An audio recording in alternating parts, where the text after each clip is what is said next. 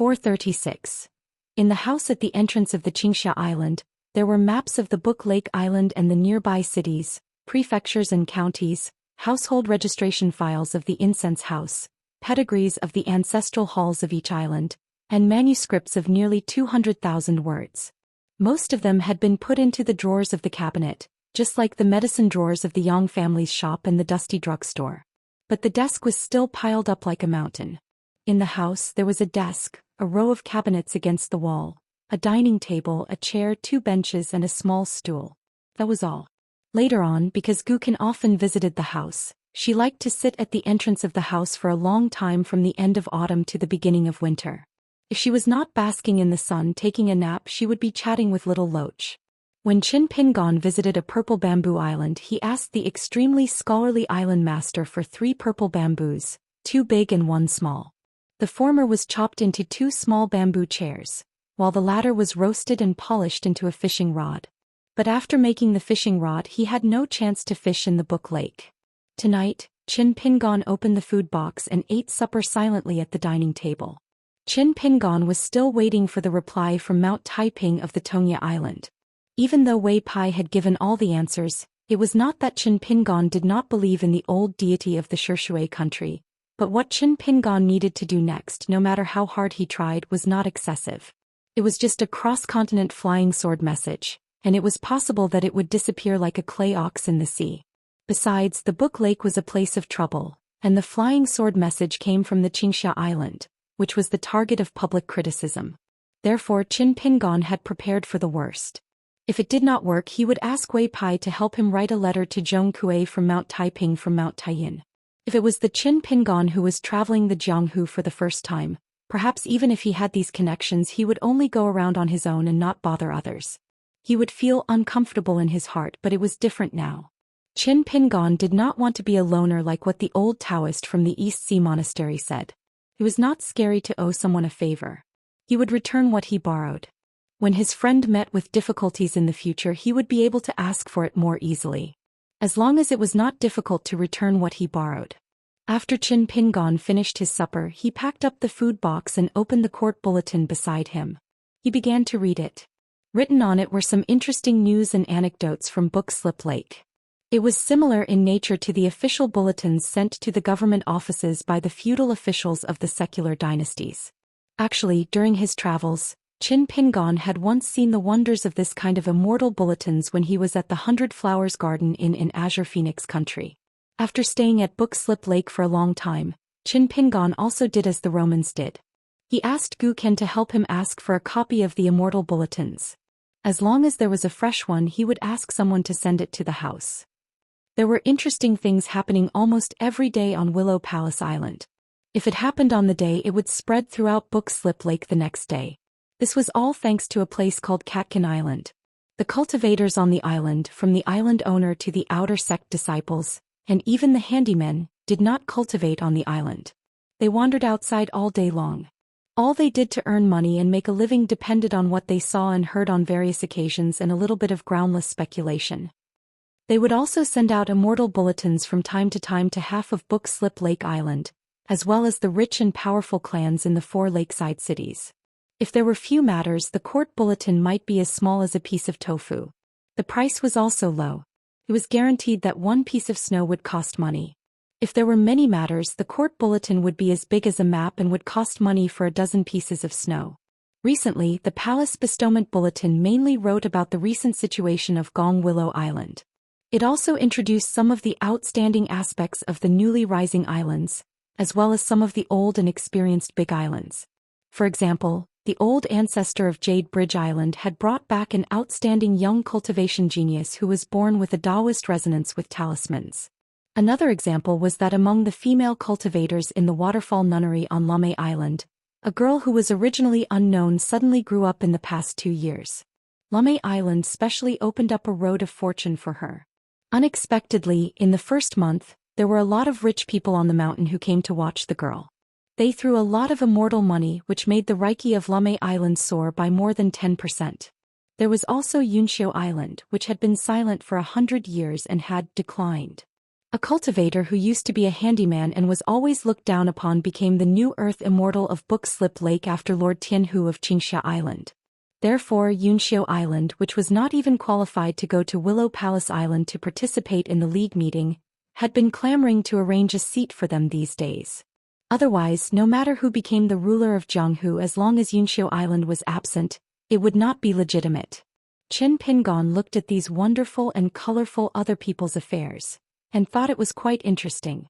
After reading it once, he could not help but read it again.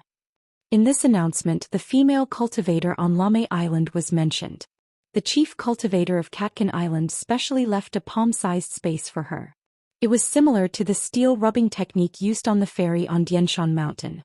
Together with the painting technique that Qin Pingon used on the ferry on Osmanthus Island, the girl's appearance in the announcement was vivid and lifelike. It was a profile of her standing under the plum blossom tree in the waterfall nunnery. Qin Pingon took a few glances at it and found that it was indeed a girl with a charming temperament. He wondered if she had changed her face with the secret art of skin changing and bone scraping. If Zhou Xian and the senior surnamed Sun were here, they would probably see through it at a glance. Qin Pingon bought the announcement late. When he was reading about the strange people and customs of the various islands, he did not know that before the massacre of Furong Mountain, all the news about him, the accountant of Xianxia Island, was the biggest source of income for Katkin Island. Of course, Katkin Island did not dare to write too much about it. It was more full of praise. Otherwise, they would have to worry that Gukin would destroy Katkin Island with her big loach. Throughout history, the cultivators of Katkin Island had suffered great losses. Since the founding of the ancestral hall, they had moved 3 times in the past 500 years. The worst time was when their vitality was greatly damaged and their financial resources were insufficient. They had no choice but to rent a small piece of land on an island. The first time was in the early days of Katkin Island. The cultivator did not know the severity of his words. He wrote an announcement and offended the illegitimate son of the ruler of Jianghu at that time. The second time was 300 years ago. He offended the island master of Gonglu Island. He added oil and vinegar to the old immortal and his disciple female cultivator. Even though it was all good words and the words he wrote were full of envy for the master and disciple becoming a celestial couple, it was still a big deal. It attracted Lu Laoqing to visit the island. He did not kill anyone. However, he was so scared that Katkin Island moved to another island the next day as an apology. The third time was Lu Zhimao. In the announcement, Lu Zhimao's Taoist name was accidentally changed from True Lord Zhejiang to Heavenly Lord Zhejiang. Lu Zhimao became the laughingstock of the entire Book Slip Lake overnight. Lu Zhimao killed his way to Katkin Island and directly tore down their ancestral hall. This was the first time Katkin Island had suffered such a heavy blow. When the cultivators of Katkin Island finally settled the score, they discovered that the person who wrote the Imperial Palace Bulletin had actually run away. As it turned out, that fellow was one of the many unjust ghosts that had died under the hands of a great cultivator on Katkin Island. He had been in seclusion on Katkin Island for as long as 20 years. Because of a single word, he had ruined the entire Katkin Island. As for a sea-viewing cultivator who was in charge of inspecting the announcement, although he did fail in his duty, he could not be considered the main culprit. He was still used as a scapegoat. Qin Pingon heard a rare knock on the door. Listening to the fragmented but familiar footsteps, it should be the gatekeeper of Zhou Xian Mansion, Hong Su. He quickly got up to open the door. The old woman Hong Su, who had a head of black hair, declined Qin Pingon's invitation to enter the house. She hesitated for a moment and asked softly, "Mr. Qin, can you really not write the story of my master and Pearl Hairpin Island's master Lu?" Qin Pingon smiled and said, "Well, the next time I go to your mansion, I'll listen to Ma Yuanji's old story." Although Hong Su's face was old and wrinkled, and for some reason, there was a strong evil spirit on her face, which made her look so ugly. However, if she absorbed the spiritual qi of the immortal coin, her appearance was not bad. Moreover, she had a pair of pretty eyes. At this moment she blinked her eyes, gathered her courage and asked softly, "Mr. Qin, you deliberately refused my master, right? You guessed that my master would ask me to find you again so that you could give me such a big credit, right?" Qin Pingon put a finger to his mouth, indicating that it was enough for her to keep it between herself and the heavens. Under the moonlight, the woman smiled sweetly. Hong Su looked at the somewhat thin young man in front of her and picked up a pot of wine sealed with yellow paper and wrapped with a red string. She smiled softly and said, "It's not something valuable. It's called yellow vine wine, brewed with glutinous rice and japonica rice. It's the official wine in my hometown and is most popular with women. It's also nicknamed extra table wine. Last time I talked a lot with Mr. Chin and forgot about it. I asked someone to buy some and just sent it to the island. If you like it, I'll bring it back and give it to you." She suddenly realized that her words were inappropriate and hurriedly said, "Just now I said that the woman likes to drink it. In fact, the men in my hometown also like to drink it." Qin Pingon took the pot of wine and nodded with a smile. "Okay, if I like it, I'll go to Zhou Xian mansion and ask you for more." After Hong Su left, Qin Pingon not only did not drink the wine, but also put the pot of wine close to him. He did not dare to drink it. It was not that he did not trust Hong Su, but he did not trust Verdant Canyon Island and Book Slip Lake. Even if there was no problem with the pot of wine once he asked for more, there was no way to know which pot of wine would be the problem. So in the end, Qin Pingon could only tell her at the door of Zhou Xian mansion that the wine was too soft and not suitable for him. Qin Pingon did not think that he was similar to Gu Ken in this regard. Gu Ken could kill 10,000 people without hesitation just in case. Qin Pingon was also afraid of that "what if?" So he could only put aside Hong Su's kindness for the time being. It was just that the two seemed similar, but in the end it was a similar one that led to a big difference. As long as Gu Ken still clinged to her one, Qin Pingon and Gu Ken's mental tug-of-war was destined to be unable to pull Gu Ken to his side. Qin Pingon had also temporarily given up. Even the two people's fundamental way of looking at the world was already different. It was useless no matter what you said. So Gu Ken did not see the time Qin Pingon spent with the four people in the painting of the lotus flower blessed land. She also did not see the undercurrents, the murderous intent, and the final parting with good intentions and the reunion in the end. It might not be suitable for Book Slip Lake and Gu Ken, but Gu Ken missed out on one possibility after all. After gradually getting familiar with some of the high and low and the complicated intertwining network of Book Slip Lake, Qin Pingon believed that if Gu Ken put part of her mind aside from killing people, even if she learned from Lu Jimao's methods of winning people's hearts and cultivating forces, Gu Ken and his mother could live better and longer in Book Slip Lake. It was just that Qin Pingon had seen more and thought more now, but he was no longer in the mood to talk about this nonsense. Not talking about it did not mean not doing it. On the contrary, Qin Pingon needed to do more things. After all the reasons, Gu Ken still did not admit her mistakes. Qin Pingon could only take a step back and stop her from making mistakes.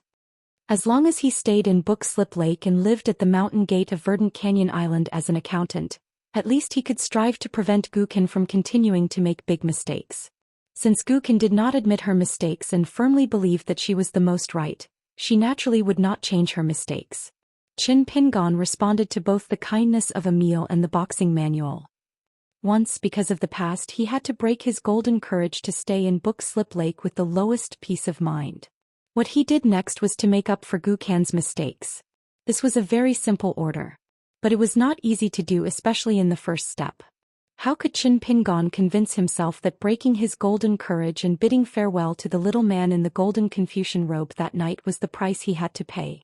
In life it might seem easy to reason things out, but in reality it was the hardest.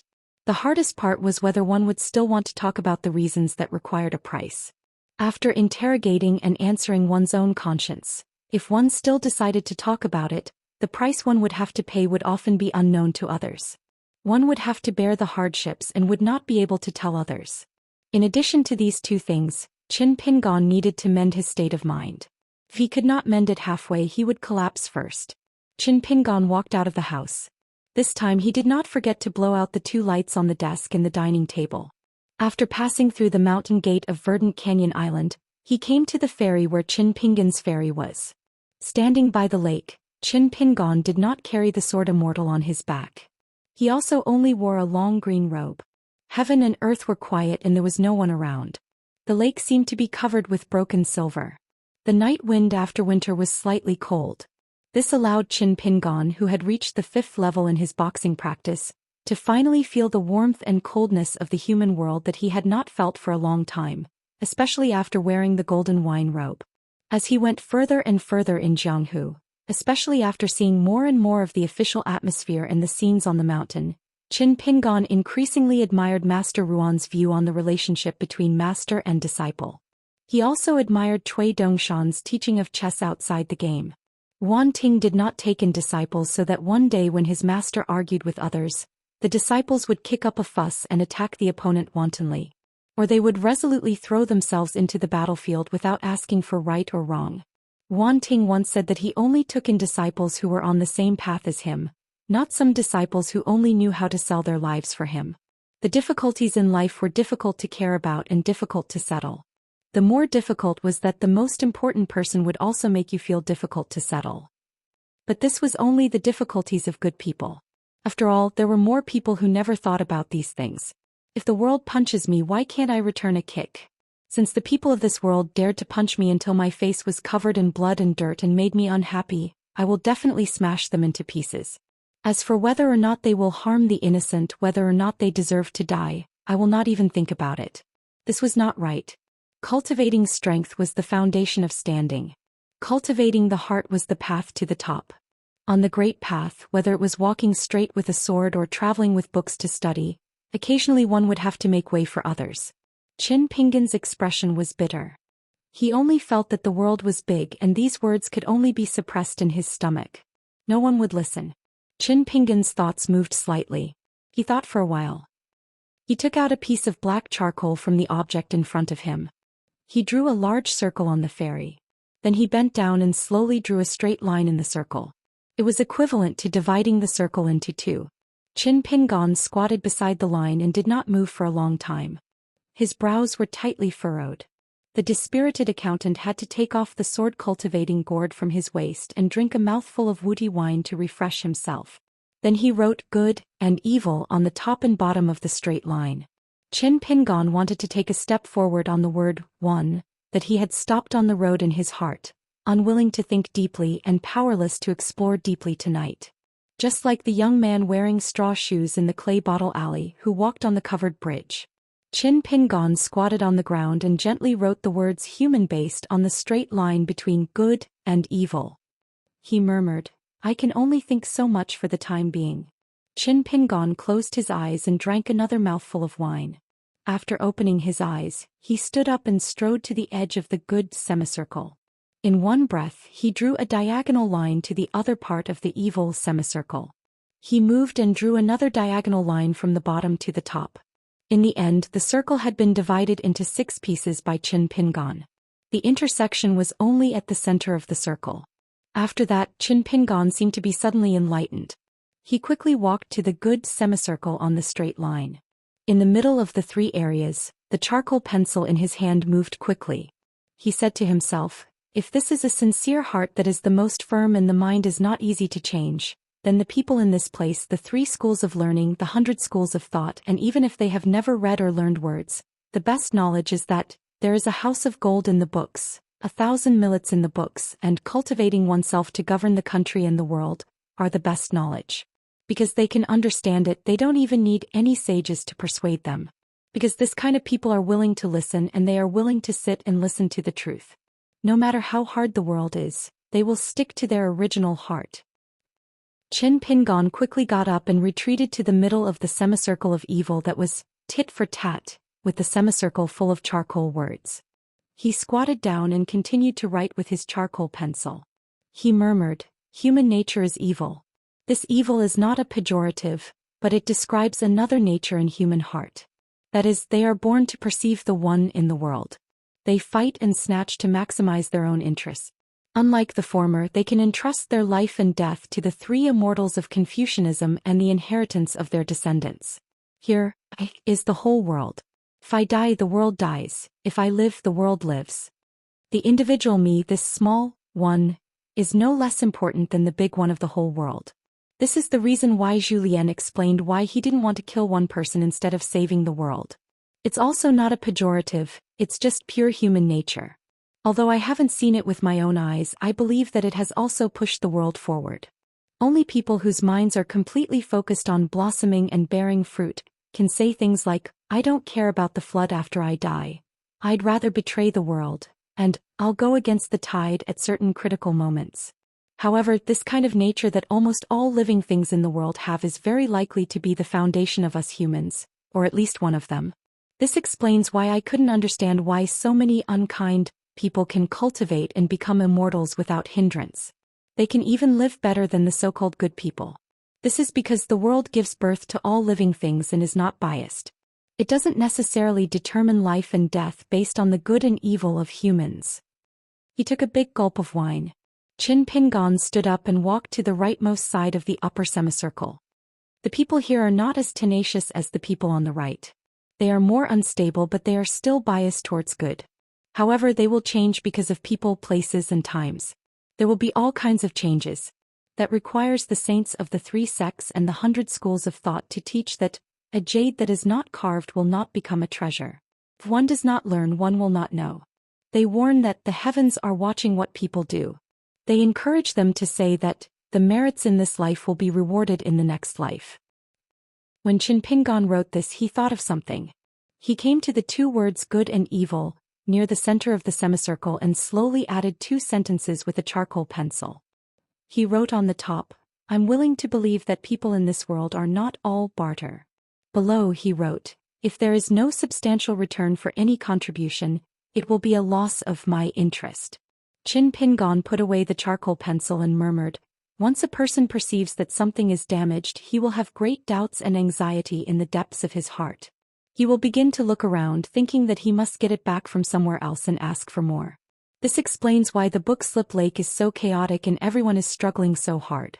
Also, as I thought before, why so many people must be punched and kicked in more places in the world without caring about the lives of others after being punched somewhere in the world. It is not just for the sake of survival. Take Gukin for example. Although he has been living a good life, he will still follow this vein and become a person who can say, "I like to kill." It is not only because of the environment of the book Slip Lake, but also because of the division of the ridges in Gukan's heart.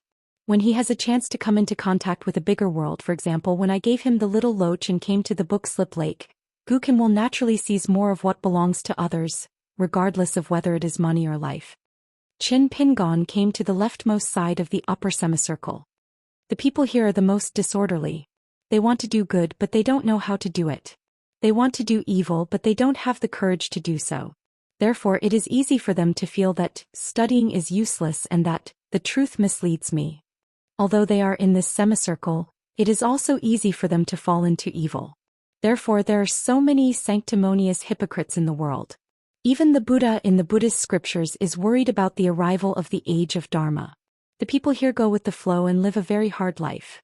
In fact, they live the hardest life. As I said to Gukin earlier, the truth in the world is good. The true freedom of the strong lies in being able to protect this group of people so that they don't have to worry about the people in the middle of the lower semicircle. The people in the middle don't have to worry about the wealth that they have accumulated through hard work being destroyed in a day and night. So, even if these people don't have to be reasonable, or even if they don't know too much about reason, or even if their occasional unreasonable behavior slightly shakes the well-behaved and stable wooden chair that the Confucian school has built, they can still live well. Qin Pingan stood up and moved to the rightmost side of the corresponding lower semicircle. He slowly wrote, "The people here are people. You told them to put down their butcher's knife and become a Buddha on the spot. It's the greatest thing to know that you can correct your mistakes. Compared to the people in the middle, it's destined to be empty talk."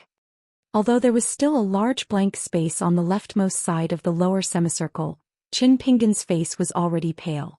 He actually showed signs of exhaustion. After taking a big gulp of wine, he stood up shakily. The charcoal in his hand had been ground to the size of a fingernail. Qin Pingan calmed his mind. His fingers trembled and he couldn't write anymore. Qin Pingan forced himself to take a deep breath. He raised his arm and wiped the sweat from his forehead. He wanted to squat down and continue writing even if it was just one more word. However, just as he bent down, he sat down on the ground. Qin Pingan casually placed the blade-strengthening gourd on the ground with one hand and loosened his fingers with the other hand. The remaining charcoal rolled to the ground. He just lay on his back on the ferry. Confucianism proposes compassion and Buddhism advocates compassion. However, in this world it's still very difficult for us to do so, not to mention to do these two sayings all the time. On the contrary, the pure heart of a child that was first mentioned by the quasi-sage and the Taoist ancestors returning to one's original state, returning to one's infant state, seemed to be more. Qin Pingon tried his best to stand up and leave the circle that hadn't been completed yet. He stared at the big circle and finally focused his gaze on the center of the circle, where he first wrote the two words good and evil. Qin Pingon shakily reached out a hand as if he wanted to grab the whole circle. He almost didn't know what he was saying. At this moment he had forgotten all about his body and bones. Can we not even talk about good and evil? Only talk about the difference between gods and humans? Nature? Otherwise it's still very difficult for this circle to really stand. Does this need to be raised?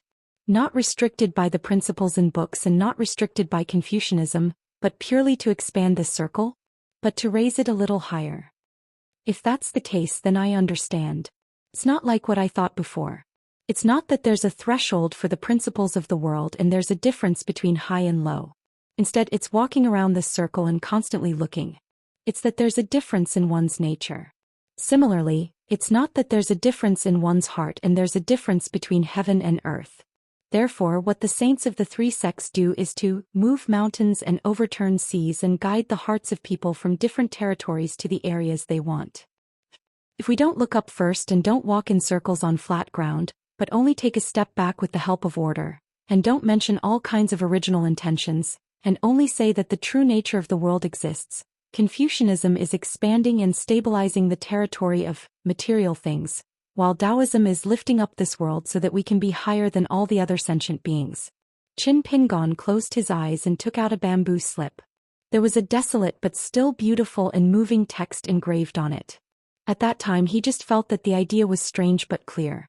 Now it seemed that as long as he looked deeper, it actually contained some true meaning of Taoism. A basin of water overturns the ground. Mustard floats in the water. Ants attach to mustard seeds. They think they're in a desperate situation.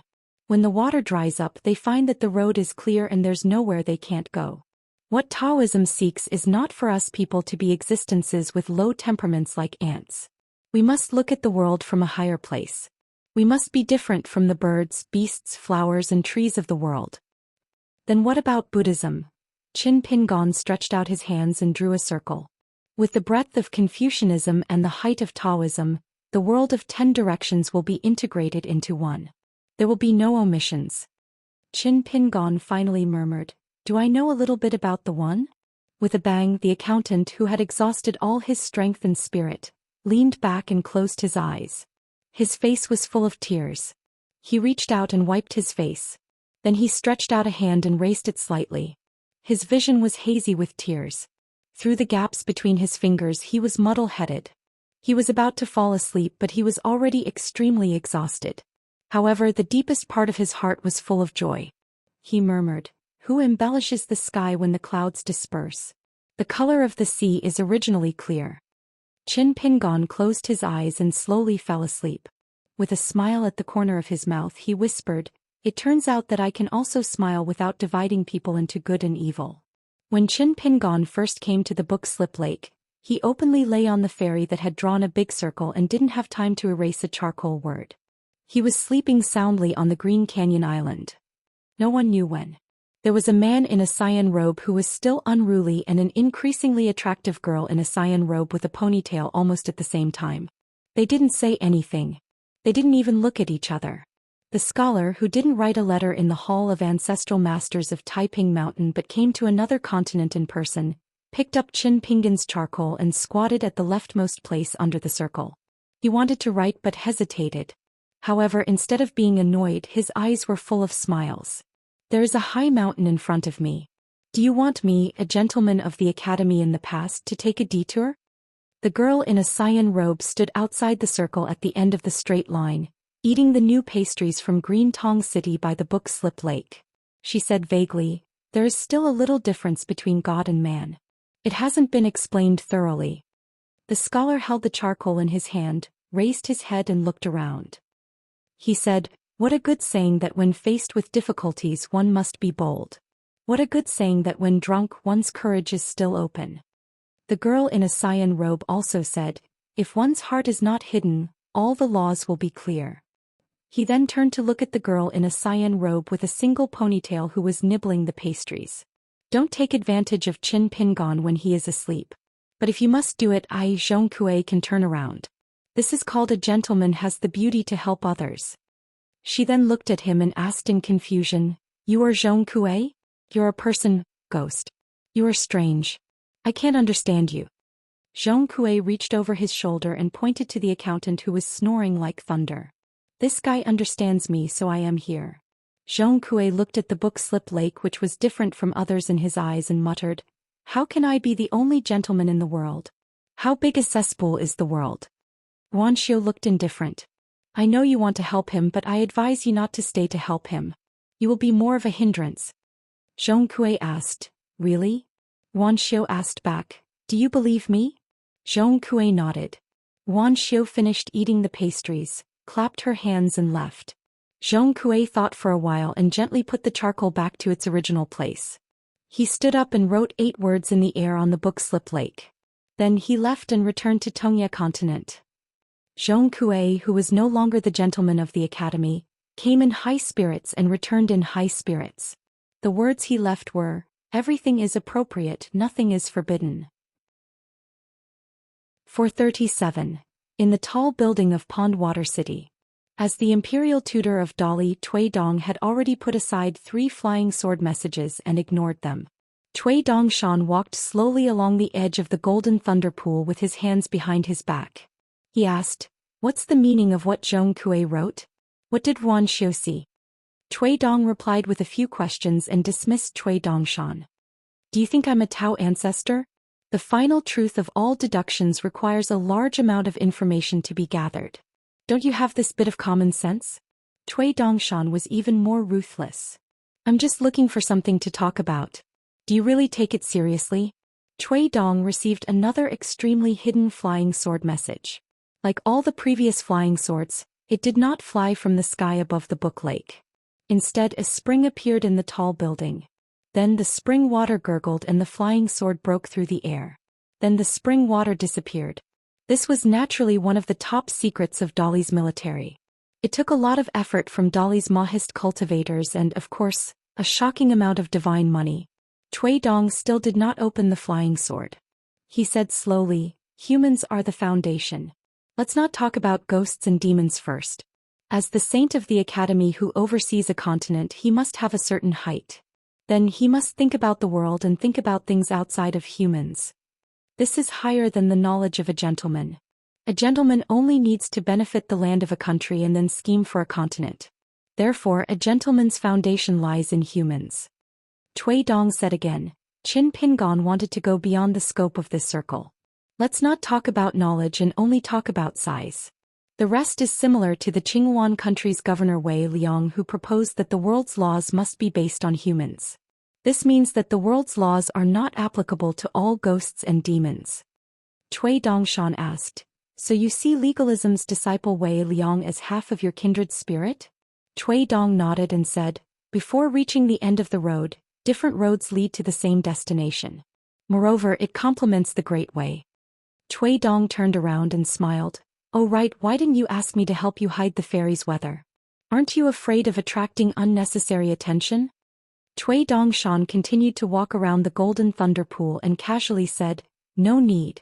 After all, this is something that we can all understand, not to mention the old scholar who participated in 2 debates between the 3 religions. Qin Pingon's knowledge wouldn't scare anyone to death. What could really scare people to death is the old scholar's words that directly scared the Buddha's golden body of the spiritual altar and the pure heart of Taoism. Cui Dong seemed to agree with this statement. Qin Pingon was halfway up the mountain. He held a lantern in his hand and the light from the lantern swayed, illuminating the path beneath his feet. You and I don't count, so the benefit is not great. It's a pity that only Zhong Kui and Wuxia will be able to see it. Cui Dongshan stopped and glanced at the landscape painting on the ground in front of Cui Dong. He sneered and said, The rest of the people saw it and felt it was an eyesore. They couldn't understand it at all. Fortunately, they understood half of it. But the leftmost hand in the upper semicircle made them feel more guilty. Qin Pingon could see through the world's affairs and people's hearts. Gukin, what do you think about the gatekeeper of the Verdant Gorge Island? they will only be more irritated. So, it is at least half right to say that the joys and sorrows of life are predestined. They should be like ants rolling in the mud for their whole life. They should be able to climb out of the dung pit when they see a little light. They will naturally climb out and shake off the dung. They will change from a bumpkin in terms of external appearance to an elegant young master in terms of temperament, such as Liu Baixiang. Cui Dong's expression was calm and relaxed. This pair of old fox and little fox, who were originally one person with separated souls, chatted casually from the beginning to the end. They seemed to have a tacit understanding. They were intentionally or unintentionally lowering the height and significance of Qin Pingan's fairy circle. Then they were silent.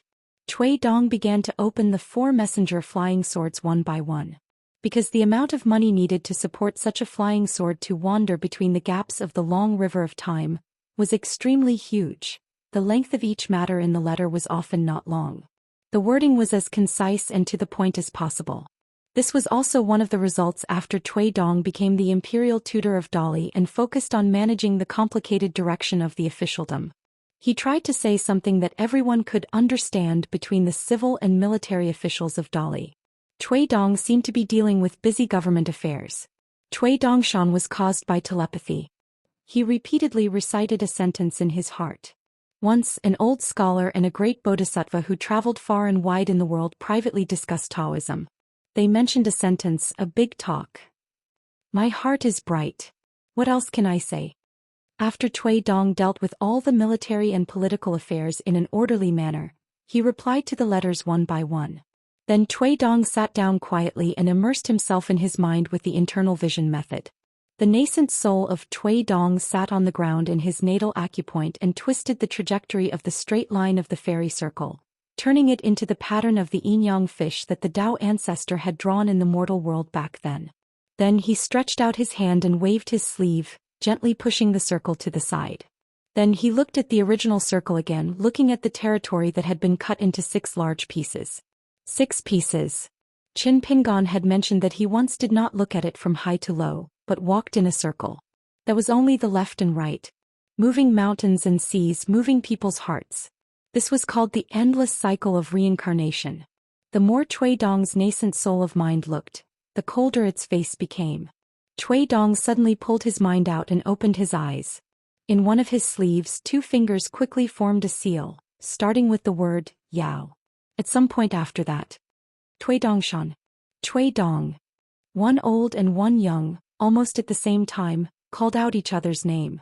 Cui Dongshan quickly took out the time horse map that he had once shown to Pei Qian and spread it on the ground. Cui Dong quickly came to the edge of Cui Dongshan's golden lightning pool and said in a deep voice, only pick out the scene of the dragon kiln head surnamed Yao. All of it. Cui Dongshan flew into a rage out of humiliation and said, that old Yang is even more of an old bastard than you. He must have purposely hidden all of old Yang's tracks and deceived everyone. Our previous little bit of careless deduction was simply leading old Yang into a smelly ditch.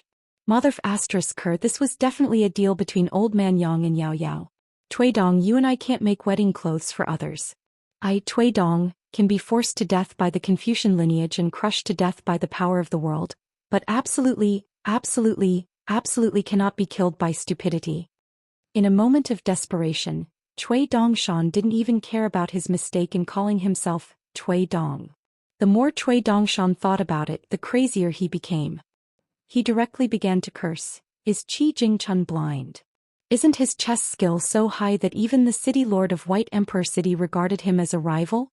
In the first 59 years of Lizhu Grotto Heaven, Qi Jingchun was only disappointed in him. But after he decided to entrust the most important part of his disappointment to Qin Pingan, why didn't he do anything about it? Let it go and turn a blind eye to it. I knew that the Buddhist school, as the one who collected the rent of Lizhu Grotto Heaven for 3,000 years, would definitely not be so simple. Maybe that ascetic monk was just a trick. Compared to Cui Dong, who was flustered and exasperated, Cui Dong was much calmer. He asked, what are the real names of the 2 flying swords on Qin Pingan's body before the names Chu Yi and 15? Cui Dongshan frowned and said, I only know that the sword Qin Pingan named Chu Yi was given to Qin Pingan after the old scholar walked out of the painting of mountains and rivers in the old scholar's painting in Huangting country. The second flying sword, 15, was given to old Yang, a 10,000-year-old bastard who was almost as old as the stinky cow's nose in Donghai. He asked Qin Pingon for some worthless junk and gave it to Qin Pingon in exchange. Old Yang said that it was called 15, but it was obviously a bullshit name made up by Qin Pingon for Chui. Cui Shi lowered his head and stared at the fragments of images that he had extracted from the painting of the River of Time with a unique secret technique. Cui Dongshan pointed outside the building and scolded, "Qi Jingchun is blind and the old scholar is also crazy?" Cui Dong said indifferently, "Who was the one who tried so hard to make Qin Pingon study Buddhist scriptures?" Cui Dongshan spat outside the golden thunder pool and flew towards Cui Dong's head. Ck off, if you didn't set up this trap to trap me and my disciple, I wouldn't have let Qin Pingon study the serious scriptures of the 3 religions and 100 schools. Cui Dong didn't raise his head. He waved his sleeve and the spit hit Cui Dongshan's face. Cui Dongshan casually wiped his face and felt indignant. He was still cursing the heavens and earth. He finished looking at all the images of the old man Yao, that Qin Pingon spoke of for the second time. Cui Dong said softly, "Don't forget there's still that locust tree leaf with the character Ao that Qi Jingchun asked for. A locust tree has so many ancestral locust tree leaves, but only one of them fell. Take out this section of the River of Time and let us take a look."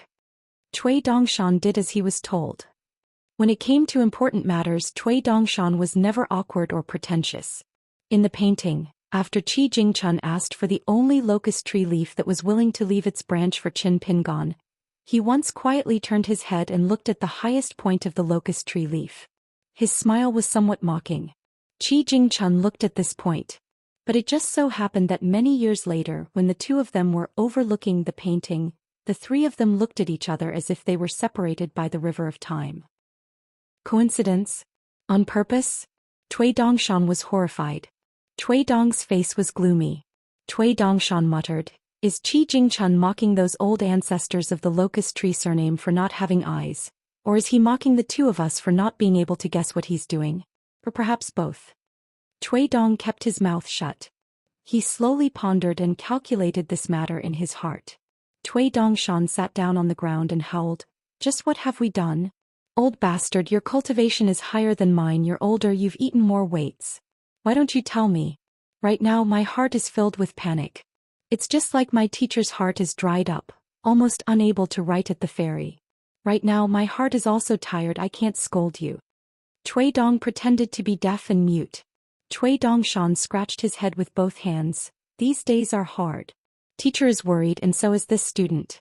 We can't enjoy the blessings together, but we have to endure the misfortune together. There's no way to pass it, no way to pass it." Cui Dong suddenly laughed. "You're even more afraid of Qi Jingchun than I am, so I know that at the beginning of this situation, you hoped more than I did that Qi Jingchun was dead. But now have you changed your mind? Do you hope that Qi Jingchun can come back and haunt us again?" Cui Dongshan was silent. Cui Dong pointed at the painting of horses. "Put it away. There's no point in thinking too much about it. Right now there's no meaning in trying to guess Qi Jingchun's intentions." Cui Dongshan moved his butt, inching to the side of the painting of horses. He slapped Qi Jingchun's face on the painting, but it was not enough to vent his anger. He slapped it twice more. "Is there a junior brother in the world who schemes against their senior brother like you? Come, if you have the guts, come out and say something. Let's see if I don't quarrel with you." Cui Dong said, "Don't you feel ashamed?" Cui Dongshan angrily put away the painting of horses. Cui Shi changed the topic. "Since you mentioned the quarrel, do you remember that there was a time when the old elementary scholar won a quarrel between Buddhism and Taoism? When he returned to the school, he wasn't very happy. Instead, he drank some wine and lamented to us. He said that in the distant past, those unknown people in the history books met the sage master and the sage of rights on the road. They dared to argue about their own principles and were not afraid. When they understood something, they laughed heartily. When they felt that something was wrong, they argued loudly. I remembered very clearly that when the old scholar was saying these words, his expression was even more enthusiastic than when he was debating with Buddhism and Taoism. Why is that?" Cui Dongshan said angrily, "The old elementary scholar's heart is higher than the sky." Cui Dong asked a long series of questions in one breath. "Why is it that learning to read is getting easier and easier compared to ancient times? but people are more and more in awe of the teachings of the saints and sages? The disciples of Confucianism actually feel that their knowledge is not as high as that of the sages, and that today's people are destined to be inferior to the ancients. Why is it that there is more and more knowledge in the world, but the temperament of the people of the future is getting shorter and shorter? Cui Dongshan sighed. Probably when our lives get better and better, we become slower and slower in our treatment of the world, just like those high and mighty gods of the past. Cui Dong narrowed his eyes. For us, as long as we can survive the coming catastrophe, isn't that a good thing? Cui Dongshan's face stiffened. Cui Dong sneered. Are you regretting it? Cui Dongshan trembled all over. This was an unprecedented thing for the carefree and lawless white-clothed youth. Cui Dong suddenly stood up. You found a good teacher. Other people such as this book slips Lake's trash. Even if that stinky cow's nose was thrown into the river of time in lotus blossom blessed land, not to mention 300 years, even if they looked at it for 3,000 years, they still wouldn't be able to see anything. Cui Dongshan was puzzled. Why are you saying this? Every time you say something nice I panic. Cui Dong looked at the moonlit lake outside the building. Now that Dolly has a lot of things to do, I can't stay here every day to receive the most important flying sword messages. It will delay our important matters. I'm different from you. Qin Pingon can't pass this hurdle, so you will be implicated. I've long been in an invincible position. Therefore it's not without reason that you and I have different priorities. Cui Dongshan did not seem to be surprised by Cui Dong's departure and did not say anything. Cui Dongshan's eyes quietly turned. Cui Dong's back faced Cui Dongshan. I advise you to show some backbone. Don't think about playing some dirty tricks while I'm not here. If you do that, I will be very disappointed in you. Cui Dongshan, who was sitting on the ground, lightly waved his sleeve as if he was sweeping the floor. Cui Dong said, Before I leave, if you have any questions, ask them quickly. Cui Dongshan was not polite and immediately asked, Are you really going to let Lu Laoqing kill Gu Kan? Are you not going to do anything? Cui Dong shook his head. In any case, it has nothing to do with a dead end. I'm not Qin Pingon. Why should I care about the life and death of a brat? If he kills Gu Kan, Lu Laoqing will still have to do business with our Dolly. At most he will change from Lu Jimao to Lu Laoqing. Look, even the surname is the same. In fact, it's better this way. Lu Jimao can't convince the public. His style of doing things is no different from the corrupt dynasty's officialdom. It's better to change to Lu Laoqing. This person knows the general situation better. If he cooperates with our Dolly in the future, it will be very convenient. He won't be like Lu Jimao, who is very likely to fall into a quagmire. After gaining benefits, he will be powerless to do things. It's easy for him to be a coward. Maybe he will even give Lu Jimao a chance to raise the price. Therefore, even if Lu Laoqing becomes the ruler of Jianghu and asks for a higher price, Dolly will inevitably lose more in the early stage. But in the long run, Dolly can still earn back the money. Cui Dongshan hurriedly asked, and I'm saying if Qi Jingchun is really haunting us and comes after you leave, what will you do? Cui Dong replied, Of course I have a backup plan. In the dark place of Book Lake, just like in Lizhu Grotto Heaven, Taoism left Master Lu there. I'm not you. If I say something, I can do it. Don't guess. Once you cross the line and don't follow the rules, I have other backup plans to deal with you. Cui Dongshan was silent. This time he waved his two sleeves and swept the floor. Cui Shi lamented, A man's virtuous is like a rat's. His ears are everywhere. Rats will never know that they are stealing when they move the food. He turned his head and asked with a smile, Then what about us? Attaining immortality. If there's an unknown existence at a higher place and it's looking at us, what are we doing? Cui Dongshan muttered, Why are you asking me when you've already figured it out? Isn't it because we have to figure it out that we chose to do that thing? Therefore, among the 4 people in the lotus flower blessed land painting, the most interesting one, Zhou Xian, observed the fire from the other side of the river and came to the correct conclusion. He said that you and I are the ones who see the fish in the abyss. Cui Dong laughed. I'm afraid you'll become the next Gu Kan. You're forgetful. Cui Dongshan rolled his eyes. Cui Dong smiled and said, Qi Jingchun and I, Lizhu Grotto Heaven and Book Slip Lake, both times were gentlemen's disputes. Cui Dongshan's expression was strange. Cui Dong said, If you have doubts, it means that I have also doubted myself this time. But I'm telling you now, it's a gentleman's dispute. Cui Dongshan asked again. Qi Jingchun can watch Xiaoqing switch to another lineage. After all, it's within the Confucian school. Qi Jingchun can also leave 3 books for Song Jisun to explain the essence of legalism for Song Jisun. After all, the dispute between Confucianism and legalism isn't excessive. But if Qi Jingchun pushes Qin Pingon to Buddhism and Qin Pingon doesn't turn back, what's going on? Even if Qi Jingchun was overseeing Lizhu Grotto Heaven and had a lot of deep thoughts about Buddhism, I don't think he's really escaped from Zen. I firmly believe in this. Then is Qin Pingon really Qi Jingchun's junior brother? Is he Li Baoping Zhao Yao and Song Jisun's disciple or protector? Or is he Qi Jingchun's true successor? Or is he nothing at all? Cui Dong laughed and said, I don't know. Cui Dongshan muttered, I knew it. Cui Dong said to Cui Dongshan as if he was a senior teaching a junior. Little brat, don't say, I admit defeat, to anyone in the future. It's easy to lose one's spirit and qi but difficult to regain it. A chess player admits defeat in his heart and just throws the pieces on the board. Who would say, I admit defeat? Cui Dongshan's interest waned. Don't tell me what to do. We're not the same person anymore. Cui Dong didn't put away the picture scroll on the ground. Naturally, he left it to Cui Dongshan. He finally smiled and said, Now you should sigh with emotion. My master has a lot of worries. Cui Dongshan didn't refute. Instead he echoed, looking at the green hills from afar, it's hard to walk on the mountain road. There are even mountain bandits on the road. Cui Shi took a step forward as if passing through a door and disappeared in a flash.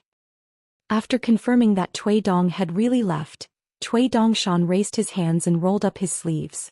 A chessboard and 2 pots of colored cloud seeds appeared in front of him.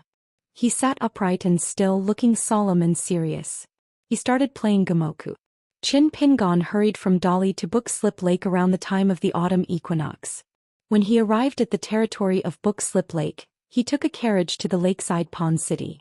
The scenery he saw along the way was clear mountains, clear water, frost at night, and several dark red trees with light yellow. After that he saw Guken. After seeing the cool autumn scenery of Jianghu in Verdant Canyon Island, the dew gradually became thicker and thicker. Book Slip Lake was cold and long at night. The wind was bleak and mist filled the air. Qin Pingon went to Yunlu City. With the help of the father and daughter he went to the border pass of Shihao country. He saw the line and saw a different scenery. Frost grass, green insects and people in the north and south of the village. After returning to Verdant Canyon Island, winter came quietly. The water began to freeze and the ground began to freeze. The pheasants turned into fish when they entered the water. When traveling around many islands, Qin Pingon took half a day to stay in Jinji Island because he knew the history and customs of Book Slip Lake in detail. However, this kind of scene was extremely rare. He could only rely on his luck. Just like when Qin Pingon encountered a mountain carp, he could only wait for a long time before he had the chance to find the golden mountain carp. Qin Pingon could not spend too much time trying his luck. He had to leave resentfully and regretfully. People could not suffocate themselves to death. They had to find some joy in the bitterness and find some ways to relieve their worries. He hoped to see the scene of the pheasants entering the water. It was the same with the story he asked the gatekeeper Hong Su in Verdant Canyon Island. After arriving at the Verdant Gorge Island, Qin Pingon rarely drank. Instead, he would occasionally take a sip or two to refresh himself. The old year was approaching dusk. The cold wind surrounded the withered branches and the birds flew swiftly. Just when Qin Pingon mistakenly thought that he would continue to move slowly like this, the people of Gong Willow Island continued to be noisy. On the other hand, he was quiet and buried in his work. Perhaps one day when he looked up he would see the willow trees turning yellow and the hydrology turning green. Suddenly one day, the people of Gong Willow Island stopped arguing. Guken returned to the mountain gate with Little Loach and found Qin Pingon, who was studying a secret skill taught by Wei Pai. She told him that it had been decided. Among the opposing forces, the island owners of Qingzhong, Tianlao and Grain Millet Islands, who had the loudest voices, were previously clamoring for the two sides to send 3 or 5 people each. The winner would recommend the candidate to be the sovereign of Jianghu. However, when Verdant Canyon Island was about to agree, the old island owner of Qingzhong Island and a chief executive of Tianlao Island, the 2 most promising powerful earthly immortals, disappeared inexplicably overnight and completely disappeared. The situation took a turn for the worse. The island owner of Grain Island tried to maintain the situation. He went to Gong Willow Island alone and personally found Lu Zhimao. After a secret discussion, they should have reached an agreement. Just like that, Lu Zhimao ascended to the throne of Jianghu effortlessly. It should be known that, including his disciple Lord Tianhu, the bigwigs of more than 10 vassal islands were all prepared for a bloody battle. In a battle that was destined to be incomparably cruel and bloody, anyone could die. However, Lu Zhimao and Gu Qin were definitely not among them. Everyone was well aware of this, so they did not complain too much. It was not that they did not have resentment, but the general trend was such that it was beyond their control. Perhaps immortal Xianxia would laugh out loud in his sleep. Qin Pingon did not relax after hearing the news. There were some things that he could guess. For example, Grain Island was most likely a pawn of the Song clan.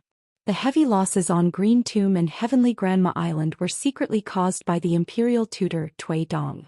However, there were some things that Qin Pingon could not guess. For example, did the Zhuang dynasty have a backup plan? So who would it be?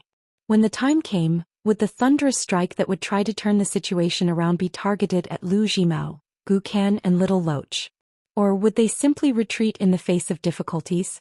The Zhuang dynasty, which was surrounded by the smoke of war at the border, was already too busy to fend for themselves. Would they simply abandon the useless Book Lake? Perhaps even the potential influence of Li Mu's presence on Green Canyon Island was in the calculations of Embroidered Tiger. Was this what they meant by making the best use of everything? Qin Pingon only asked Gu Qin not to go out easily during this period of time, in case of the crazy counterattack of the Zhuang dynasty. Gu Qin nodded with a smile. Lu Zhimao also reminded him not to be complacent recently. No matter who the party was, he could not attend. He only needed to wait for 2 or 3 months. By then, no one would dare to stop him even if he went to the door of the ancestral hall on Green Tomb Island and Heavenly Grandma Island to pee. Therefore Lu Zhimao was particularly cautious. Even the banquet to celebrate his ascension was deliberately postponed to the beginning of spring next year. He was afraid that when the verdant Canyon Island opened the mountain and rivers formation, the people who came to congratulate him would be mixed with the good and the bad. If they really stabbed him at that time, the verdant Canyon Island would suffer a great loss. Qin Pingon and Gu Qin sat on the left and right of the small bamboo chairs and chatted for a while. In the middle of winter, there were almost no birds on the lake except for a few. It should be snowing soon. After Gu Qin left, Qin Pingon walked to the ferry and pondered in silence.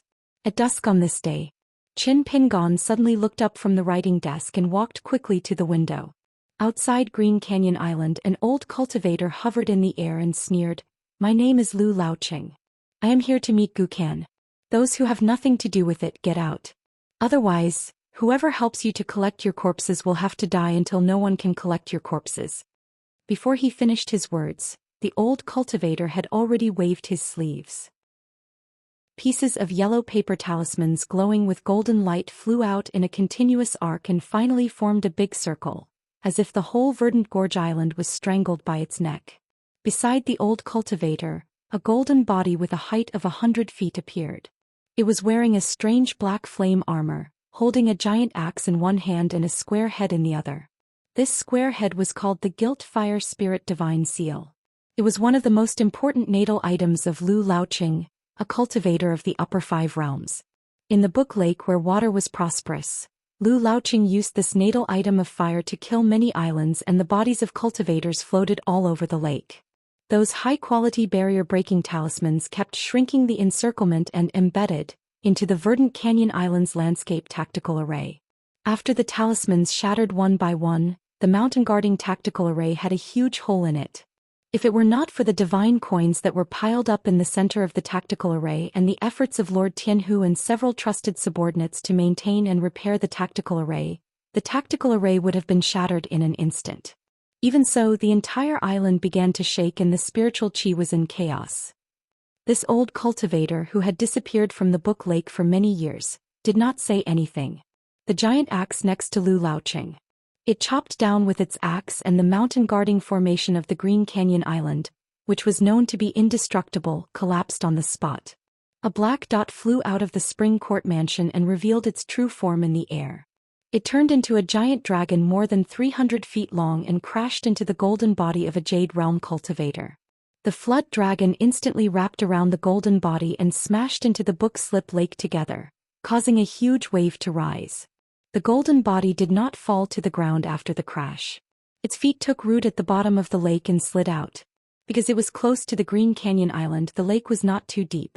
The golden body of the golden body stood at the bottom of the lake, and the lake water was only around its waist. A yank. It smashed into the dragon's head. It did not pull out the axe. This golden body smashed the dragon, whose body was much bigger than it, directly into the lake. It stepped on the dragon's head and chopped down with its axe. Lu Laoqing sneered. After getting such a big piece of the glazed golden body, he had not been idle recently. He had been stuck at the bottleneck of the Jade Realm for more than 200 years. Although he had not reached the Immortal Realm, he was not far away. Other than that, in order to deal with this nascent Soul Realm dragon, he had spent a lot of money, taking out a total of 90 grains of grain rain money to do something that was not cost-effective. That was to ask a great cultivator of the upper 5 realms to engrave a Taoist mantra on the axe. If you can't shoot a tiger, you have to practice your arrow. If you slay a dragon, you have to keep sharpening your sword. As for the word sharpening, it was very funny to use it on a giant axe. But these harmless things were not important to the cultivators of the mountains and lakes. As long as it worked. It was badly mutilated. The water in the book lake rolled and boiled rapidly. Blood flowed out from the dragon's wound, and the smell of blood filled the air. However, the dragon was a great demon known for its tough body. It was not completely powerless. After struggling desperately, it had thrown the golden body of the golden body into the water several times. Lu Laoqing reached out and grabbed somewhere in the Green Canyon Island. Countless cracks began to appear on the ground connecting the Spring Court Manor to the mountain. It was as if the old cultivator was going to pull it up from the ground with a single grab.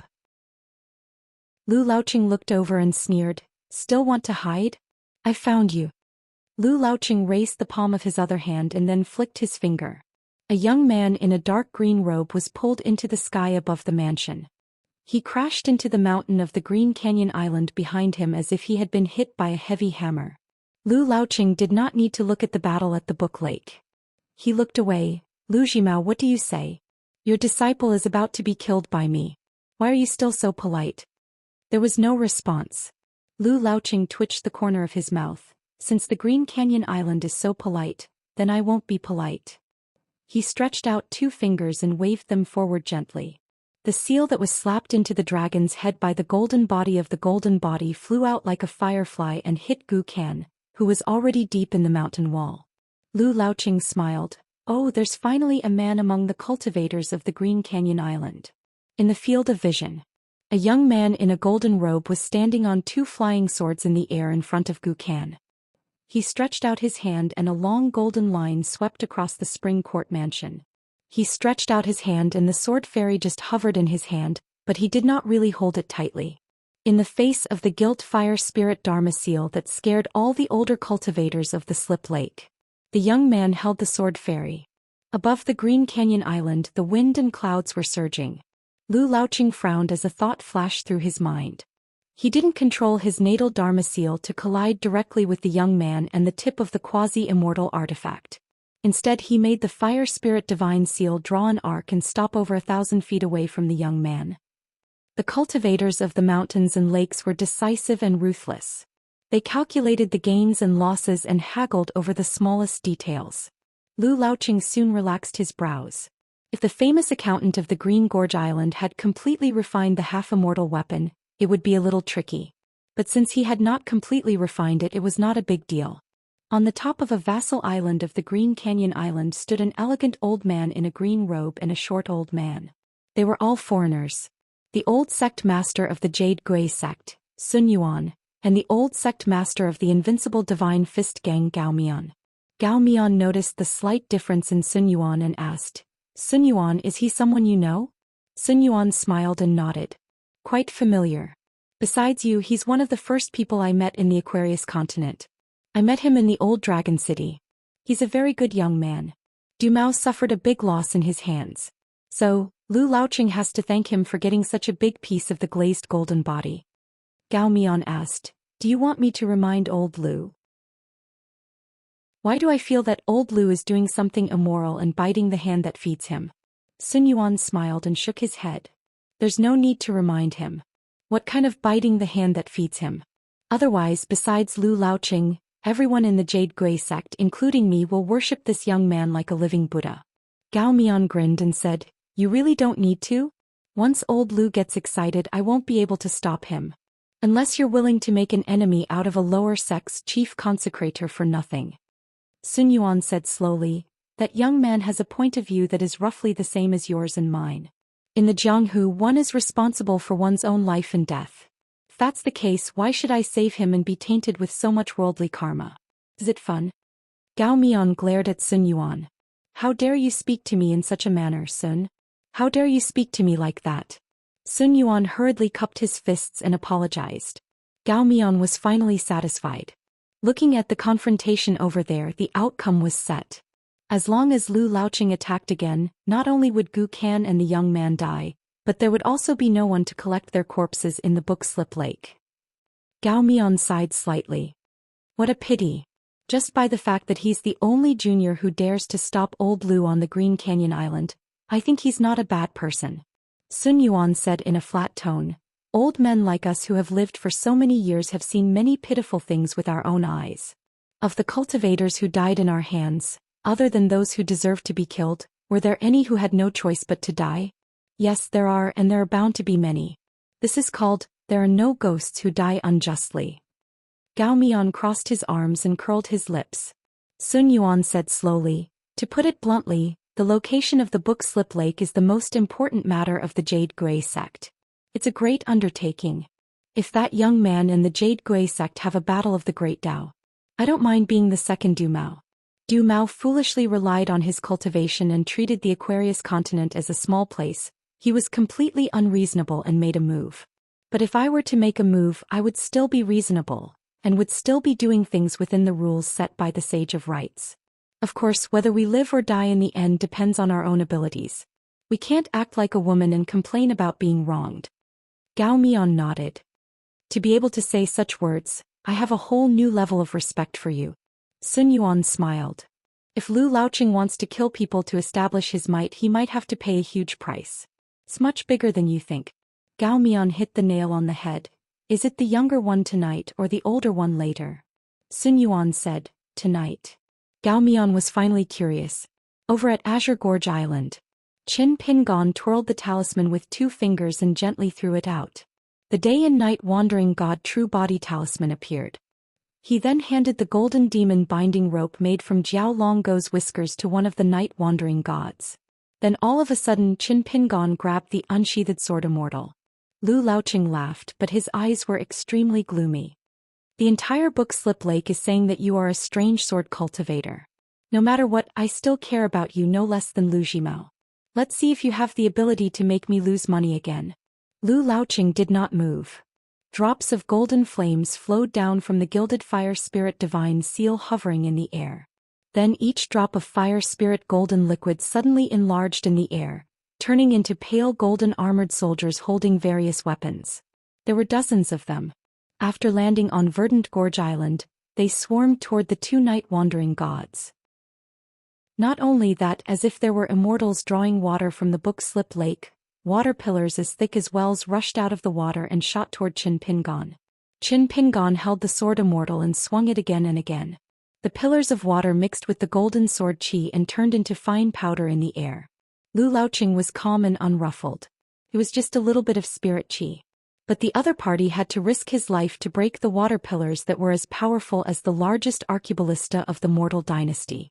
He also had to carefully divide his attention to guard against the sneak attack of his natal Dharma seal. Qin Pingon's hand that held the half-immortal weapon had been ground to the point where the bones of his fingers and palm could be seen. Lu Laoqing was like a cat teasing a mouse. From time to time he would give the young man some unexpected surprises. For example, he would inexplicably knock out a rock from the cliff of Verdant Canyon Island. It could be as big as a pavilion or as small as a fist, and it could be as quiet as a rock. The more Lu Laoqing looked, the more interested he felt. The young man's expression was too calm. It was obvious that his body was withered and his heart was dry. All his essence energy was at the end of the road. He had died before he gave up? It was empty. Should he just kill him in one breath, or? It was rare for Lu Laoqing to have such hesitation. Lu Laoqing calculated the gains and losses in his heart, but he did not slack off at all. He wanted to see how long this young sword cultivator, whose soul could not bear the burden and was trembling uncontrollably, could last. Inside the scroll lake, the golden body Dharma form was holding a giant axe that could defeat a flood dragon. It was fighting with the big loach that was covered in wounds, causing the lake water to be filled with blood. The golden light of the 2-day and night wandering god true body talismans dimmed.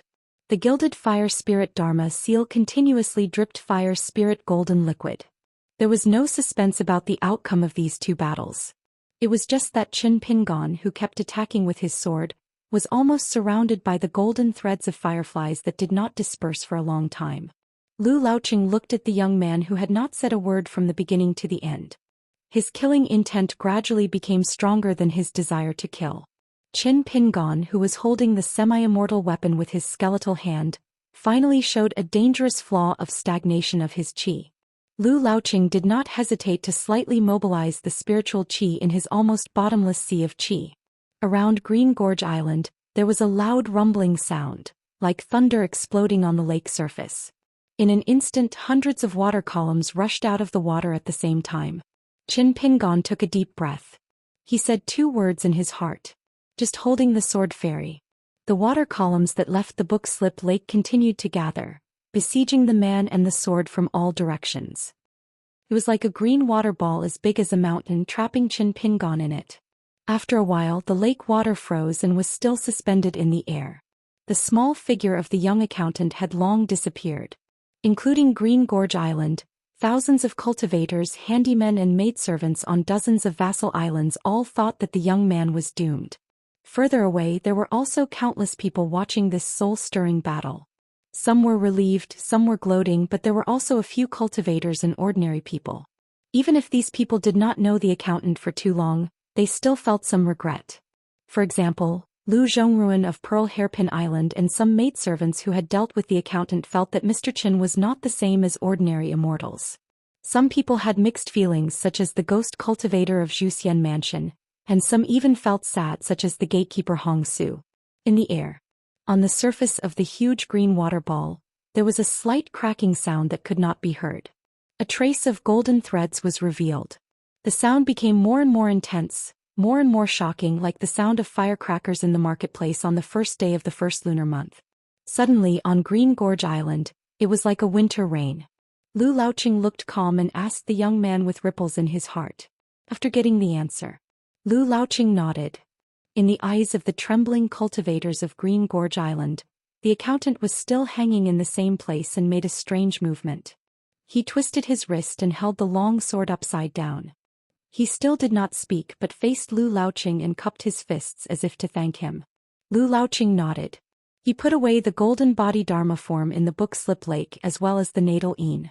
Zhang. Then he swept away. In the night, the 3 old men traveled together with the wind to Gong Willow Island. After the big battle, Lu Laoqing was calm and composed. This was the foundation of a cultivator of the upper 5 realms. Moreover, Lu Laoqing did not even use his real killing move. Once the golden body Dharma form revealed its recently refined half-azure glazed true body, it would be the time to kill. Gao Mian asked curiously, "Why didn't you kill the young man?" "It's not your style to cut the grass without removing the roots." Lu Laoqing said helplessly, "Your voice is so loud. You deliberately said it to me. I'm not deaf." Sun Yuan smiled but did not say anything. Lu Laoqing brought the 2 of them to the entrance of Gong Willow Island, and the 3 of them slowly walked forward.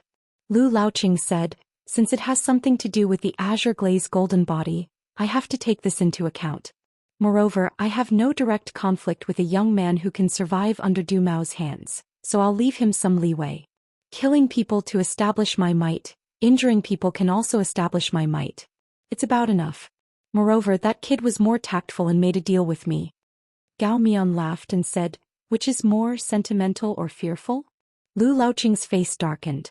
Sun Yuan suddenly said, "If that young man didn't cup his fists at that time, old Lu would definitely have gone back on his word and killed him on the spot."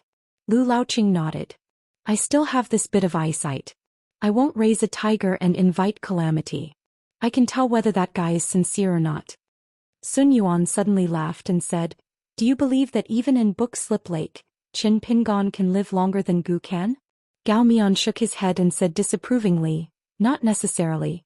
It's one thing for me to acknowledge this person's character, but it's another thing to be in the martial world." Lu Laoqing nodded and said, "That's the truth. A dog that bites doesn't show its teeth. There's a very important reason why I didn't kill him." Lu Laoqing looked around. In a place like Book Slip Lake there are more so-called smart people. If there's someone who's willing to foolishly follow the rules and is capable enough, at least I, Lu Laoqing, can rest assured to do a big deal with him. Gao Mian ignored Lu Laoqing's heartfelt words and only heard one sentence. He said angrily, "You mother****, you even flatter old Sun? Do you have any backbone? Why don't you ever flatter me?" Sun Yuan's face was full of helplessness. Lu Laoqing squinted and said, "I've seen you being beaten to a pulp. How would I dare to flatter you? I'm afraid that after I flatter you it'll be a mess." Sun Yuan's eyes lit up. "There's such a past? Tell me about it." Lu Laoqing was slightly embarrassed. A real man doesn't talk about his past achievements. What's there to talk about? Gao Mian laughed. In his early years he met our Aquarius continent's only martial Dao master, who was the head of the Cui family. Without a word he rolled up his sleeves and fought with him. After he was defeated he was convinced. After that he gave himself the nickname of Martial 10th Realm. But that martial artist went missing. I heard that he went to the Central Plains Divine Continent. I reckon that he ended up similar to this Martial 10th Realm martial artist. There's always a higher mountain. I don't know if he's dead or alive." Sun Yuan said, "Pure martial artists. Everyone who can reach the 9th realm and touch the threshold of the 10th realm, all have great perseverance. Our Tongyi continent's martial fate is not good. It's actually not as good as your Aquarius continent. Isn't that strange?" Gao Mian was straightforward. "Strange my ass. Your Tongyi continent's martial artists are useless. How many 10th realm martial artists do you have? Do you have 2? Do you know how many there are in our Aquarius continent? If we include the one I admire the most and the one who destroyed your Tongyi sect's ancestral hall, Li Air, and the Dali vassal Song Jiangqiang, there are 3. Lu Laoqing seemed to have understood something. Sun Yuan laughed. That was why he would become friends with this invincible God Fist Gang leader. And the smarter Lu Laoqing would only become allies. The battle ended. Qin Pingon carried Gu Can and slowly descended the mountain. The day and night wandering god true body talisman was already in his sleeves. The god light in the talisman was almost exhausted. The next time he invited the god down the mountain, in less than an incense's time, there was no need to fight and it would dissipate. Gu Can's face was covered in blood. His face was defeated and he was heavily injured. But at least he survived. The dying flood dragon waved its tail and went further away. Finally it sank to the bottom of the Book Slip Lake. Over there, it had secretly dug out the rough prototype of a dragon palace. Lu Laoqing displayed his might in Verdant Gorge Island. He was invincible among the cultivators of the 5 realms, and beat Gu Can and the flood dragon to the brink of death. As the new ruler of Jianghu, Lu Zhimao, the owner of Verdant Gorge Island, did not appear from the beginning to the end. Instead it was the bookkeeper who stopped Lu Laoqing. Finally Lu Laoqing, who once had a famous saying that spread throughout Book Slip Lake, the island master of Willow Gong Island who personally said, "Kill until your heart softens and you can't be lenient," actually showed mercy. For a time, the tens of thousands of wild cultivators in Book Slip Lake felt like they were looking at flowers in a fog. The more they looked, the more confused they became. On the mountain road, as little mudfish entered its nest and began to enter a dormant state, Gu Can's injuries slightly improved. He hugged Qin Pingon's neck and whispered, "Qin Pingon, are you going to take little mudfish back? Charcoal Snow is actually quite afraid of you. After all, you are little mudfish's real master. If she follows you, I don't worry about her being wronged. If it were someone else, I would rather Charcoal Snow die if I can't protect her. But if you take her away, I can accept it and I definitely won't regret it in the future. You know my character. I mean what I say. You can keep it. Charcoal Snow is now by your side so I can do my own things with peace of mind. Why? Aren't you afraid that Charcoal Snow will be an accomplice to a villain if she follows me? I used to get an immortal magic treasure in Tongye continent. It's a sword called Infatuation, also known as Eating Heart. It's called Eating Heart. It can be upgraded by stabbing it into the heart. At first I was particularly disgusted. Not to mention using it to fight, I felt disgusted just by looking at it. Later I finally understood that things are dead but people are alive. A gentleman is not a tool, only then can he control all things. Forget it. You don't like to hear these reasons anyway. I won't say it. Say it. I don't know why, but I used to feel upset. Now that I listen to your nagging, I don't really take it in. It still goes in one ear and out the other, but it's quite pleasing to the ear. Qin Pingon, don't you think it's strange? Qin Pingon changed the topic. This is the second time. Gukin replied, I know. The first time you didn't leave Verdant Gorge Island. This time you saved me. If it happens again, you won't care about me anymore and will only treat me as a stranger. Qin Pingon said indifferently, at least you know what's good for you. You have some conscience. Gukin laughed. Huh? Not much, only to my mother and to you, the two of you.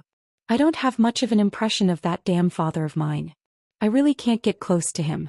As for whether he will change his mind when we reunite and meet him, I don't want to think about it.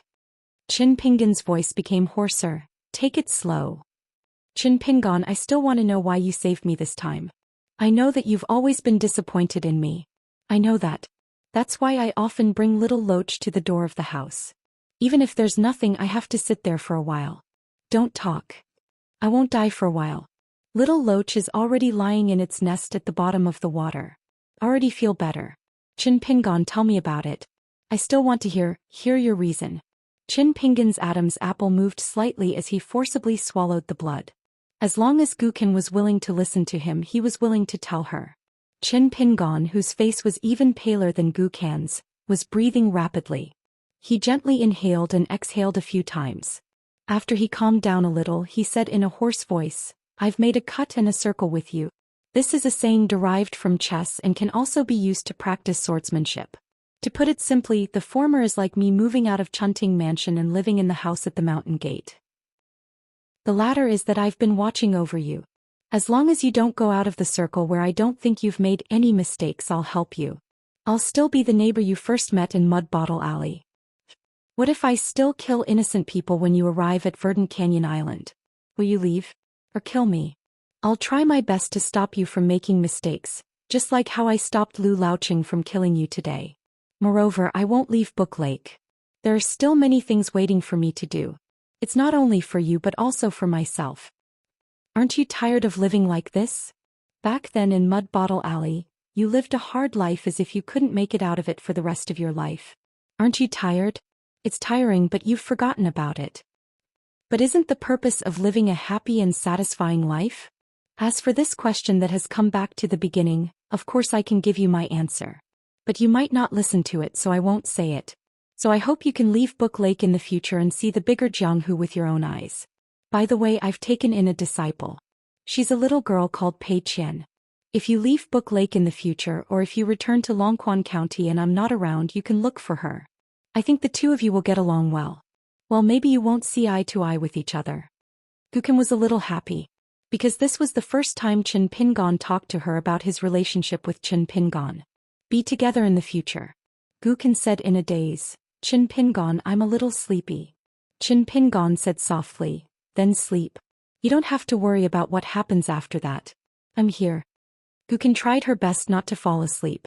She whimpered softly, Qin Pingon, I'm afraid that you'll secretly leave Azure Gorge Island the moment I open my eyes.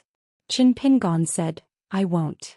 Gukin's voice gradually became softer. Are you really not lying to me? Qin Pingon asked back, when have I ever lied to you? Gukin nodded gently and fell asleep. Gukin had already fallen asleep. So she didn't notice that Qin Pingon, who couldn't wipe his face, kept dripping blood on Gukin's arm. In Spring Court Palace, Gukin was lying on the bed. The woman sat by the bed, heartbroken. Lord Tian, who brought the precious elixirs from Azure Gorge Island. But when she saw the accountant standing by the bed, her heart trembled and her hands trembled. Qin Pingon glanced at the elixir bottle in her hand and said hoarsely, Is there any problem? Lord Tian, who nodded vigorously, I guarantee it with my life. Qin Pingon said, When you go back, tell Lu Jimao that I'll be looking for him soon. Lord Tian, who could only agree. After giving the unconscious Gukin the elixir, Lord Tianhu fled. The woman was flustered and could only murmur repeatedly, "How could this be? How could this be?" Qin Pingan's movements trembled slightly. He moved a chair and sat beside her, asking back, "Why can't this be?" The woman raised her head with tears in her eyes. She looked at the young man with a much thinner face. At this moment she suddenly felt that he was so unfamiliar. Qin Pingan asked again, "Do you still want to ask me if I deliberately watched Gukin get seriously injured?" The woman's gaze wandered. Qin Pingan answered his own question, "It's not like that. That's all I can do right now." The woman sighed. Her eyebrows were lowered and her face was full of tears. She nodded, "I believe you, Qin Pingan." At this moment, Qin Pingan was a little sad. It had something to do with Gukan and his aunt, but not much. That night at the ferry he had actually figured out the crux of the problem. It was not difficult for Qin Pingan to prove this point. He only needed to show one or two details in front of Gukan without leaving a trace. For example, he valued a certain external object more than Gukan's heart. The part of her heart that was related to Qin Pingan would also be wasted. Very soon, it would become overgrown with weeds. In the end, given Gukan's temperament, she might even turn against Qin Pingan and become his enemy. Qin Pingan did not want to verify or test people's hearts. Even if he knew the answer, what could he do? Putting aside everything and only talking about grievances and gains and losses, he was not afraid that Gukan's view of him would change from a family member to an enemy. When Qin Pingan was at ease, he was not afraid of the strength of any enemy's fist. Xianxia and Fu Nanhua in the alley, then to the mountain-moving ape, and all the enemies on the road were the same. Qin Pingan didn't want to lose Gukan, who had come to this point for the sake of his mother, when he had already lost that little slug from back then. He did not want Gukan to be as sad as he was. Was it true that the deeper a person thought, the more speechless he would be with others? Qin Pingan sat on the chair, closed his eyes and rested for a moment and then stood up. The woman asked nervously, "Qin Pingan, where are you going?" Qin Pingan said, "As long as I'm in Xianxia Island, anywhere is the same. And don't worry." The woman wanted to say something but hesitated. In the end she did not dare to force him to stay. As soon as Qin Pingan walked out of Chunting Mansion, he immediately covered his heart with one hand and his mouth with the other. Taking a deep breath, he slowly walked to the house at the mountain gate. When he reached the house, he opened the door, closed the door and lit the lamp on the table. Qin Pingan sat on the bench with his back to the window. Trembling, he took out the ointment he bought from the Yang family pharmacy and swallowed it. He sat alone. On the table there was the blade strengthening gourd. The flying swords number 1 and number 15 were at the door and the window respectively. It was hard to get close, hard to be intimate. Then there was disappointment. Sitting at home in the middle of the night, he should say that he was a traveler. There seemed to be hope. But in the end there was still disappointment. After eating the ointment made by old Yang, Qin Pingan, who had lost all feeling from his body to his soul, stared at the lamp in a daze. The lamp was getting thinner and the sky was about to brighten. The young man, whose eyes were as still as an abyss, turned his head and looked out of the window. It was dawn. 18. 438. In the cold season the lake water was vast and the cold air was bone-piercing. Gukan had been unconscious for 3 days and 3 nights. Qin Pingan would sit beside the bed for a period of time every day, smelling the strong smell of medicine. Just like before, Gukan and Little Loach would go outside the house to bask in the sun. Qin Pingan would sit by the bed from time to time to check on Gukan's pulse.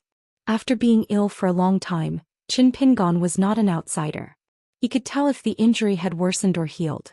The effect of the elixir that Lu Zhimao asked Lord Tianhu to bring was obvious. It was very likely to be similar to the rare elixir that Lu Yong of the Azure Tiger Palace refined for Earth immortals. Gukan woke up one day and saw Qin Pingan sitting on the chair. Gukan grinned but soon fell asleep again. Her breathing had become much steadier. After Qin Pingan left Spring Court residence, the woman hesitated for a moment and asked an old Dragon Gate cultivator to invite Lu Zhimao over, saying that she had something to discuss. The woman sat by the bed and gently held Gukan's hand, which was still a little hot and was about to cry. The woman's mind wandered for a long time before she sighed softly. Fortunately, Kankan's life was not in danger. It was a pity that the immortal rice that spring court residents had meticulously prepared was delayed. Cultivators were very particular about their food. The Yao family of the 100 schools of thought had contributed greatly in this matter. Food was the most important thing for the people. Qi cultivators as mountain dwellers were also suitable for this. With the 24 solar terms in a year as the approximate nodes, there was a complete set of seasonal medicinal supplements. It could benefit a cultivator's body and spirit. The medicinal supplements for cultivators were similar to the food supplements for wealthy families. Of course, if they wanted to be linked and benefit one's cultivation, they would need to do it day after day, year after year. Therefore they had to be rich, very rich. The woman's eyes soon became determined. The resilience of an unfortunate woman in the face of life's hardships, the persistence of a mother worried about her son's future, and the shrewdness of a widow who had to be careful with every copper coin, were like the bricks and tiles that were pieced together to form the ancestral house in Clay Bottle Alley, sheltering the mother and daughter who depended on each other. She stepped over the threshold. There was a girl outside the door who wanted to help close the door, but the woman glared at her and quickly retracted her hand. The woman gently closed the door herself. In a luxurious living room of the Spring Court mansion, the woman saw true Lord Xianxia, who had just taken a seat, the current sovereign of the underworld of Calligraphy Lake. He was Lu Zhimao, the otherworldly immortal who had single-handedly brought them out of Mud Bottle Alley. Lu Zhimao looked at the woman in front of him. She used to be a country bumpkin, but now she had become the female resident of the Spring Court mansion on the Green Gorge Island. 3 years had passed, but her beauty did not diminish. Instead, she looked more noble and her skin was like that of a young girl. Lu Zhimao also knew that the maidservants in the mansion said that she was now more noble than the Madam of the Stone Hair Kingdom. The master. Maybe he could use this to control Gukan. As long as it brought her glory and wealth, she would do her best to cling onto it and hold it tightly in her hands. She would guard this family business and leave it all to her son in the future. That would be the best ally of the verdant Gorge Island. He wasn't like now. His appetite grew bigger and bigger. He lived in Spring Court Manor, which wasn't any worse than a lord's manor, and he started to look at Lu Zhimao's Hengbo Manor. At the start he tried to please Lord Tianhu and tried to figure out his thoughts. Now he was still polite on the surface, but there was a sense of arrogance in his bones. Not only that, the village woman who had become extravagant even began to study. Not only that, she even began to touch the 4 arts. She even had a few young ladies from rich and powerful families teach her etiquette and red tape. This made Lu Zhimao amused. She was truly a wonderful person. But the regret in Lu Zhimao's heart disappeared as quickly as it came. Lu Zhimao smiled and asked, "Madam, do you want to talk to me?" The woman nodded and said, "I want to confirm something with you. Why did Qin Pingon come to the Verdant Gorge Island? Is it really not to take back the little loach from Kinkan? Also, the little loach said that Qin Pingon gave you a jade pendant. What's the origin of it?" Lu Zhimao did not drink the tea. He gently placed the teacup lid to the side. Steam rose from the teacup as he smiled and said, "So that's what it is. I thought that Madam wanted to denounce me and ask why I, Gukan's master, didn't protect my disciple." The woman said, "Let's not talk about this. I believe you have your reasons, so you won't hold a grudge against me. I can also promise to help you and say something honest to Kinkan, otherwise, wouldn't you be letting the wolves and leopards around you take advantage of you?" Lu Zhimao smiled. "Who said that women have long hair and short knowledge?" Lu Zhimao nodded and said, "That jade pendant has a great origin. It's not convenient for me to reveal it. As for the purpose of Qin Pingon coming to the Book Lake, it's really hard to guess. To be honest, I don't understand it either. After I became the accountant of the Verdant Gorge Island, I was even more confused. But I believe that Qin Pingon doesn't have any bad intentions toward Gukan." The woman frowned. She felt that Lu Zhimao was too coy today. In the past, Lu Zhimao would never be so sloppy when discussing secret affairs with her. Could it be that he had become the co-owner of the book in Slip Lake after a few days of complacency, and was scared out of his wits by Lu Laoqing on the Green Canyon Island? Did he lose his sense of propriety after experiencing great joy and sorrow? Could it be that Lu Zhimao, such a fierce and ambitious person, was actually worse than a woman like her in temperament? Lu Zhimao narrowed his eyes and said with a smile, "Madam, you know better than me about Qin Pingon's temperament. He likes to cherish old friendships and is devoted to Gu Kan, who he watched grow up. He can't wait to give all the good things to Gu Kan. But things are different now. People change after leaving the mud bottle alley full of chicken dung. Qin Pingon probably joined the Confucian school, so he likes to reason with people. But he may not be suitable for the book lake. That's why he slapped Gu Kan twice in the pool water city. In my opinion, he only did that because he really cares about Gu Kan. If it were ordinary people, they would only be happy when they see their relatives and friends prospering and would not care about anything else. Madam, let me give you an example. If it were LV Kaisang, when he saw that Gu Kan was rich, he would naturally think that it was a talent and that it was a good thing to have a strong fist. The woman twitched the corner of her mouth. Lu Jimao sighed. Speaking of which, Qin Pingon's idea is not wrong. It's just that he doesn't understand the book lake and doesn't know that the Jianghu here is dangerous. Fortunately, after staying here for a period of time, he should have learned some of the rules of the book lake. So he stopped pointing fingers at Gu Kan. Madam, let's talk about the opposite again. It's obvious that for people like Qin Pingon, talking about feelings is more useful than anything else. It varies from person to person and it's appropriate for the place. The woman was deep in thought. She felt that Lu Jimao's words were quite sincere. Before this they were all polite and nonsense. She was indeed the woman who never lost in an argument in the small town. She understood it immediately. The woman was a little annoyed.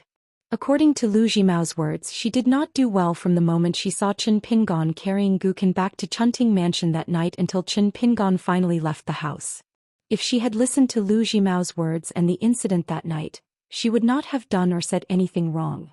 In the past 2 years, whenever she had free time, she liked to let the maidservants in the mansion rub her shoulders, pat her back, fan her to get rid of the heat, and hold a stove for warmth. She would also let a maidservant who was said to be the first daughter of the assistant minister of the Ministry of Rights read the contents of various books.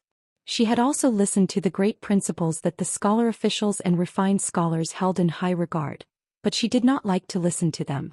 However, there were some allusions that often enlightened her. For example, she heard that a person's house was on fire. After hearing the news, he first asked if anyone was hurt and did not ask about the damage.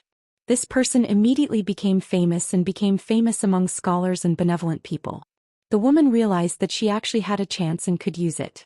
This was the best way to win people's hearts. There were also some famous meritorious generals who held high positions but were willing to suck pus for the soldiers. After that, all the soldiers in the army were willing to die for them. The woman had her own experiences. The woman wanted to slap herself. Lu Jimao's words were actually the principles in the books. She clearly knew it and remembered it in her heart. Why didn't she do it at the last moment? Lu Jimao noticed the woman's strange behavior and asked, "Madam, what's wrong?" The woman forced a smile. "Nothing. May I ask, Senior Immortal, what should we do from now on? Will Lu Laoqing of Gonglu Island still be fierce to our Xianxia Island?"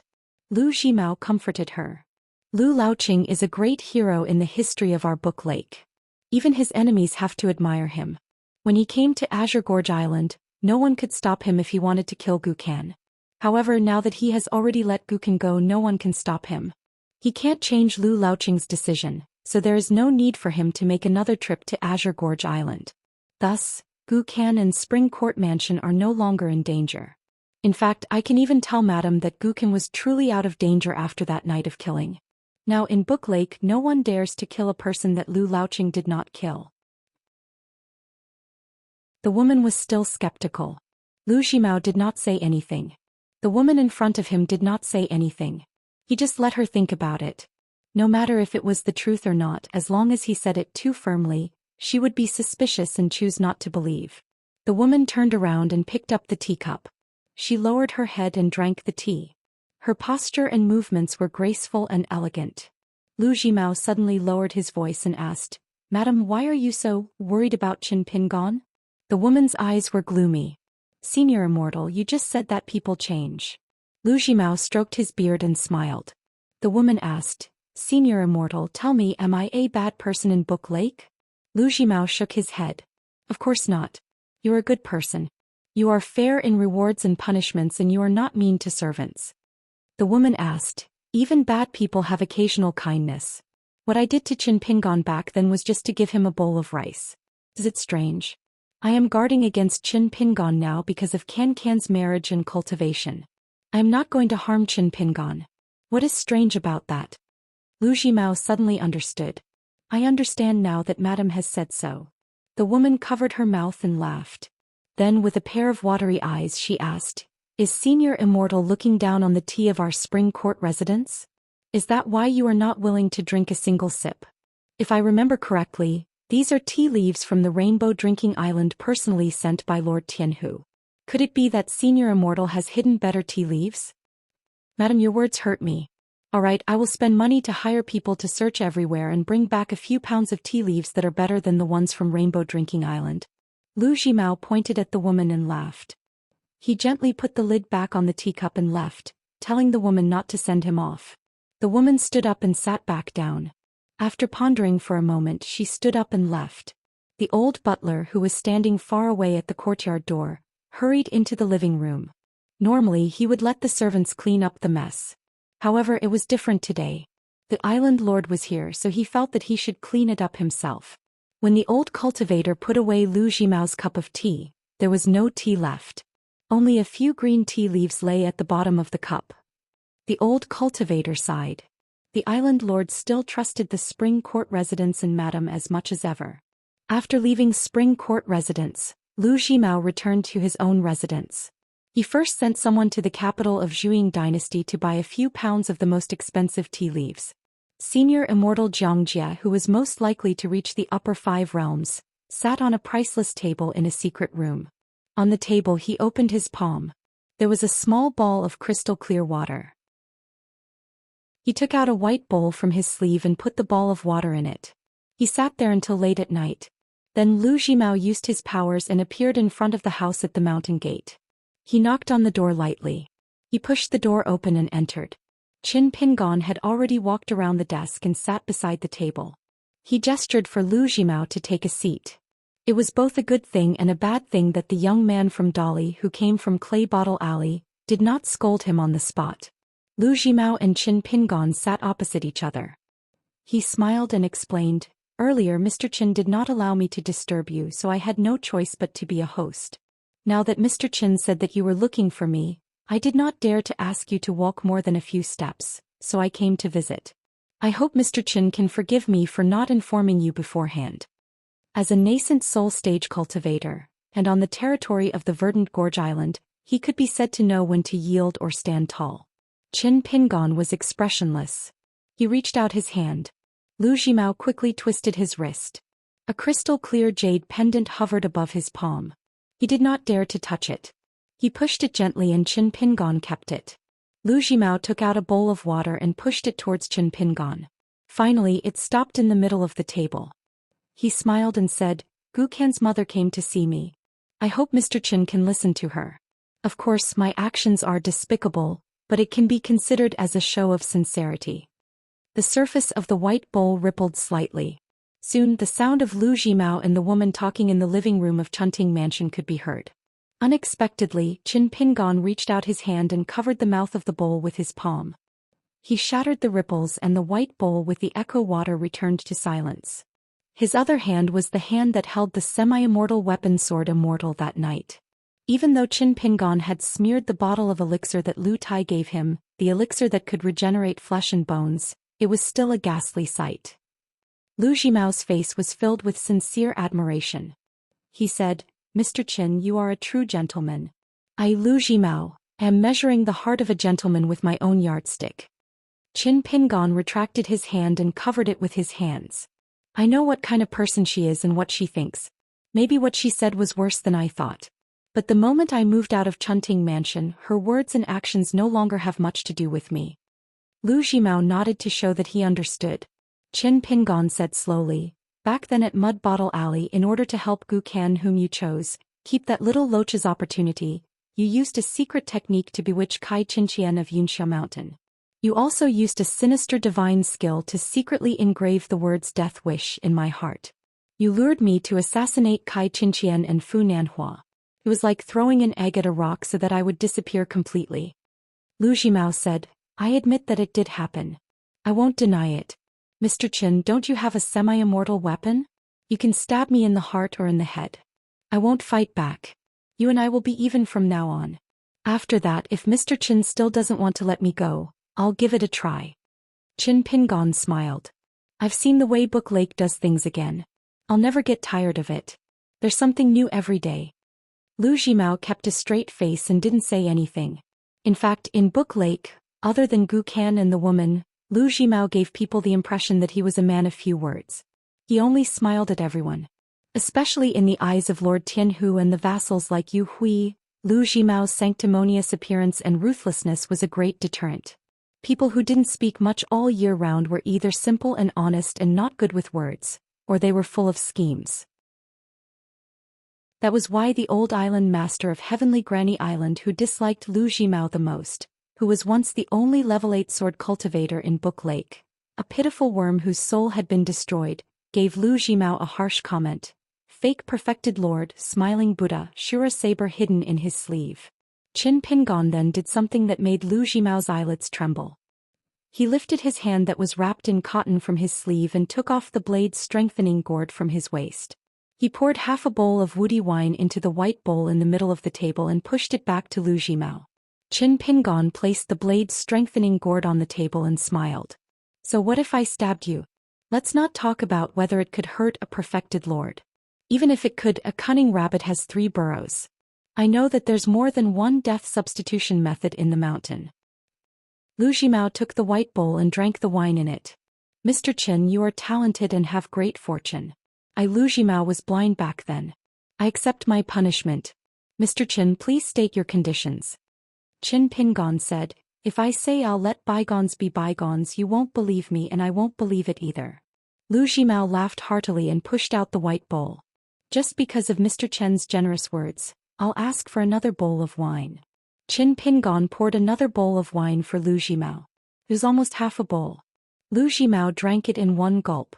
If the cultivators of Verdant Gorge Island saw this scene, they would probably think that it was a happy meeting between the host and the guest. Qin Pingon said, before I state my conditions, I have something to ask you, perfected lord. Lu Zhimao nodded. I'll tell you everything I know. Qin Pingon asked, perfected lord, why do you cultivate your heart? Lu Zhimao said without hesitation, a Taoist cultivator seeks the truth. Qin Pingon asked, can you tell me more about it? About your family's martial arts? Lu Zhimao hesitated for a while but still answered, the 7 emotions and 6 desires are a mess. Then I'll take a closer look at it and categorize it. Lu Zhimao pointed at the row of cabinets behind the desk. Just like Mr. Qin, I'll store the different secret files. Lu Zhimao continued. After that, the cultivators who chose to walk this unorthodox path of mine all had their own choices and paths to take. They can shrink to the size of a mustard seed and put it aside, or grow to the size of a mountain and stabilize it. These are all cultivation methods. As for how many mustard seeds can be condensed and how many mountains can be formed, that depends on each cultivator's talent and aptitude. There are many obstacles and obstacles. To deal with those mustard seeds, for example, you can derive the ancient art of killing 3 corpses and the art of internal alchemy. As for how to form a mountain, there's also the art of drinking dew and the art of external alchemy. The speed of cultivation and the level of the bottleneck depends on the quality of the ancestral cultivation methods. Lu Zhimao stopped here. I can only go into detail up to this point. It involves the fundamental Great Tao. If I continue, that would be truly seeking death. I might as well let Mr. Qin stab me one more time. Lu Zhimao asked, I know Mr. Qin already has a plan. Why don't you just say it? Qin Pingon smiled. There's no hurry. I have another question. Lu Laoqing is the Oriole behind. He destroyed Verdant Gorge Island's hundreds of years of fame in the Book Lake, along with Little Loach. Can you still be the ruler of Jianghu? Will you spit out the fat meat in your mouth and give it to Lu Laoqing with both hands? Will you seal off more than 10 islands and become the ruler of Book Lake? Or will you take the risk? Lu Laoqing is the Oriole behind, and you still have Dolly's slingshot? Lu Zhimao did not answer directly but sighed and felt wronged. He said helplessly, I'm afraid that the Great Li has now secretly turned to support Lu Laoqing. Without a backer, the Verdant Gorge Island is small and weak and can't make any trouble. In Lu Laoqing's eyes, I, Lu Zhimao, am no better than those naked girls on the island. Not to mention taking off a few clothes, Even peeling off my skin and pulling out my tendons is not difficult. Qin Pingon smiled. I heard that you're good at making tea and drinking cheap wine. I can't do that. I can't get used to drinking tea. I only know what's on paper. Lu Jimao said bitterly, I'll remember Mr. Chen's words.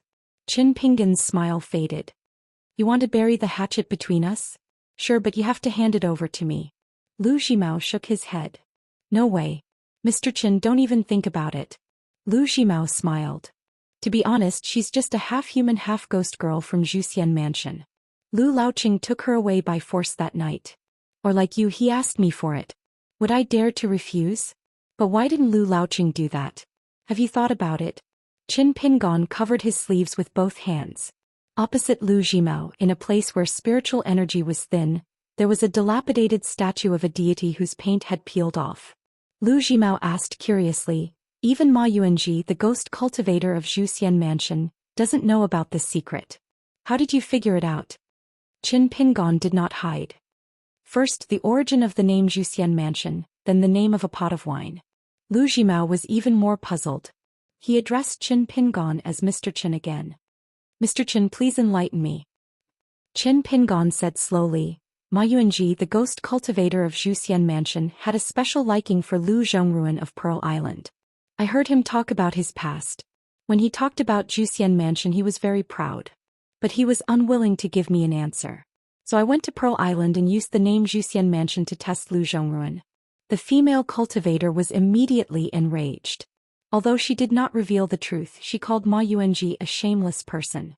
So I made a special trip to Qishui City. In the name of buying ancient books on Ape Wailing Street, I asked a few old shopkeepers. Only then did I know that in Lu Zhongruan and Ma Ziyuan's homeland, there was a relatively rare poem called Zhongruan Sounds Zhou Xian. That solved the mystery. Ma Yuanji was so proud of himself that he named his mansion Zhou Xian, and the word sound was homophonic to think. Lu Jimao clapped his hands and laughed. Wonderful. If Mr. Qin didn't reveal the mystery, I wouldn't have known that Ma Ziyuan, a lowly packman, had such an elegant mind. Qin Pingon said, Yellow Vine Wine, Palace Wall Willow. The official wine of Hongsu's hometown, Book Slip Lake, Palace Willow Island, and the lingering evil spirit on Hongsu's body. Under closer inspection, it's full of stubborn resentment and hatred. I don't even need to look through the secret records of Book Slip Lake. The love between Lu Laoqing and his disciple female cultivator ended without any illness. The latter's sudden death, and Lu Laoqing's departure from Book Slip Lake were all things that the world knew. Moreover, you Lu Jimao are so cautious. Naturally, you know that the biggest opponent to become the master of Book Slip Lake is not the two islands of Tian Laoqingzhong who have Grain Island as your and Dali's spies, but Lu Laoqing who has never shown up. You dare to compete for the throne of Jianghu. In addition to Dali's backing to help you gather the general trend, you must have some shady tricks that you can use to protect yourself and leave a way out. Once Lu Laoqing, a cultivator of the upper 5 states, returns to Book Slip Lake, he won't kill you at least. Lu Jimao laughed heartily. What a bosom friend. He really couldn't imagine that in such a big Book Slip Lake in the end, it turned out that such a young outsider was Lu Jimao's bosom friend. Qin Pingon looked a little tired. I'll make half a request first. You must have done something to Gu Kan's Nyang. Remove it. Now Gu Kan is no longer a threat to you, and your immediate emergency is how Lu Laoqing of Gong Willow Island can keep the throne of Jianghu. On Dali's side, I'll try to help you secretly. At least, I won't let you be an abandoned pawn and become Lu Laoqing's road to the top.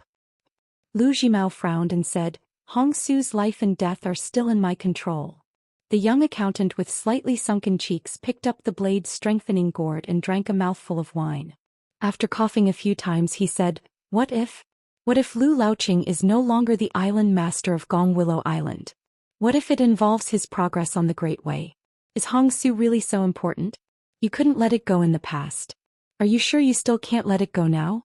Maybe when the what if really comes, he will directly end Hongsu's life and then kill you who dared to touch Lu Laoqing's reverse scale with a punch. So Lu Jimao, you make your own choice. I'm just giving you a way to prevent the worst outcome from happening. Lu Jimao asked a key question. Mr. Qin, do you really have the ability to influence the decision-making of Dali's higher-ups? Qin Pingon nodded and said, Yes, but it's limited. However, I can tell you clearly that the Song clan still owes me something. Lu Zhimao looked at the young man. All sorts of feelings welled up in his heart. Lu Zhimao put away the white bowl and stood up. Give Mr. Qin a clear answer within 3 days. Qin Pingon did not get up. I hope that perfected Lord can seek the truth when it comes to the direction of the Great Way and your own life and death. The corner of Lu Zhimao's mouth twitched. I will. After Lu Zhimao left, Qin Pingon coughed non-stop. That night he had forcefully controlled that sword immortal. There were endless hidden dangers. One of his natal acupuncture points was damaged and it was undoubtedly one disaster after another. But this was nothing. Qin Pingon was never afraid that one day he would become poor again and have nothing at home. But there were many subtle things that others did not care about, that little bit of loss. It would even make Qin Pingon want to drink but not dare to. Qin Pingon walked out of the house and passed through the mountain gate. He picked up some stones, squatted on the shore of the ferry and threw them into the lake one by one. Gukin, what I want is not that loach. It wasn't like this from the beginning. Otherwise, after you said those words in Mud Bottle Alley, I wouldn't have cared about Aunt's kindness of a meal. But I know that you know this, which is why you said those words. Because you have to get a definite answer from me so that you can be completely at ease when you are at your weakest. This was where Gukin was smart but also where Gukin was not smart enough. This did not mean that Gukin would do anything to Qin Pingon. In fact, Qin Pingon was still very important to Gukin. It was under the premise that it did not involve her fundamental interests. Gukin could be slapped twice or 20 times and Gukin would not fight back. The truth was very simple. Qin Pingon had always been the straw sandal boy in Mud Bottle Alley, and Gukin was actually still the child with the slug. But at that time the straw sandal boy and the slug could only rely on each other. Moreover, they did not know their own hearts and the other's hearts. As the river of time slowly moved forward, people would meet and separate and people's hearts would separate. What Qin Pingon wanted was Gukin or Aunt. Even if it was just a casual question. Qin Pingon, are you seriously injured? Are you okay? Qin Pingon finished throwing the stones in his hand. Squatting there, he raised his head and gently exhaled. It was midwinter and it was foggy. Qin Pingon shrunk his shoulders, lowered his head and cupped his palms, gently exhaling to warm them. On the Palace Willow Island that was the center of attention. Lu Laoqing had already spread the word to the entire Book Lake that no one was allowed to come within 1,000 feet of the island. No one dared to go beyond that. On this day, after Gao Mian, who still had poor alcohol tolerance, fell into a deep sleep, only Sun Yuan and Lu Laoqing were left drinking in a dilapidated pavilion. To the earth immortals, in the eyes of ordinary people, what they cared about was longevity. They did not care about the heat and cold of the year. The two of them did not chat much. Sun Yuan suddenly laughed. It's about time to go back. Lu Laoqing nodded. Tongyi continent cannot do without Elder Sun. Sun Yuan shook his head. Gao Mian will not think too much about it. He thinks that my trip to the Aquarius continent is for him. In fact, that is only half the case. You are different. Now that you are a member of the Jade Gui sect, I should be honest with you about some of the secrets. Lu Laoqing, who was like a god in the Book Lake, said in a deep voice. Elder Sun, please speak. Sun Yuan had given Zhu Lian a book about the fight between a scholar and a beauty in the dusty medicine shop in Old Dragon City. He was humble in front of Gao Mian and was simply the little follower of the invincible Divine Fist Gang's old master. Sun Yuan had been enjoying it all the way. He was not faking it or scheming anything. But on Lu Laoqing's side, facing Sun Yuan, he looked up to him. Sun Yuan said softly, as for me, I actually have a great chance, but I don't want to ascend to the 13th realm. There are too many restrictions, unlike the current immortal realm. Even if the sky falls, the tall man will hold it up. For example, our Tongyi continent used to belong to the Tongyi sect in that Dumao. But now, even if I don't want to admit it, I have to. As for why I don't take a step forward and ascend to the Ascendant Realm, I am not sure if it is right or wrong. You will know in the future. Sun Yuan twisted the wine cup in his hand. But I am the sect master of the Jade Gui sect after all. I still have to consider my family. Once Du Mao dies, his great Tao collapses and dissipates. It is not just the glazed golden body fragment that you Lu Laoqing snatched. There are also those mysterious and indescribable things, which are what we cultivators call fated chances. Therefore, how much Xianxia can take from the fated chance that originally belonged to me and how much he can snatch from the hands of the cultivators of the Tongyi sect will depend on his ability and fortune. If Xianxia really gains nothing and is chased to this calligraphy lake by me, Lu Laoqing, you will have to do more work and help this useless person. If Xianxia is not bad, it will be a good thing. A Jade Gui sect located in the Aquarius continent, and 2 of them have a chance to reach the immortal realm. I believe that even the heavenly Lord Zhen, the neighboring Lakeview Academy, or the Song clan will not dare to humiliate you. Lu Laoqing nodded. These were the truth. The reason why Lu Laoqing did not establish a sect in Calligraphy Lake was not as simple as being disheartened. The path was complicated and extremely dangerous. Moreover, it was very distracting and karmic. If he was not careful, he would delay or even obstruct his great Tao from reaching the top. Moreover, every time he ascended, whether it was his realm or cultivation, he would take another step forward. The thoughts of the people close to him would also be indescribable and unspeakable. Lu Laoqing had suffered greatly. Back then he had almost lost his life. The yellow vine wine was buried in the willows of the palace walls. It was an old account that was very old and muddled. Even Lu Laoqing, who had a heart of stone, was unwilling to mention it. If he had not thought it through thoroughly and the Jade Gui sect was located in Calligraphy Lake, Lu Laoqing would probably never return to this sad place in his life. The longer he spent with Sun Yuan, the more frightened Lu Laoqing became. This was not only because Sun Yuan was an experienced peak immortal realm cultivator. This was the intuition that allowed Lu Laoqing to survive danger after danger. Why didn't he kill Lu Zhimao, who was a smart person and the young accountant? There was another reason that Lu Laoqing did not tell Gao Mian and Sun Yuan. This was because it would make him very passive. If Lu Zhimao had something on him, it would not hurt him. However, if it was in Sun Yuan and Jiang Shangzhen's hands, Lu Laoqing would be skinned and dripping with blood. He would have to obediently endure it. Otherwise, they would completely fall out and both sides would suffer. After Lu Laoqing ascended to the upper 5 realms, he became quieter and quieter. It was only after a larger and more magnificent picture was spread out in front of him that he discovered a cruel truth that made him ponder deeply every time. The Battle of the Great Tao. It sounded very general. However, when a mountain and swamp cultivator with a high enough realm and vision lowered his head to look at the width of the road under his feet and then looked at the upper 5 realms at the same height, he would look at the road under his feet. It was a small and bumpy road, the difference between it and a main road. Did Lu Laoqing really not want to become the sect master of a large sect like Sun Yuan? Did he not want to be able to truly decide the direction of a continent? He had the will but was powerless to do so. Sun Yuan smiled as he looked at the Aquarius continent cultivator in front of him. Lu Laoqing in Sun Yuan's eyes. He was a person with luck and power. It was extremely rare. The extremely outstanding pure jade realm. Even Jiang Shangzhen, who was the best at fighting and had a powerful natal item, might not be his opponent. However, once he ascended to the 12th realm, the immortal realm, Jiang Shangzhen would be able to turn the tables. Therefore, Lu Laoqing was the head consecrator of the Jade Gui sect, which was just right. Jiang Shangzhen's temperament was not bad and had a belly full of evil tricks. His roots were similar to Lu Laoqing. They were both natural mountain and swamp cultivators. The more chaotic the world was, the more they were like fish in water.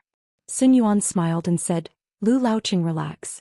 I will ensure that you ascend to the immortal realm safely and steadily. At that time you will not be the one toasting me every time. If there is another drinking session, no matter how big or small, I will return the favor. Lu Laoqing raised his wine cup and smiled. Then I will toast to Elder Sun again. Sun Yuan clinked their cups and drank. Naturally, Lu Laoqing was the first to drink, while Sun Yuan drank slowly. In a spacious room on the top floor of a tall building in Pondwater City, Cui Dongshan was about to walk out of the lightning pool several times, but he retracted his feet.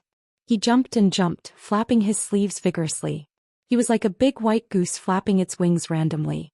In the misty Gong Willow Island, the landscape painting left behind by Cui Dong could no longer be seen. If the scholarly sage above the Aquarius continent wanted to see it, he could, of course, see it. However, under the premise that it did not involve major issues, such behavior was considered rude and even unreasonable. And this principle was so high that it became a rule of etiquette. It was the iron law that the Sage of Rites had set for the scholarly sage. It was a shackle that tied the scholarly sage's hands and feet. It was very fun. In fact, during the long years when the Confucian school oversaw the vast world, they had made many shocking secret plans.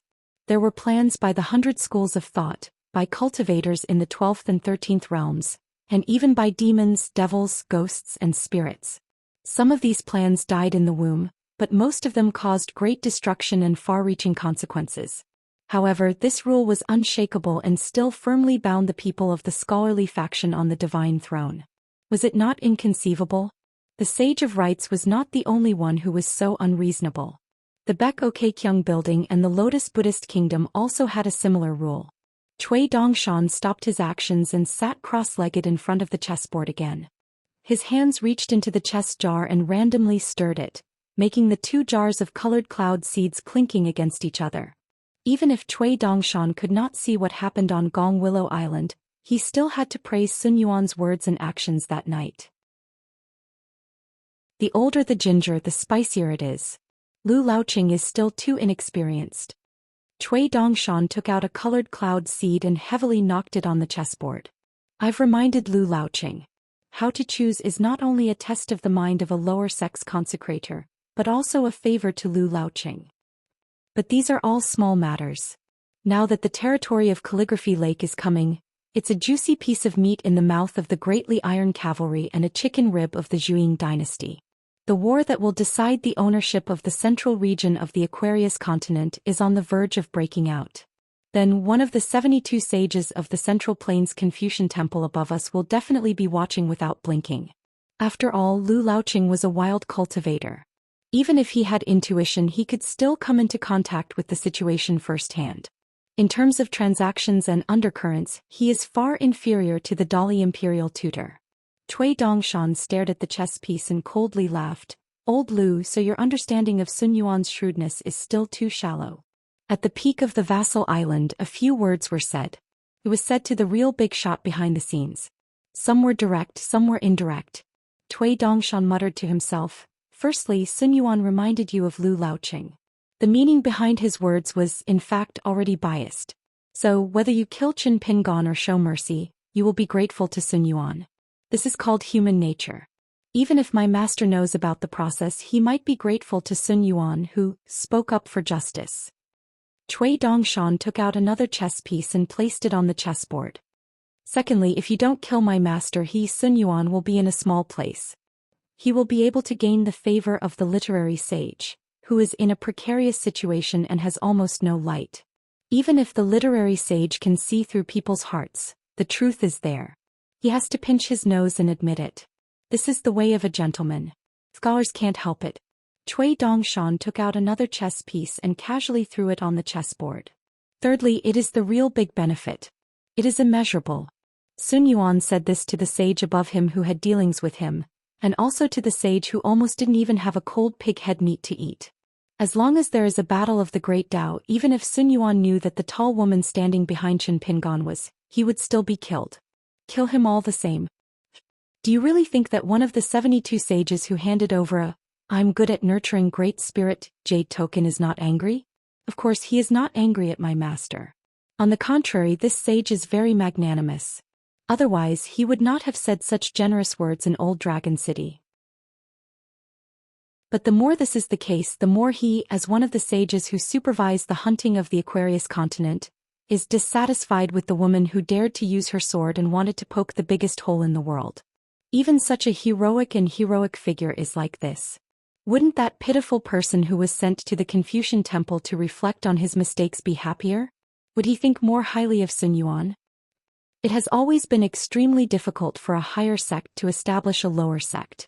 It is not a matter of money or whether one's fist is hard or not. It is just a matter of whether the Confucian Academy agrees or not. Cui Dongshan moved his gaze away from the chessboard and glanced at the blurry Gong Willow Island on the scroll. Lu Laoqing, in this way how many sentences did Sun Yuan say? How many words? How much did the Jade Gui sect get in the end? Cui Dongshan slapped the chessboard and 4 chess pieces flew up high before landing gently.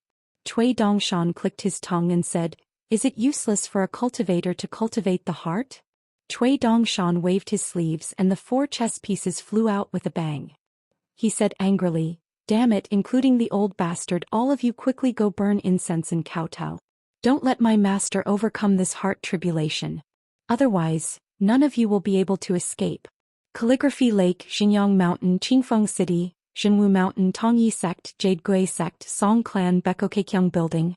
Cui Dongshan's voice became lower and lower. Finally, his expression became sluggish for a long time before he suddenly wailed. The old bastard is right. My master has a lot of worries. After Sun Yuan quietly left Calligraphy Lake, he went directly to the sea and did not go to the southernmost old dragon city. He rode the wind and the sea to return to Tongyi continent. Lu Jimao and the island master of Grain Island visited Gong Willow Island together. Both of them stopped on the lake 3,000 feet away from the island. Lu Laoqing only saw the latter and told the former to get lost. In the tall building of Pondwater City, Cui Dongshan laughed loudly and rolled on the ground. After being happy, Cui Dongshan frowned again. He lay on the ground and crawled to the edge of the golden thunder pool with the posture of a duck. He sighed. He was really caught in a trap of his own making. He had to find some entertainment to relieve his boredom. Cui Dongshan sat up and threw a chess piece on the chessboard to make a conclusion. He wanted to calculate how many people his master met had a good impression of him at first. Tijingchun. Cui Dongshan threw 10 chess pieces on the chessboard and then rolled his eyes. You have good taste, okay? Then he waved his sleeves and pushed the chess pieces out of the chessboard. Sword spirit. Cui Dongshan did not throw a single chess piece. He rolled his eyes again and muttered, Qi Jingchun is still the best, okay? He only threw 6 chess pieces. Then he pushed the chess pieces out of the chessboard. Old Yang. 1 chess piece. Alliance. 5 chess pieces. Cui Dongshan thought for a moment. When we reach Red Candle Town. He added another 4 chess pieces. Left and right. 3 chess pieces. For Qi Jingchun's face he added 3 more chess pieces. Wei Jing. Wanqing. 2 chess pieces. Cui Dongshan counted almost all the people Qin Pingon knew on the chessboard. Finally, Cui Dongshan suddenly flew into a rage, remembering that he had missed the most annoying guy. The most heartless old scholar, you're the one who likes to side with others. He picked up a whole chess jar with both hands and poured it on the chessboard. Cui Dongshan frowned, put away the landscape painting and put all the chess pieces back into the jar. He said in a low voice, Come in. Qin Pingon can't get out. You didn't become a disciple in vain. Family members would not enter the same house. When did you fall to the point where you need a thunder pool to follow the rules? Since you are so pitiful, I will give you this letter. Eat it. If you are not full, you can ask the Fan family for more. Cui Dongshan really stuffed the paper into his mouth, chewed it and swallowed it. Oh, it tasted like rice paper. It was quite delicious. Cui Dongshan shook his head and pointed behind the couple who continued to kneel side by side. Fan Yan, right? Come out. Is it fun to pretend to be stupid? Tell me, what do you think of Gukin, that fool? The tall youth stood up and bowed. Then he took a step forward and sat in a row with his parents. His parents were clearly nervous and even a little afraid of their stupid son. Fan Yan's expression was calm. He looked directly at the white-clothed youth with a mole between his eyebrows. He did not have any stage fright and smiled.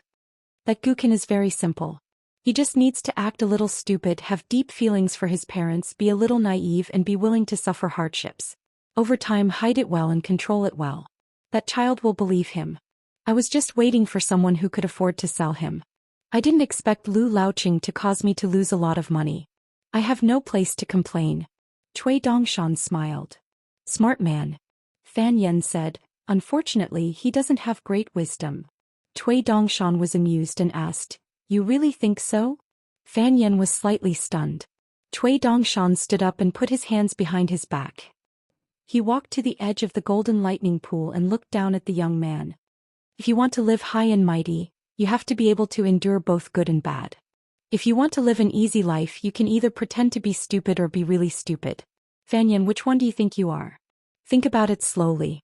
If you get it wrong, tomorrow the city lord's mansion will hold a funeral for the white-haired person. Oh, sorry, the city lord and his wife look young.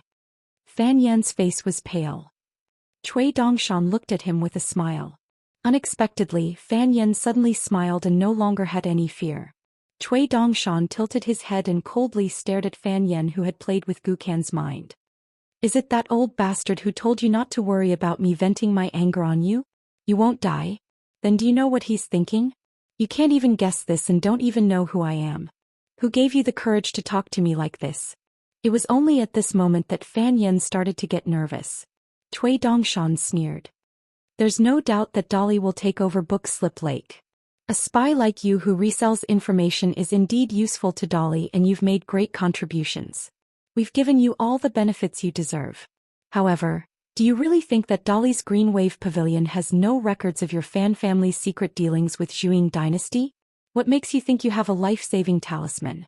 Your face. When Xiao Qin stepped out of the golden lightning pool, the entire building shook violently. A nascent soul cultivator. Cui Dongshan walked in front of Fan Yen and stuck two fingers together. He looked down at him and sneered. I'll even dirty my hands by killing a piece of trash like you. How dare you King show off your cleverness in front of me? Cui Dongshan turned his head towards the door and spat. Old bastard, I know what you're thinking. You're letting this little bastard provoke the heavenly lightning fury that I've been accumulating so that I can help you kill that Realm 9 sword Xiao of the Zhou Dynasty, right? Cui Dongshan looked at the trembling couple and said sternly, You've raised such a piece of trash. Go, you parents, teach your son well. It's never too late to mend the pen after the sheep are lost. First, give a dozen or 20 slaps. This Mr. Chen really poured so little wine for her? A white bowl that weighed 1 or 2 grams, and then it was only 1.5 grams? This wine was given to him by her, sigh. He looked at her, then looked at the bowl and poured more wine. Hong Su finally couldn't hold it in.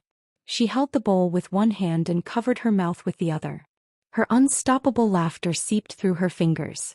Qin Pingon also laughed. This time he finally filled her bowl to the brim. Hong Su's bright eyes narrowed into crescents. She held the white bowl with both hands and sipped the wine. Qin Pingon raised his head and drank a mouthful of yellow vine wine. The two didn't chat much. Hong Su was curious. Such a good Mr. Chen. Last time when she jokingly asked, he nodded shyly. Where was that girl now? If he saw such a lonely Mr. Chen, he would feel sorry for him, right? Qin Pingon took a sip of wine and looked into the distance. He said softly, Hong Su, we're friends, right? Hong Su nodded vigorously. Qin Pingon grunted as if he was talking to her but also to himself. So, no matter what happens in the future, don't be afraid. No matter how big the matter is, quickly remember one thing. At the mountain gate there's a bookkeeper surnamed Chen. He's your friend. Hong Su was a little baffled, but she was still very happy. She quietly turned her head to look. The accountant beside her had unknowingly changed into a thick green cotton coat as the winter chill grew heavier. 10.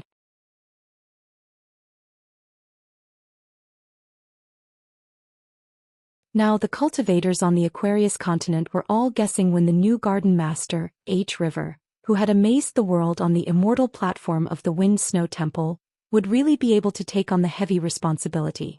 As long as they encountered a flying sword engraved with the name, a small group of cultivators who dared to intercept the flying sword would usually take the initiative to return the flying sword as soon as they got the name. They would never dare to break the restriction without permission and bring about the disaster of being killed. The other immortals on the mountain were very tacit. They were not shameless enough to do such a thing. On the Dragon Spring Sword sect's side, the Earth Immortal Dong Gu once suggested to Wan Ting that since they were now a sect with the word sect, should they engrave words on the flying sword that could be used to send messages? Wan Ting, who had always been serious and rarely showed any respect to the disciples in the sect, was livid at that time. Dong Gu was so scared that he hurriedly retracted his words. Wan Ting then mocked himself. A sect that doesn't even have a nascent soul stage cultivator, what kind of sect is it?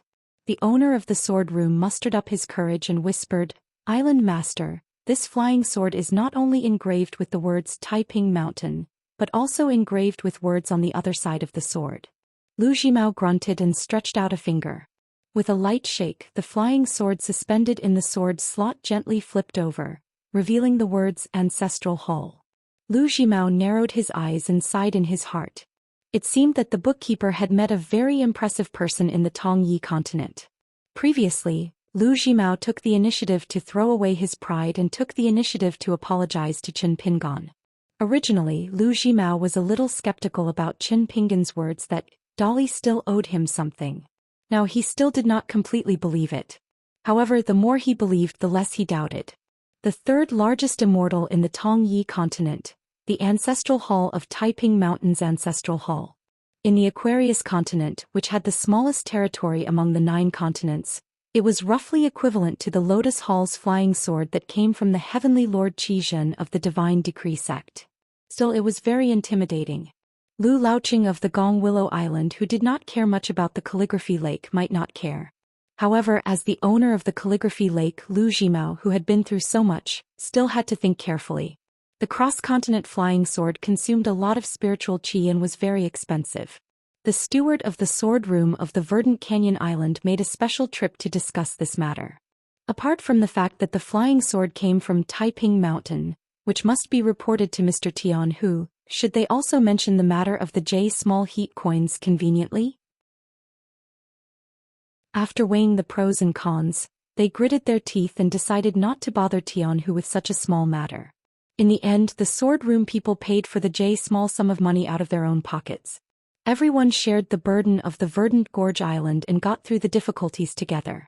Lu Zhimao looked away and turned to ask, "Did Mr. Qin say anything about the divine money that this flying sword consumed in the sword room?" The owner of the sword room shook his head and said, "No, it seems that Mr. Qin does not know the rules of the sword room." Lu Zhimao smiled and asked, "Then did you give Mr. Qin a hint? It's okay to talk about the rules. Otherwise, the sword room will lose money in the future." The owner was shocked and immediately replied, "The sword room did not give any hint at all." Lu Zhimao said to himself, "This Mr. Qin is becoming more and more open with the Verdant Gorge Island. Actually, it's a good thing." Lu Zhimao asked again, "2 days ago Mr. Qin was here and sent 2 letters to his hometown?"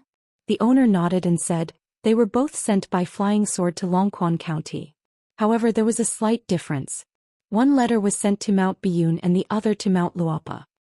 Lu Zhimao suddenly asked, "Do you think this Mr. Qin is good at fighting?" The sword room people looked at each other. Lu Zhimao waved his hand and said, "Forget it. You won't be able to reach that stage." Lu Zhimao took a step forward and left the sword room.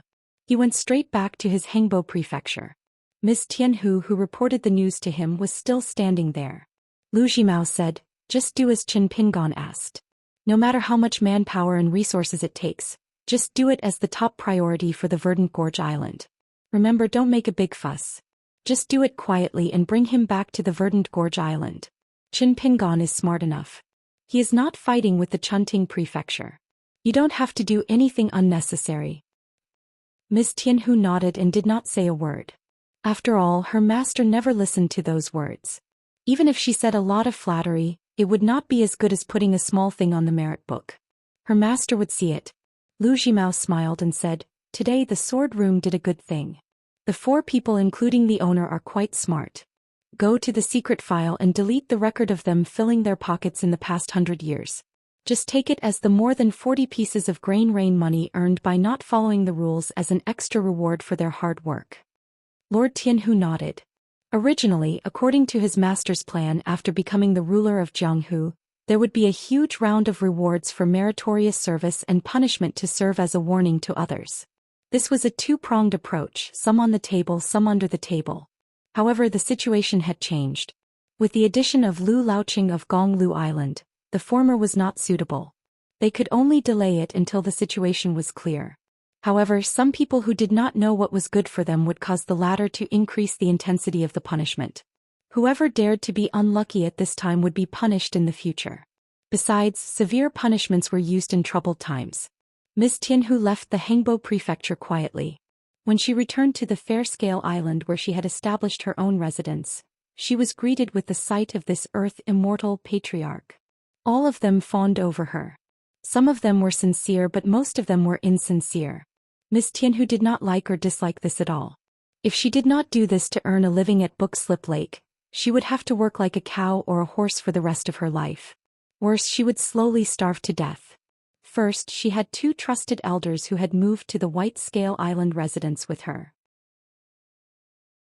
They were to inform the fishing room of Verdant Gorge Island, who had the most experience in dealing with similar matters, and the two vassal islands that were on good terms with her, about the matter that Qin Pingon proposed and Lu Jimao said. They were to work together. She walked through a secret passageway that was several kilometers in length all by herself before stealthily arriving at the secret chamber that she used to cultivate. This secret chamber was located in the belly of the island beneath her residence on White Scale Island. The deeper she went, the more abundant the water element condensed from spiritual energy essence became. This so-called secret chamber was actually just a chair placed next to an underground river. The entire underground area was shrouded in a faint green light manifested from the manifestation of water element. Not only that, but wisps of white light seeped out of the ceiling and walls of the secret chamber before surging into the mouths of the Ws carved into the chair. When Miss Tianhu sat down on the dilapidated old dragon chair, she took a deep breath. Her face was filled with intoxication as she gripped the chair's armrests with both hands. Flood dragon chi and water fate spiritual energy continuously flowed into her palms and madly surged into her natal chi residence. Spiritual energy surged and tempered her cultivation. Miss Tianhu's face contorted. There was both pain and pleasure on her face. She was sweating profusely. 2 hours later, Miss Tianhu opened her eyes and exhaled a mouthful of foul air. She gently waved her sleeve, and the foul air flowed along the underground river into Book Slip Lake, preventing it from corroding the precious spiritual energy here. Miss Tianhu was slightly tired, but she was more satisfied. The path of cultivation was filled with hardships that were terrifying. However, the joy in it was far greater than the love between men and women.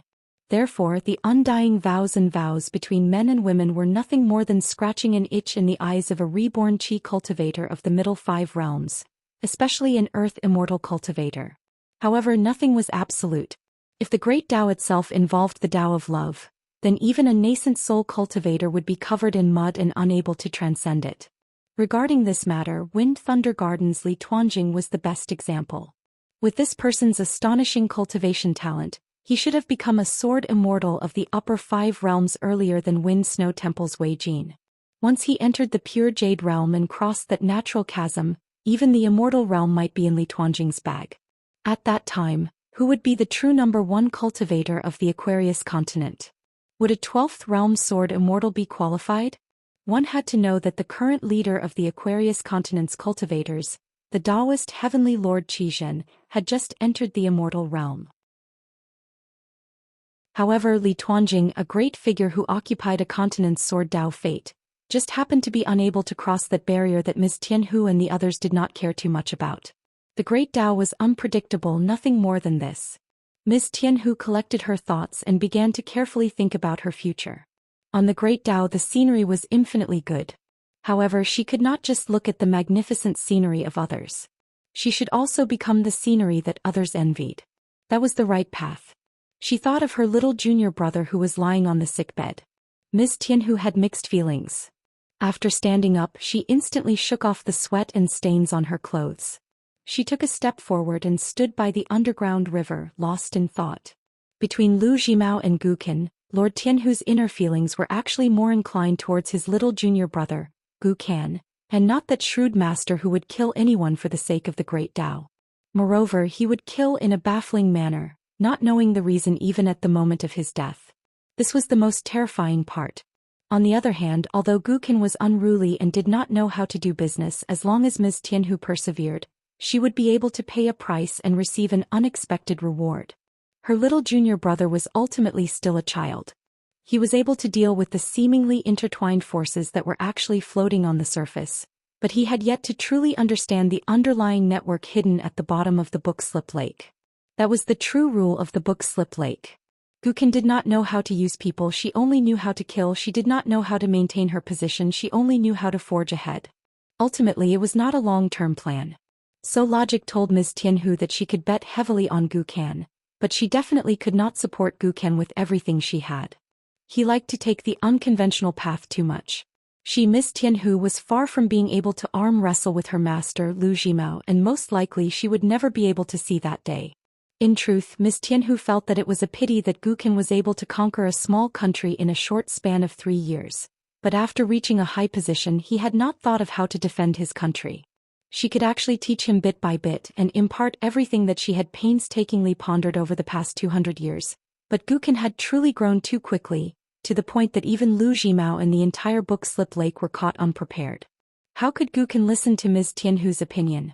Maybe if she gave Gukin, who had extremely good qualifications, emotions and talents, to slowly build up her heart at that time, she might truly be able to stand on equal footing with her master, Lu Jimao. Unfortunately, Lu Laoqing came. In an instant, Gukin and his loach had been beaten back to their original state. In the history books, it was said that the prestige of the vassal towns, the land, the weapons and life and death. But they could not turn a blind eye to it. The book slip lake was only a corner of the Aquarius continent, and it had ushered in a new situation that had not been seen for thousands of years, where great risks and great opportunities coexisted. Whether it was the Dali cavalry or the Zhuang dynasty, no matter who became the retired emperor of the book slip lake, they all hoped to have a vassal king who could control the situation of the book slip lake. If they could not do it, even if they became the emperor of Jianghu, they would still be replaced and life and death would still be in the snap of a finger. Miss Tianhu never felt that her junior brother Gukin had done badly. In fact, what Gukin had done had made her feel fearful and in awe. But it seemed that it was not good enough, and the general trend waits for no one. Now that the general trend was sweeping over, what should she do? Miss Tianhu suddenly thought of the young accountant who lived at the mountain gate. He could only slightly delay the flood from submerging the book slip lake and Verdant Gorge Island. Could he really remedy it? Miss Tianhu shook her head. It was too difficult. Qin Pingon returned to the room and sat behind the desk. The files that needed to be collected and sorted out were ready. For the time being, he had also negotiated with Yu Hui of Moon Hook Island and Jade Pot Island. Zhu Xianfu's Ma Yuanji had not agreed to sell, but he had promised to collect and screen the Y items. As long as Qin Pingon completed the task, Zhu Xianfu could take out all the Y items that were ready, and by then it would be J immortal money. However, as time went by, Qin Pingon ran into more and more obstacles with Lu Zhongruan on the Pearl Hairpin Island. It seemed that ghost cultivator Ma Yunji was also a little discouraged and he was going to take a step back. As long as Qin Pingon could persuade Lu Zhongruan to go to Verdant Gorge Island, he would first pay half of the Y items accumulated in the soul-attracting banner and the well as a deposit. Qin Pingon sent a letter to Wei Pai of Cloud Splitting Mountain mainly to ask about buying the mountain, and also to ask Wei Pai for help with a small matter. The letter he sent to Luopa Mountain was to tell Zhu Lian not to worry, that he was not in danger at Book Slip Lake, and that he did not need to come here to find him. He also asked Zhu Lian to tell Pei Qian to stay in Longquan County peacefully, but he should not forget to call the little boy in green and the girl in pink to keep vigil at the ancestral house in Mud Bottle Alley on New Year's Eve. If he was afraid of the cold, he could go to the town to buy some good charcoal and light a charcoal fire at night. After midnight he could go to sleep if he was sleepy. However, he should not forget to put up the Spring Festival couplets and the character of Fu on the second floor of the bamboo building. The old man surnamed Chui had good handwriting, so he could write it. The red paper used to write the couplets and the character of Fu was not used up last year, and there was still enough left. The girl in pink knew where to put it. Finally, he told Pei Qian not to be too reckless when setting off firecrackers at the ancestral house in Mud Bottle Alley on the morning of the first day of the new year. The houses in Mud Bottle Alley had small courtyards and narrow alleys, so he should not set off too many firecrackers. If he felt that it was not enough, he could go back to Luopa Mountain and set off more firecrackers. It did not matter how many firecrackers there were. If he felt that chopping bamboo and making firecrackers was too troublesome, he could buy them from the shops in the town. There was no need to be too thrifty. Then there was the New Year's red packets. Even if Qin Pingon was not in his hometown, he still had them. On the first or second day of the new year, his friend, Mountain God Wei Pai, would show up. At that time, everyone would have a share. However, when asking for the red packets, no one was allowed to forget to say some happy words, and no one was allowed to be rude to him. S3. Qin Pingon picked up a small conical pen with a purple bamboo handle on the wooden pen holder and exhaled gently. However, he was stunned for a moment and put down the pen. He had a headache, but more than that, he felt guilty. The pen holder on the table was self-made by Qin Pingon. The Mao pen was a gift from the owner of Purple Bamboo Island. At that time, Qin Pingon had asked for 3 purple bamboos. The owner of the island was kind to Qin Pingon and gave Qin Pingon 2 Mao pens specially made by Purple Bamboo Island. Naturally, they were top-grade purple bamboo brushes made of first-class materials.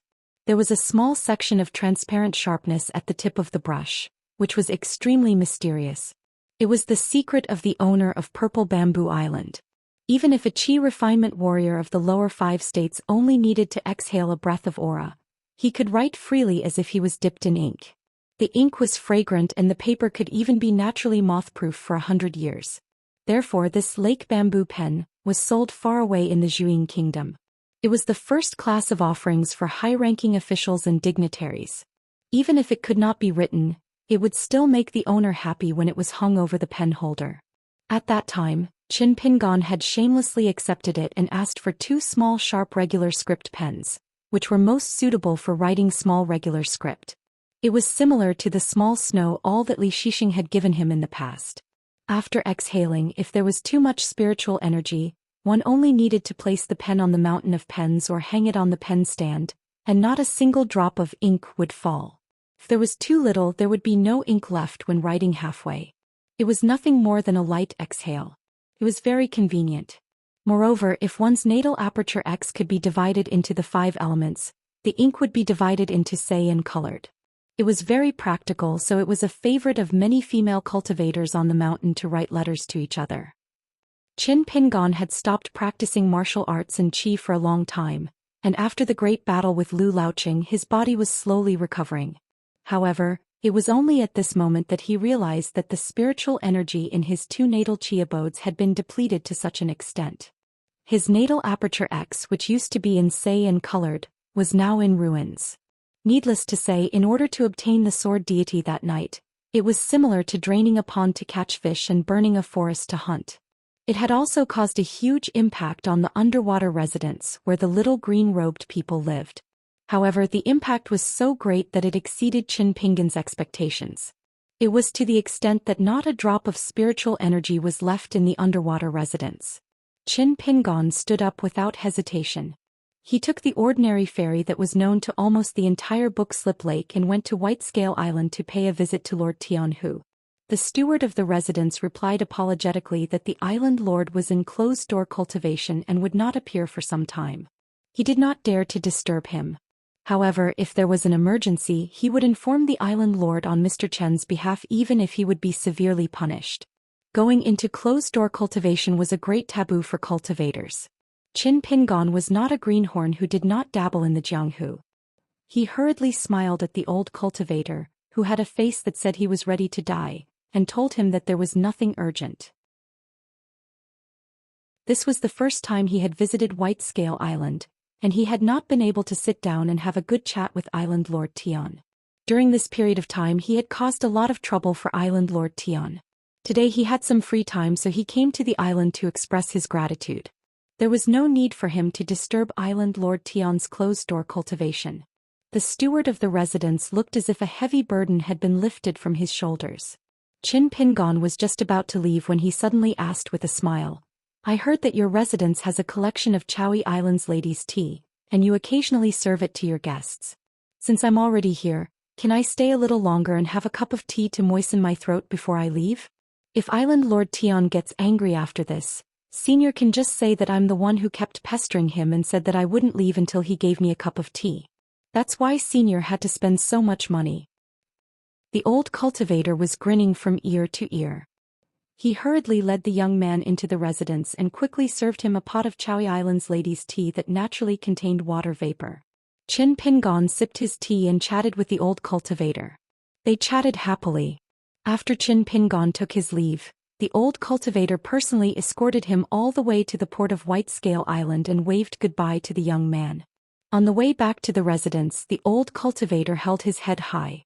It was the middle of winter, but the old man was beaming with joy. He had really gained a lot of face today. After Qin Pingon left White Scale Island, he did not return to Verdant Gorge Island. Instead he went to Pearl Hairpin Island. A pot of Chowie Island's tea could benefit the water-dwelling spiritual chi, but it was just a drop in the bucket. He still needed to buy some secret pill that was rich in water fate. Since Lord Tian who was in seclusion, he could only look for Lu Zhongruan. It was rumored that Lu Zhongruan had stolen many good items from the dynasty's secret vault when his country was destroyed. More importantly, Qin Pingon did not trust anyone in Bookslip Lake. After chatting with Zhou Xian Mansion's Ma Yuanji and sorting out the history and relationships of Bookslip Lake, Meng Qi found that Lu Zhongruan of Pearl Hairpin Island was the kind of cultivator who did business fairly. For more than 200 years she had not done any bad deeds. If Lu Zhongruan was born in a royal family, she was naturally good at hiding and did not leak anything for 200 years. If there was someone behind her who was so resourceful that they could calculate his sudden decision to buy Pill Y from Lu Zhongruan, Qin Pingon would admit defeat. Today Lu Zhongruan still did not meet him in person. It was normal. She probably was tired of the bookkeeper's lousy matchmaker behavior. There were 2 times before when Qin Pingon stopped the boat and went ashore, but Lu Zhongruan was too lazy to show up. She sent an extremely beautiful direct disciple to block at the ferry.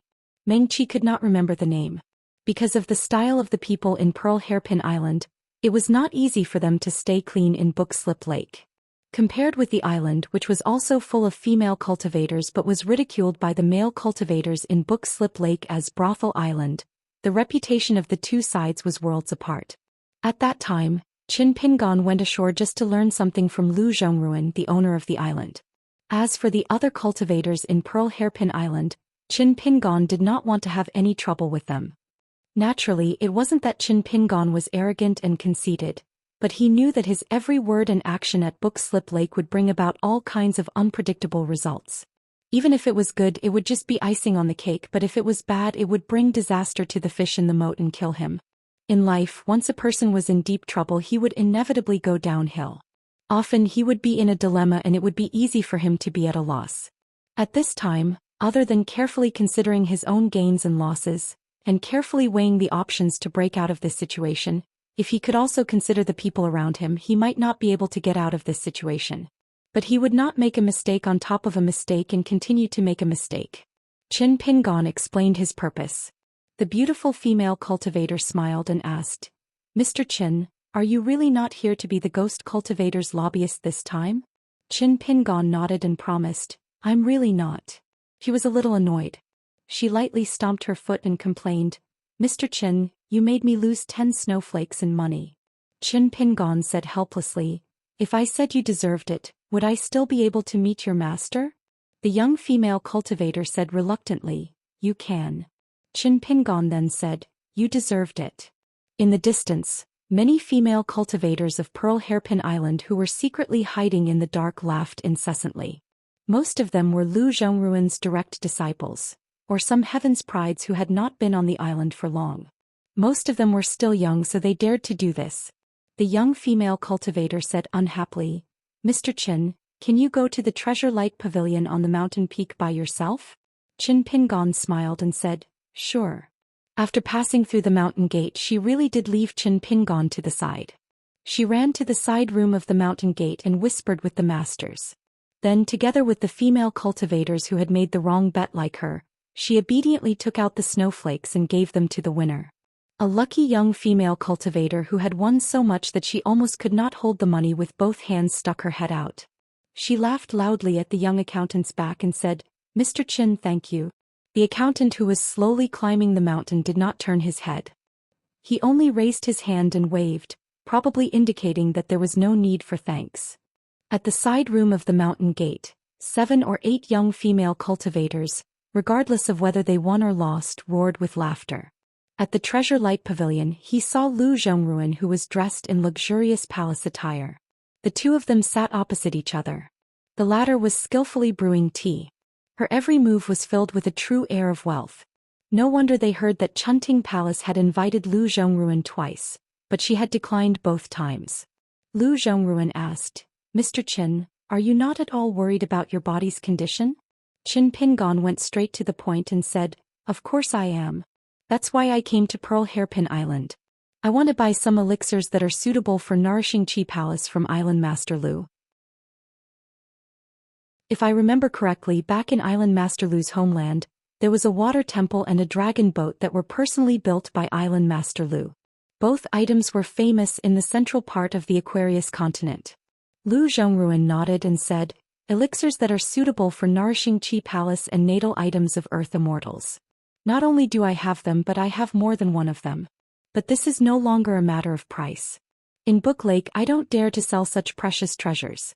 Once they appear, unless I can continuously produce them, I will be dead. I believe that with Mr. Chen's intelligence, you can figure out the crux of the problem. Qin Pingon nodded and said, if it were me, I would also feel that it is a hot potato. Unless I am at the end of my rope, I would not dare to sell it for Guyu money. Lu Zhongruan handed over a cup of Rainbow Drinking Island's immortal tea. Under the illumination of the Y-ray, a finger-sized rainbow appeared on the teacup. Lu Zhongruan smiled and asked, Mr. Qin is a reasonable person. Then tell me, why should I offer a price? Qin Pingon thought for a while and said, then how can Island Master Lu be willing to offer a price? Tell me. Lu Zhongruan looked serious and said, Hairpin Island wants to move out of Book Lake. What do you think, Mr. Qin? Qin Pingon asked curiously. Pearl Hairpin Island has never been involved in any disputes and has always remained neutral. It seems that you don't have any enemies. Therefore, whether Calligraphy Lake ultimately belongs to the Song clan of Great Li or the Zhuang dynasty doesn't seem to have much impact on Island Master Lu. Pearl Hairpin Island won't get a share of the loot, but it won't get into trouble either. After that, Calligraphy Lake will become more orderly and the rules will become more and more similar to that of a vassal town. Island Master Lu happens to be most familiar with such rules. Lu Zhongruan held the tea with both hands and looked down. Steam from the tea stood on her eyelashes, making them look especially moist. Qin Pingon held the teacup in one hand and the teacup in the other. He stared at the Island Master of Hairpin Island. There was no trace of evil or pity in his eyes. Lu Zhongruan raised her head slightly and looked into his eyes. After a while she was the first to admit defeat. She lowered her head and took a sip of tea. I am afraid that the Zhuang dynasty's royal family will get Book Lake in the end. Some of the seemingly absurd secret history of the palace is actually the truth. Qin Pingon began to flip through the past stories about the Zhuang dynasty, Hairpin Island, and Lu Zhongruan's hometown in his mind. From Verdant Gorge Island to Book Lake he was called the accountant. It was not a joke. However, many of the secrets of Book Lake Island that were secretly hidden in the cabinets in the house near the mountain gate, as well as some incomplete unofficial histories of the officials, were too fragmented. Many of the rumors would confuse the truth. Qin Pingon thought about it for a long time, but he couldn't sort out the whole sequence of events. After all, Hairpin Island was not the key battlefield that Qin Pingon needed to pay attention to. Qin Pingon knew too little. Lu Zhongruan asked a question that she should not have asked at Book Lake. Can I trust Mr. Chen's character? Qin Pingon shook his head and then nodded. He said slowly, don't trust my character. But compared to the usual business style of your Book Lake Island cultivators, such as the tendency to turn hostile and be good at dog-eat-dog behavior, doing business with me, Qin Pingon, is definitely better. Lu Zhongruan smiled bitterly. Just based on the fact that Mr. Qin has never used his power to oppress others. Even after being rejected so many times at the ferry port, he never got angry out of humiliation. I am willing to believe in Mr. Chen's character. Qin Pingon took a sip of tea and looked at Lu Zhongruan. Is it because the potential disaster of Hairpin Island is too great that it is beyond Island Master Lu's tolerance, so you have to bet on my character? Lu Zhongruan was a little embarrassed that her little plan was exposed. Qin Pingon asked, do you want to move to the mountains west of Longquan County because you know where I come from? Qin Pingon continued, Hairpin Island has very few cultivators. Island Master Lu is the only earthly immortal on the surface. If you move to Longquan County in Dali, which is rich in spiritual qi, you can use one or two small mountains to settle down. You can also count as joining the Song clan. Not only will you be able to leave Book Lake, but you can also use this opportunity to leave the center of Aquarius continent. Even if the Zhuang dynasty wins the war, it will be beyond their reach if they want to go to Dali to look for Island Master Lu. At first, Lu Zhongruan listened attentively, not wanting to miss a single word. However, as she listened on, her face was filled with embarrassment and anger. She glared at Qin Pingon. Qin Pingon was puzzled. What's wrong? Lu Zhongruan looked at the young man in a cotton robe. She stared into his eyes as if she wanted to find some clues from his eyes. Then she would turn hostile and ask him to leave. Lu Zhongruan could not find any clues. She tried to hold it in, but in the end she could not hold it in. Qin Pingon. Have you really not heard of the secret history of the grudge between the Zhou dynasty and my homeland? Qin Pingon frowned. Most of what I know about Island Master Lu was told to me by Ma Yuanji of Zhou Xian Mansion.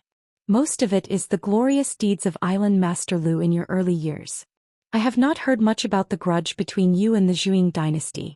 I only know that the ghost cultivator Ma Yuanji is extremely hostile to the Zhou dynasty.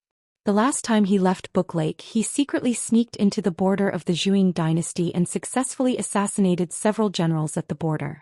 This has become one of the many unsolved cases in the Zhou dynasty.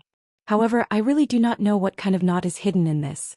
Qin Pingon asked, Island Master Lu, are you afraid of a certain influential person in the Zhou dynasty? And it has something to do with the destruction of your homeland? Lu Zhongruan threw the teacup in her hand. It hit the ground and shattered into pieces. The plump beauty whose life was full of legends took a deep breath.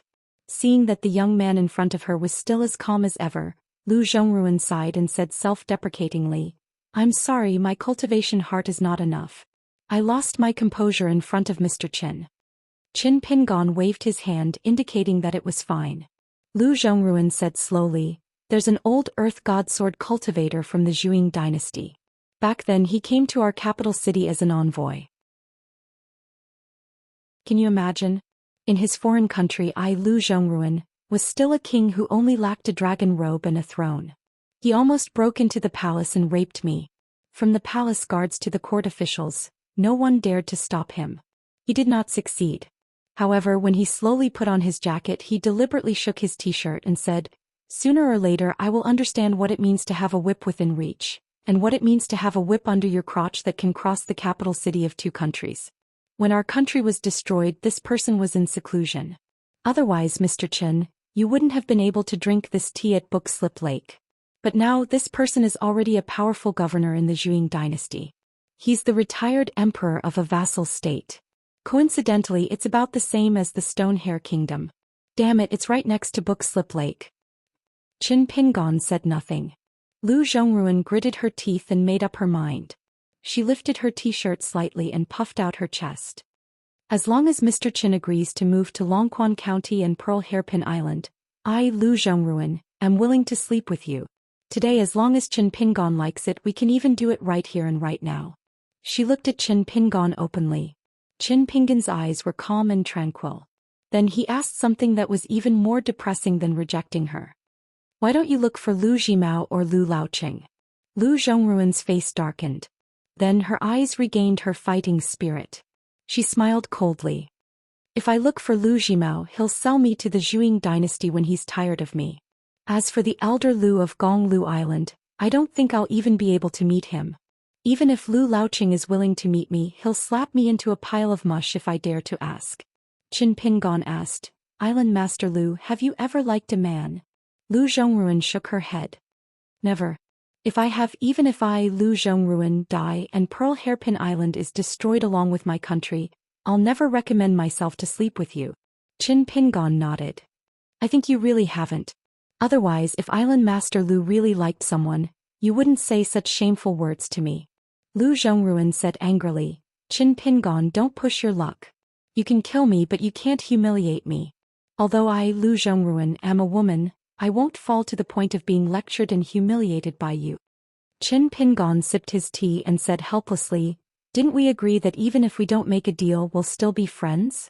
Lu Zhongruan's anger subsided a little, but she couldn't keep her face. She angrily scolded, men are all bad. They're either full of dirty water and want all women to be their bed toys, or they're hypocrites like you. They're all hateful.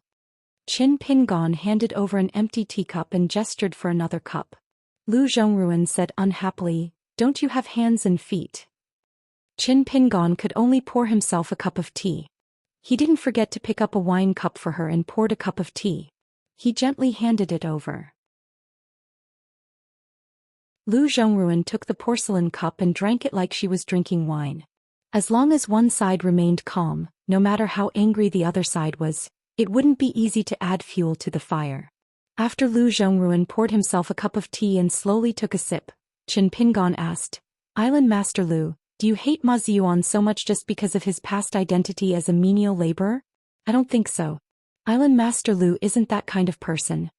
Lu Zhongruan slowly said. He's ugly. I feel disgusted just by looking at him. It was like that in the past and it's even more so now. His dog eyes like to look at women's ex-breasts and PG. The bigger they are, the more he likes them. The more noble the woman's identity is, the more this Pac-Man covets them. Qin Pingon didn't plan to say anything. He definitely wouldn't comment. And he didn't plan to get involved in this in the future. Lu Zhongruan put down the teacup and sneered, if a man doesn't do a lot of things for us women, then women must like him. There's no such logic in this world. However, Lu Zhongruan sighed. However, he has done so many things. Of course I am aware of them all. Otherwise, do you think I would have tolerated him for so many years and allowed him to hang the plaque of Zhou Xian mansion? It's just that sometimes thinking about these feelings I can't help but be a little touched by the feelings between men and women. It's just that when I think about it a little too much and then think about his mouth full of buck teeth and H teeth, I really can't eat. Qin Pingon didn't say anything. Lu Zhongruan didn't plan to let this young accountant go. She glanced at his thin and pale face from the corner of her eyes. If Mr. Qin looked as ugly as him, do you think I would be willing to show up at the ferry port so many times to see you once or twice at most? Do you think that the women in the streets and in the mountains like to look at ugly people but don't look at handsome men more often? This is the same logic as you men can't control your eyes and like to look at beautiful women more often. The only difference is whether the man can control his mind and his crotch. Lu Zhongruan lifted the teacup and slowly sipped the tea, then asked with a smile, I wonder if Mr. Qin can control his crotch, but can you control your mind? Qin Pingon's eyes were clear and said, don't worry about it. Lu Zhongruan saw that he didn't seem to be faking it and also understood what he meant. She was a little depressed and discouraged. Are you really a clay Buddha? Or am I, Lu Zhongruan, already an old man? Qin Pingon put down the teacup and said, since Island Master Lu has already made a price, I can try to contact Dolly. Lu Zhongruan lowered his voice. Island Master of Grain Island? Qin Pingon didn't deliberately mystify things and nodded lightly. Both parties were discerning people in Book Lake. Lu Zhongruan reminded him, let's make this clear first, Mr. Qin. Don't try to be clever and end up making a fool of yourself. Otherwise, Pearl Island will be destroyed. Qin Pingon smiled. I'll be careful. Even if I can't solve Island Master Lu's urgent problem, I won't make things worse for Pearl Island. Lu Zhongruan said playfully, I wonder where Mr. Chen's confidence comes from to say something like that? After a moment of silence, Qin Pingon said straightforwardly, compared to what I'm doing right now, the fate of Pearl Hairpin Island is just a small bonus that all three parties can benefit from. It's just a small bonus. Lu Zhongruan's expression kept changing. Qin Pingon covered his sleeves with both hands. You don't believe me? Pearl Island is taking a gamble, and since it's a gamble there's no turning back. Even if you don't believe me, you can still believe me. Let's just make a Hail Mary effort. Just trust me, a lousy doctor for now. Who knows, it might be an unexpected surprise. It's much better than me being the matchmaker. Lu Zhongruan suddenly put on a cute and naive look. If I go back on my words now, I'll just pretend that I've just had a cup of tea with Mr. Qin. Is it too late? Qin Pingon nodded. Yes, it's not too late. I'm not Island Master Lu. I'm still a businessman, not a benevolent and righteous person. Lu Zhongruan was so angry that her teeth itched. This young man in front of her was really impenetrable. Lu Zhongruan raised both her hands and intentionally or unintentionally, her elbows squeezed together to create a spectacular scene. She smiled at Qin Pingon, clapped her hands and then asked Qin Pingon to wait for a moment. Soon, a doddering old woman came into the yard with a porcelain bottle in her hand. She respectfully handed the bottle to Lu Zhongruan, and then quietly walked out of the yard. Qin Pingon knew that this old woman had hidden her abilities well. Even though she could not hide her rotten aura, she was the reason why Pearl Island was able to stand strong. Perhaps the reason why Lu Zhongruan was able to escape from the crazy Zhuang dynasty's earthly deity in the imperial palace was all thanks to this old woman. Lu Zhongruan tossed the bottle to Qin Pingon. Mr. Qin, please keep this carefully. This is one of the best pills in the water hall. It can replenish the spiritual qi in the water hall and repair the water element natal item. If you throw this bottle of pills into the book lake, it can create a 1,000 feet tall lake. Any golden core earthly deity would drool over it. This is the down payment, the sincerity of Pearl Island. Now it's up to you, Mr. Chen, to see if you have the ability to turn something rotten into something magical. Once it's done, the 4 words you said earlier will still be in effect until I leave the Book Lake. When I move to Longquan County in the future, it won't work anymore. I won't wait for you anymore. Qin Pingon turned a deaf ear to the latter part of the sentence. He opened the bottle and poured out a green pill. He closed his eyes for a moment, smiled at Lu Zhongruan when he opened his eyes and popped it into his mouth. Lu Zhongruan asked curiously, "Of course, this bottle of pills was not tampered with. But how did you know?" Of course, Qin Pingon would not tell her the inside story about the group of waterborne boys in green living in his aquatic mansion. He said casually, "Since I've come to the Book Bamboo Lake, I'll do as the Romans do. I'll gamble and win big." Lu Zhongruan raised an eyebrow but did not say anything. Qin Pingon asked, "I'd like to ask about the history of Master Lu's homeland and the Zhuang dynasty. I might have to delay you for a while. Is that okay?" Lu Zhongruan asked curiously, "Why? Is it related to what you're planning to do next?" Qin Pingon shook his head and said, "It's not related at all. I just want to know more about the views of the people involved on some general trends. I've only watched and listened to similar scenes and questions before. Otherwise, how could that little bastard who was personally carried onto the dragon throne by the eldest princess back then swallow his anger and deliberately play the fool for so many years? In the end, the little bastard almost did the disgusting thing that the Earth Immortal Sword practitioner failed to do." Lu Zhongruan returned to normal and said indifferently, "Do you know what kind of people are the most worth doing business with in the world?" The old mammy said, "Please tell me, Princess Royal." Lu Zhongruan stood up. She was slender and very imposing. Her face was as calm as water. She gritted her teeth and said, "Smart, good, with a bottom line, all 3. In the past, if that little bastard hadn't been poisoned by someone and deliberately went against the flow, his only ability was to go against me. One by one he killed all the people in the imperial court and the border army. How could our country be destroyed?" The old mammy did not comment on these past events. Even if she had left the palace for many years, she still adhered to the established principles of the palace. She did not talk nonsense and involve herself in the government affairs. Old mammy just said with a straight face, "Princess Royal, to say something disrespectful, you are really too shameless to say those words and do those kinds of things to such a smelly girl." Lu Zhongruan unexpectedly dashed over. She lowered her head and bent down to gently hold the old mammy's arm. She said coquettishly, "It's fun. It's just this once. It won't happen again." The old mammy nodded and said, "The loneliness in the boudoir is a common woman's worry. Princess Royal is now an Earth Immortal of Jindan. You shouldn't be as naughty as you were when you were young. Besides, it's not good for an old cow to eat and see." Lu Zhongruan blushed as if she was angry. She let go of the old mammy's arm and went to the sparkling gem pavilion to see no one. The old mammy waited until Lu Zhongruan went into hiding. Then she smiled and put it away in an instant. Old mammy was well aware that it was not that Princess Royal had feelings for the young man or that it was love at first sight. It was just that the pressure on Princess Royal's shoulders was too great and she did not have a pillar to rely on. It was inevitable that she would do some excessive words and actions. Therefore, how many precious porcelain had been broken in the sparkling gem pavilion in the past 6 months? When a glimmer of hope suddenly appeared, it would make people's minds sway. Suddenly they would feel great sorrow and great joy. It could also reveal their true nature. Earth Immortals of Jindan realm were no exception. The Princess Royal, whom she had watched grow up, had been a naughty and lawless girl since she was a child.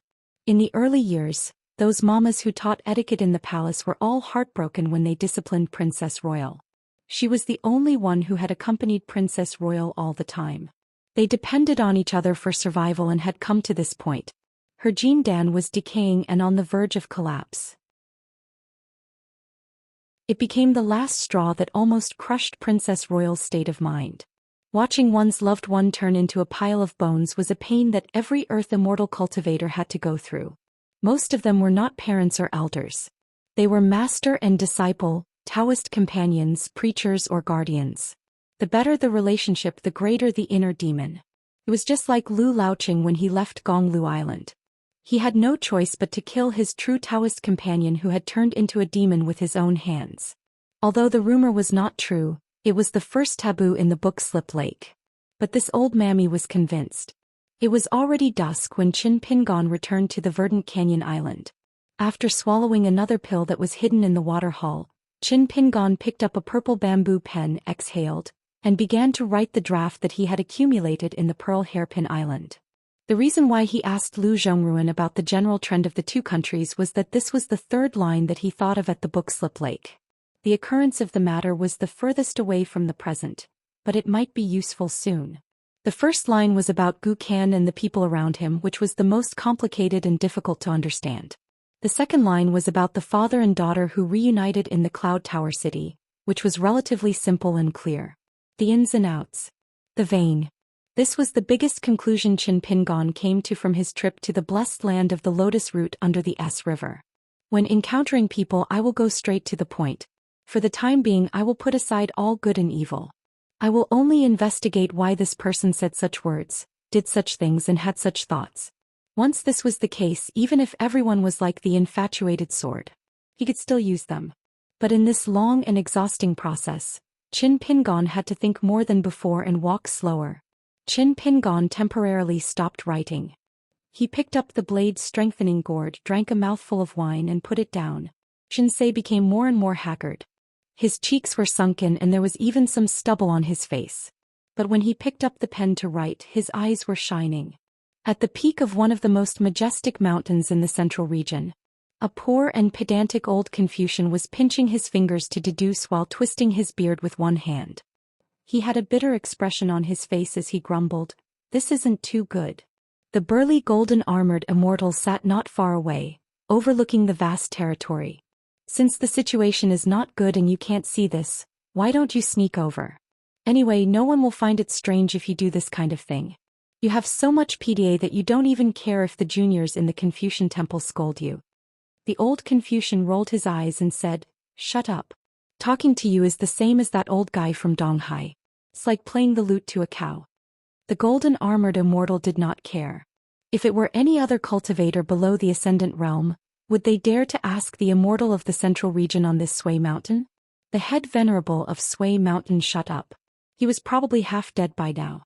As for the Ascendant Realm, it was not difficult for them to cut out the boundary of Sui Mountain with one sword.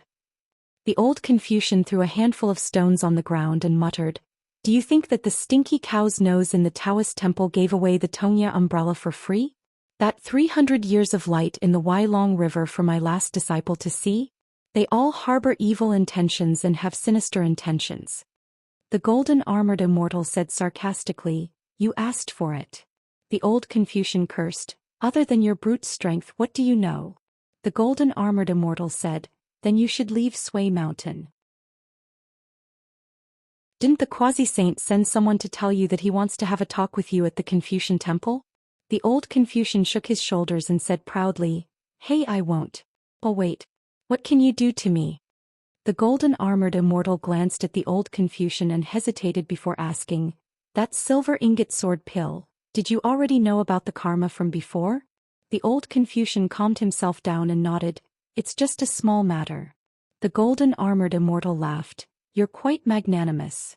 The old Confucian sneered, "If I wasn't magnanimous, would I be able to tolerate so many fake scholars in this vast world?" The golden-armored immortal asked, "Since Qi Jingchun is no longer here, aren't you afraid that the reclusive disciple who doesn't even acknowledge you as his teacher has gone astray?" The old Confucian stood up abruptly and strode to the golden-armored immortal who was sitting cross-legged. The old Confucian used his finger to hit the latter's head, poking and prodding while scolding, "You can insult my knowledge and cultivation, but you can't insult my taste in accepting disciples." The golden-armored immortal had his helmet poked 10 times in one breath. He said indifferently, "Why don't you try poking me again?" The old Confucian really did poke him again and then immediately jumped back, saying seriously, "You said it yourself, don't blame me." The golden-armored immortal sighed and turned his head, begging for the first time, "I'm begging you, hurry up and get out of my Sui Mountain." The old Confucian was angry for no reason. "Begging is useful, do I need to hide in your house? I've already kowtowed to the old man and bowed to the sage of rites. Is that useful?" The golden-armored immortal turned his head, "If you're angry, don't vent it on me." The old Confucian rubbed his hands and laughed, "If I don't use you as a punching bag, Do you think I'll really go to the old man and the Sage of Rites to make a scene? I'm not stupid. The golden-armored immortal couldn't take it anymore. He slowly got up and a huge sword appeared in his hand. He didn't expect that the old Confucian had already fallen asleep on the ground. Oh, the journey of divination is really exhausting and tiring. I'll take a nap. If I snore, you'll have to bear with it. The golden-armored immortal took a deep breath and sat back down.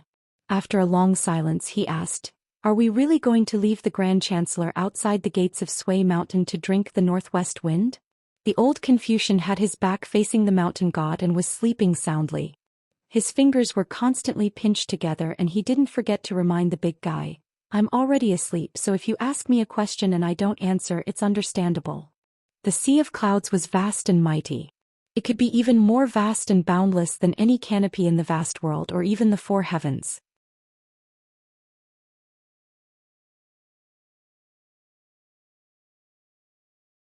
"4:40. On this day the sun was setting in the west. The sky was full of golden carp spots, just like a huge golden carp swimming in the sky. The mortal world couldn't see its whole body. The manager of the fishing house of Verdant Canyon Island, a senior cultivator of the Dragon Gate, personally led a timid young man down the boat and went to the mountain gate. The chief cultivator of the fishing house of the Verdant Gorge Island was similar to the clingy men of the Great Li dynasty. The old cultivator's name was Zhang Yi. It was a very strange name, but he was the real henchman of Lu Jimao, the lord of the river Severing. Zhang Yi was the first cultivator to follow Lu Jimao. At that time Lu Jimao was only a wild cultivator in the sea-viewing realm, but Zhang Yi was a real immortal master of archives and was already in the sea-viewing realm. The story inside could be talked about several times by the older generation of Verdant Gorge Island. The young man was named Zheng Yi, a good seedling that was just discovered in the Misty Moon Island. He was born to cultivate the ghost path, but a good aptitude didn't mean a good future in the Book Lake. If the fishing house of Verdant Canyon Island didn't interfere, the young man would be used to raise the poison spirit and cultivate the ghost fetus. The young man's early realm would be improved rapidly, as if he was a god's favored child cultivated by the Misty Moon Island. In fact, when Zheng Yi reached the middle 5 states, his soul would be cut open and the young man would know what it meant to be a man's fate. Zhang Yi was an indifferent cultivator who didn't like to talk to others. Even on Lu Jimao's side, Zhang Yi didn't talk much, but it was a matter of great importance, so he had to remind him again. "Zheng Yi, you've heard a lot about our consecrator Mr. Chen. He's a very powerful man. He now lives near the mountain gate. When you see Mr. Chen later, you don't have to say good things about me and Verdant Canyon Island. Just tell the truth. On Reed's Moon Island, you've heard your master and ancestral master's plan with your own ears. So, in the end it was Mr. Chen who saved your life. Moreover, I know what you're worried about. Are you going to enter the tiger's den after getting out of the dragon's den? I don't mind telling you that Mr. Chen won't harm you. You'll only die a miserable death if you stay on Reedy Moon Island. But here on Verdant Gorge Island, it's a real opportunity for cultivation. To tell the truth, even I envy you. In the immortal abode, even those immortal masters of the ancestral hall's direct line wouldn't be as lucky as you." Zheng Yi had a weak temperament. He had been scared out of his wits on Misty Moon Island and his heart had been broken by his master. He was still a little dazed at this moment. He just kept nodding, thinking that no matter how bad the situation was, it wouldn't affect Misty Moon Island. After a moment of silence, Zhang Yi said slowly, "But don't forget your roots after you've become successful. After all, it was Verdant Canyon Island that pulled you out of the fire pit. No matter where you go with Mr. Chin in the future, you have to remember that Verdant Canyon Island saved your life." "Zheng Yi, what do you think?" Zheng Yi swallowed his saliva and said, "I know. I will never forget your great kindness." Zhang Yi smiled. "I'll only hear you say these words once. In the future I'll just keep it in my heart. Don't always talk about it. The more you talk, the more you talk. It's like a jar of wine. One sip today, another sip tomorrow. Very soon you'll see the bottom." Zheng Yi was just an orphan brought back to Misty Moon Island by his master from the market of Shihao country. His master was blind and only saw some clues. However, the Dragon Gate ancestral master of Misty Moon Island had a unique insight. He saw Zheng Ye's rare bone structure at first glance and planned to use the evil ghost Dao secret method to empty Zheng Ye's bone structure and primordial qi to cultivate 2 or 3 ghosts of the middle 5 states. The ancestral master of Misty Moon Island had confessed in front of Zheng Yi that if he had the foundation of Verdant Canyon Island, he wouldn't have drained the pond to fish. Maybe Zheng Yi would have become the first golden core earth immortal of Misty Moon Island. He really didn't have that much money to waste. Naturally, Zheng Yi felt a chill down his spine. Everything that needed to be said and done was almost done. Zhang Yi led Zheng Yi to the door and knocked gently. "Mr. Qin, I've brought the right person for you." Zheng Yi suddenly felt a huge surge of fear in his heart. He felt like he was drowning in the tide and his legs were weak. Just like what the old immortal said, how could he not be afraid of jumping into another pot of oil from a fire pit? Then for the first time in his life, young Zheng Yi saw the man named Qin Pingon. The door was opened. Although Zheng Yi was only 14 years old, he was tall and strong. He didn't lose to a strong young man, so he could see the man's face clearly without looking up.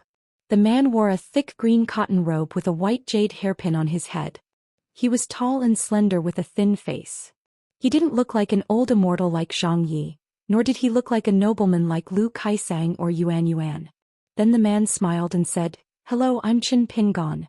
What about you?" Zheng Yi wanted to speak, but his whole body was tense. His limbs were stiff and his lips moved slightly, but he couldn't say a word. Zhang Yi was a little helpless. He could only answer the accountant's question on behalf of this dumb goose. "Mr. Qin, he's called Zheng Yi, the Yi from Yiting. He's a poor guy I found on Maoyu Island. He meets Mr. Chen's requirements. His body is naturally suitable for ghost cultivation. He's the best choice for otherworldly items and ghosts to live in. Walking together in the world of the living won't harm the young man's origin." Qin Pingon nodded and smiled at Zheng Yi. "I know a little bit about the gene method. You just need to stand still. I'll see how strong your backbone is." Zheng Yi was stunned and didn't respond. Qin Pingon didn't make a move. Zhang Yi patted Zheng Yi gently and smiled. "You can't even talk anymore. Now you can't even nod?" Zheng Yi finally came back to his senses after Zhang Yi patted his shoulder. He nodded vigorously. Qin Pingon grabbed the young man's shoulder and gently lifted him up. Zheng Yi tiptoed but didn't leave the ground. Qin Pingon let go and nodded. "It's not particularly heavy. I'll pay attention to the signs of your soul from now on. If there's anything wrong, I won't let you force yourself." Zheng Yi still didn't speak. He didn't dare to speak and he didn't know what to say. It was as if he had lost his soul again. After all, on the gloomy reedy Moon Island, Zheng Yi was used to being bullied by the inner disciples before he was chosen by the ancestor. For Zhang Yi, an old immortal of the Verdant Canyon Island who was high above the masses, and a young immortal who seemed to be even more powerful than the old immortal, Zheng Yi had tried his best not to let anyone support him. Zhang Yi said helplessly, "Mr. Qin, isn't this young man's temperament a little too bad? Why don't I go and look around Bookslip Lake?" Qin Pingon had been paying attention to Zheng Ye's expression and eyes. He shook his head and smiled. "It's okay. I think it's quite good." Zhang Yi sighed in relief. He had completed his task. Although Maoyu Island didn't dare to ask for an exorbitant price, they wouldn't give it away for free. This was the unwritten rule of the Bookslip Lake. Either the Verdant Gorge Island went to the Bookslip Lake and snatched the person directly, and then annexed the Reed's Moon Island together. Not to mention Zheng Yi, all the people and property of the Reed's Moon Island could be taken for free. However, since the Verdant Gorge Island chose to make money peacefully, they had to act like a business. Therefore, after the Reed's Moon Island offered a fair price, Zhang Yi gave the immortal money without bargaining. Qin Pingon was no stranger to this. He asked, "What's the price Maoyu Island offered?"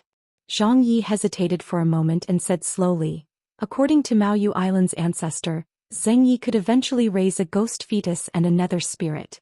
In 20 years, it would be equivalent to at least 2 cave-dwelling realm cultivators. After deducting the cost of cultivating Zheng Yi to the middle 5 states, Maoyu Island offered 10 pieces of grain rain money." Qin Pingon thought for a moment. "When it comes to me, I have to add the labor cost of Mr. Zhang and the fishing room of Verdant Canyon Island. Then I'll take it as 15 pieces of grain rain money and put it on Verdant Canyon Island's account. I'll pay it together with other expenses later." Zhang Yi nodded. "No problem. Whether it was his family's devil incarnate Gukin Guming Island's Lu Kaisang, or Huangyong Island's Yuan Yuan, the current batch of most outstanding young cultivators were vastly different from the older generation's scholarly and humble cultivators. Every one of them took pleasure in breaking the old rules, using this as the foundation to gather the people's hearts. Zhang Yi didn't dare to say that they were definitely wrong. After all, he had to smile when he saw these little bastards. But in the end, Zhang Yi felt uncomfortable in his heart. It was just that these young people who didn't care about any rules seemed to be doing better. This made Zhang Yi, an old man of Book Slip Lake, feel a little helpless. Therefore, Qin Pingan's behavior made Zhang Yi have a good impression of him.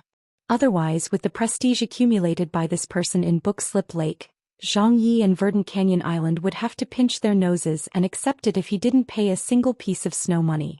However, this little bit of good impression wasn't of much use. When Zhang Yi thought of this, he felt even more upset. He always felt that something was wrong, but he couldn't figure out why. This was the case in Book Slip Lake. He was a Dragon Gate cultivator with no hope of achieving Taoism. He didn't have any extravagant hope of core formation at all. Lu Zhimao had done everything he should do in private. In Book Slip Lake, where everyone was energetic and vigorous, Zhang Yi was no different from an old man in the marketplace. Compared with the latter, Qi trainers had a keener sense of the decay of their bodies and the withering of their souls. That kind of dying feeling as if one was buried inch by inch deep in the ground. If Zhang Yi wasn't open-minded and his temperament wasn't extreme, he would have done something crazy. Anyway, in Book Slip Lake, where evil was unscrupulous and good was courting death, there were plenty of ways to vent. The young man Zheng Yi stayed in Verdant Canyon Island in this way. In the room next to Qin Pingan's. When the young man of Reed's Moon Island closed the door and sat on the edge of the bed, he only felt that it was a lifetime ago. He didn't sleep well the whole night and fell asleep in a daze. He didn't wake up until late the next day. When Zheng Yi opened his eyes, he looked at the extremely strange residence with a blank face. It was not easy for him to remember that he was no longer a cultivator of Reed's Moon Island. He thought about it and kept encouraging himself. As soon as he walked out of the room, he saw a guy in a dark green python robe sitting at the door next door. The guy was eating melon seeds on a small bamboo chair and was looking at him. Zheng Yi was so scared that he almost ran back to the room and hid under the quilt. Gukin asked, "Are you Zheng Yi? Are you from Reed's Moon Island?" Zheng Yi's forehead was already sweating. This little devil had caused a lot of bloodshed at Book Slip Lake. Although Zheng Yi hadn't seen Gukin in person and only saw his appearance on Katkin Island's bulletin, the contents of the bulletin and the tone of Reed's Moon Island's cultivators when talking about Gukin were still fresh in Zheng Yi's memory. Zheng Yi originally thought that he would never have a chance to see Gukin in this life. Zheng Yi didn't want to see him. Otherwise, it would most likely be the day when Gukin brought that big loach to flatten Reed's Moon Island. Gukin said unhappily, "So you're a fool." Zheng Yi didn't dare to talk back. Zheng Yi almost wanted to kneel down and thank Gukin for not smashing his head with a slap. The heavy atmosphere that almost suffocated Zheng Yi was suddenly swept away. It turned out that the man in the blue cotton robe had walked to the door. He said to Gukin, "Your body is weak now and belongs to the category of decline after the peak of prosperity. Compared to ordinary people, it's easier for the cold evil spirit to penetrate your Qi residence. Quickly return to Chunting Mansion to recuperate." Gukin nodded and looked at the small pile of melon seeds left in his hand. He handed it to Qin Pingan and said, "Then I'll take my leave." Qin Pingan took the melon seeds and picked one up. He said, "When Charcoal Snow can return to the shore, tell her to come find me. I have something to give her." Gukin smiled brightly. "Okay." After Gukin left, Qin Pingan handed the melon seeds to Zheng Yi. The latter quickly shook his head. Qin Pingan turned around and went inside the room to get a chair. He handed it to Zheng Yi and sat on Gukin's bamboo chair. Zheng Yi nervously put his butt on the chair and didn't know where to put his hands and feet. Qin Pingan cracked the melon seeds and said with a smile, "You may need to stay with me for 2 or 3 years at least, or 7 or 8 years at most. You can call me Mr. Qin. It's not that my name is precious and can't be called, but it's not appropriate for you to call me that." Now everyone in Verdant Canyon Island is watching us. You may as well stay as you are now. Don't change. Watch more and talk less. As for doing things, you don't have to do more for the time being except what I tell you. It doesn't matter if you don't understand now. Zheng Yi nodded silently. Qin Pingon suddenly asked, "Are you afraid of ghosts?" Zheng Yi wanted to say something but stopped. Qin Pingon said, "Zheng Yi, then I'll tell you one more thing. You don't have to be afraid of saying the wrong thing with me. Just say what you think." Zheng Yi said, "I'm not afraid of ghosts. I've been able to see dirty things since I was a child. I followed my master to Reed's Moon Island. There were many grandmasters and senior brothers and senior sisters who raised ghosts." Qin Pingon asked casually, "Do you hate your master?" Zheng Yi pursed his lips and stopped talking. There was sadness and a trace of stubbornness on the honest young man's face. Qin Pingon nodded. "Then there's some hatred, but there's more sadness, right? And after thinking about it, my master is actually not a bad person. If it weren't for him, I might have died long ago. So whether it's my master or Reed's Moon Island, I'm willing to treat it as a family and a real home." Zheng Yi lowered his head and nodded. With tears in his eyes, he said vaguely, "I know I'm stupid. I'm sorry, Mr. Qin. I won't be able to help you much in the future. Maybe I'll make more mistakes. When the time comes, you can beat me or scold me, I'll take it." Qin Pingon looked into the distance while eating sunflower seeds. He said softly, "Is this what you call stupid? I don't think so." Zheng Yi was so sad that he didn't hear it clearly. He remembered that when he was sitting next to a Xianxia island consecrator, he should have listened to all the golden rules. Zheng Yi felt more and more that he was useless and deserved to suffer. Qin Pingon said, "But it's not that I want to criticize you, Zheng Yi. It's true that you're too timid. When I was your age, I could be considered to be independent. I've never felt guilty or fearful when meeting a so-called big shot." Qin Pingon finished eating sunflower seeds and rubbed his chin with his palm. He said self-deprecatingly, "It's a little shameless to talk like that. I might as well go back to Purple Bamboo Island and ask for a bamboo pole to make a bamboo knife for myself. Plus, I bought a big imitation Chu Huang from Ape Whaling Street. I can learn from my first disciple and use the wrong knife and sword to scare people." Zheng Yi was a little slow. He said, "How can I compare to Mr. Qin?" Qin Pingon smiled and stood up. "Can you read? If you can, I'll teach you 2 secret techniques. They're not too high quality, but if you cultivate them, they won't be any worse than when you were on Reed's Moon Island." Zheng Yi quickly stood up. "I can read, but I'm always called stupid by my master." Qin Pingon picked up the chair and said, "It's okay. Ask me if you don't understand anything." Qin Pingon stepped over the threshold and turned to look. Zheng Yi followed carefully behind him, his hands empty. Qin Pingon said helplessly, "Your master called you stupid. I don't think he wronged you. Pick up the bamboo chair." Zheng Yi suddenly understood and immediately ran to pick up the bamboo chair. Qin Pingon smiled knowingly. He finally had a normal child by his side. Pretty good. When he thought about it, the bookkeeper didn't realize that he was only 3 years older than Zheng Yi. In the next few days, apart from sleeping and returning to the next room, Zheng Yi spent most of his time at Mr. Chen's place. He repeatedly flipped through the few pages and wrote in regular script. As a cultivator of the lower 5 realms, Zheng Yi certainly knew how to read. However, Mr. Chen said that the secret skill of the Ghost Dao was not too high in rank. Every word seemed to have no intention of recognizing him. Almost every 2 or 3 sentences, Zheng Yi would meet a stumbling block and ask a question. At first, Zheng Yi wanted to bite the bullet and skip a few paragraphs. He wanted to finish reading the secret technique before asking questions. However, the more he read, the more his head hurt. He was sweating profusely, so much so that he showed signs of losing control of his soul. Zheng Yi was immediately horrified. He had heard of some rules and taboos regarding the cultivation of immortal secret techniques. The better the secret technique, the more one couldn't immerse their mind in it. If they couldn't extricate themselves and didn't have a protector, it would hurt the foundation of their Dao. Mr. Qin had been sitting beside him. At first he didn't deliberately remind Zheng Yi until Zheng Yi hurriedly put down the pages that weighed thousands of pounds and gasped for breath. Qin Pingon nodded secretly.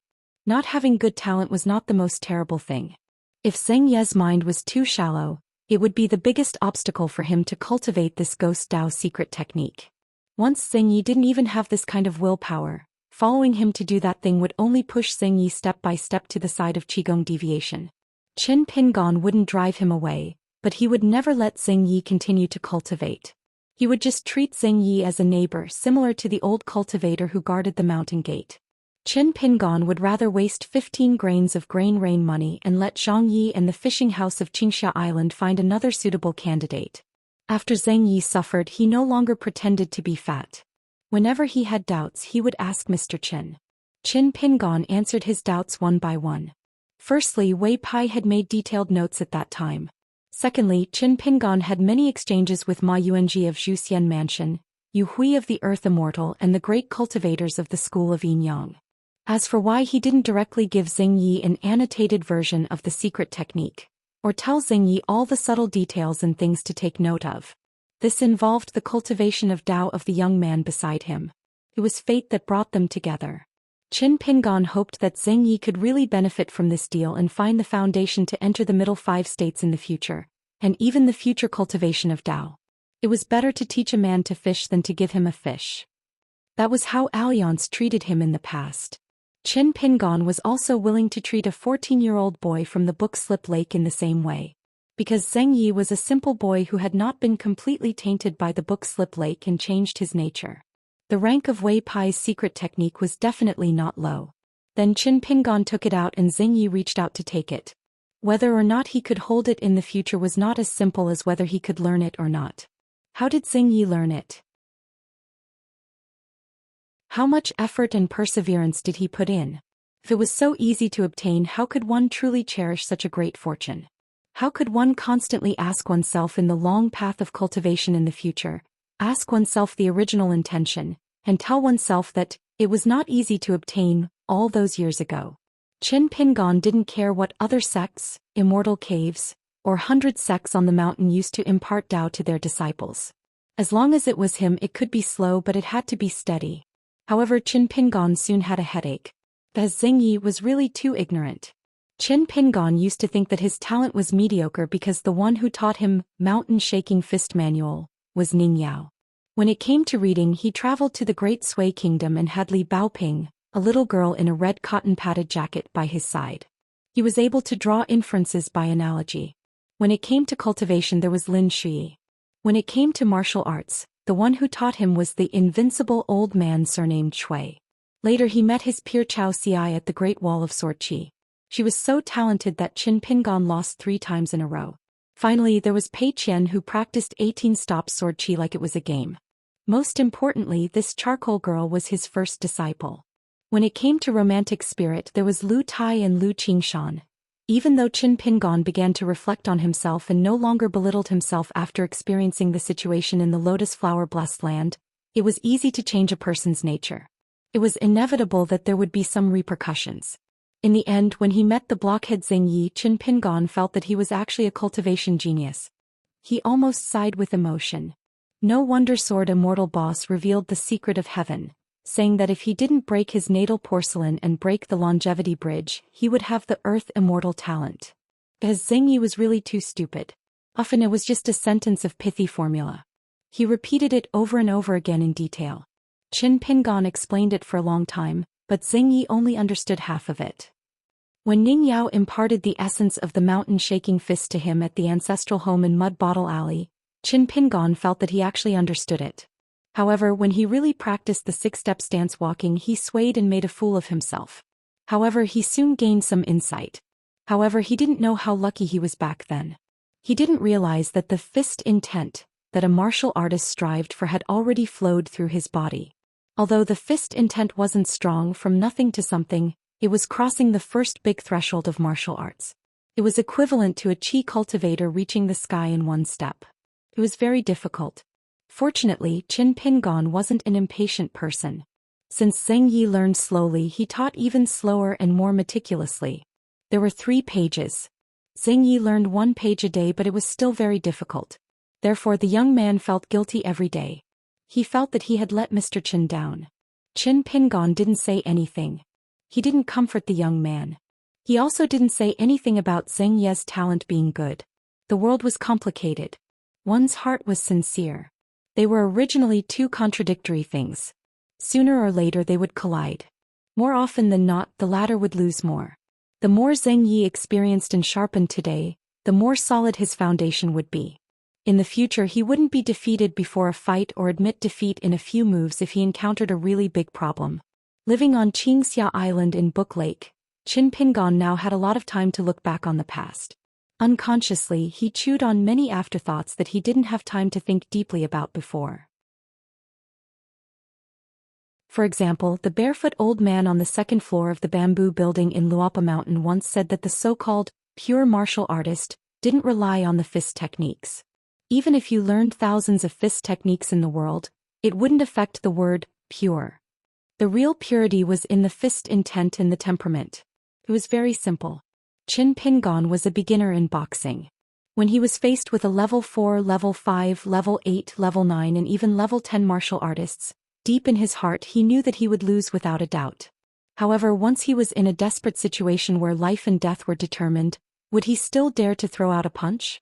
Would his fist intent not decrease at all? Would his fist intent be purer and move forward with indomitable will? When fighting against a strong opponent in terms of temperament, one must first put oneself in an invincible position to have a chance of winning, even if it was only 1 in 10,000 chance. The fist intent didn't waver at all. There wasn't even that 1 in 10,000 chance. Just accept your death. Why practice boxing? Why suffer? 3 days later, Zheng Yi reluctantly learned this secret skill and then began to practice officially. Qin Pingon reminded Zheng Yi that he didn't need to be greedy for speed. As long as Zheng Yi was slow and didn't make any mistakes, Qin Pingon could wait. Otherwise, if he made a mistake and corrected it, it would be a real waste of time and money. In order to make Zheng Yi feel more deeply, Qin Pingon's method was very simple. Once Zheng Yi's spirit was damaged because he wanted to cultivate faster, he would have to take immortal elixirs to repair his body. He would pay for the elixirs, but the cost of each elixir, even if it was just one, would be recorded in Zheng Yi's debt account book. Qin Pingon finally showed a serious expression for the first time. He stood at the door of Zheng Yi's room, who was about to go into seclusion, and said, "The relationship between you and me is a business transaction. I will try my best to achieve mutual benefits for both of us. One day we can part on good terms. But don't forget, I'm not your master and I'm not your protector. You must always keep this in mind." Zheng Yi was a little afraid of Mr. Chen's demeanor and quickly nodded. If it wasn't for this, after 3 days of interaction, the youth had almost forgotten the first time he met Mr. Chen. He had almost forgotten his embarrassment and fear at that time. On the contrary, Gu Kan, whom Zheng Yi had only met once, left a deep impression on him. One night he had a nightmare. He dreamed that a little devil in a dark green robe cut open his chest with one hand, cut out his heart and liver and swallowed it. Gu Kim was full of smiles and said that it was delicious. Zheng Yi looked down at the bloody hole in his chest and then woke up with a start. He sat on the bed and was scared half to death. At that time, Zheng Yi couldn't calm down for a long time. When Zheng Yi was officially cultivating the secret method, Qin Pingon went to the Moonhook Island and the Jade Pot Island. He paid Yu Hui and the Yinyang cultivator to put the remnant souls and the otherworldly items that had turned into malicious ghosts into a ghost Dao magic treasure called Yama Palace, that Qin Pingon bought from the secret storehouse of the Verdant Gorge Island. It was a gloomy wooden pavilion that was about the height of an arm. It was built and divided into 365 extremely small rooms. It was a place for otherworldly items to stay. It was very suitable for keeping and detaining otherworldly items. Yu Hui and the Yinyang cultivator had seen Qin Pingon's fight with Lu Laoqing on the Verdant Gorge Island, so the total price was lowered by 20%. Of course, the two old foxes, as generals under the command of immortal Jiejiang, would not say that they were so generous because they were afraid of Qin Pingon's combat power. It was not easy for the seller to raise the price and make the buyer pay more money.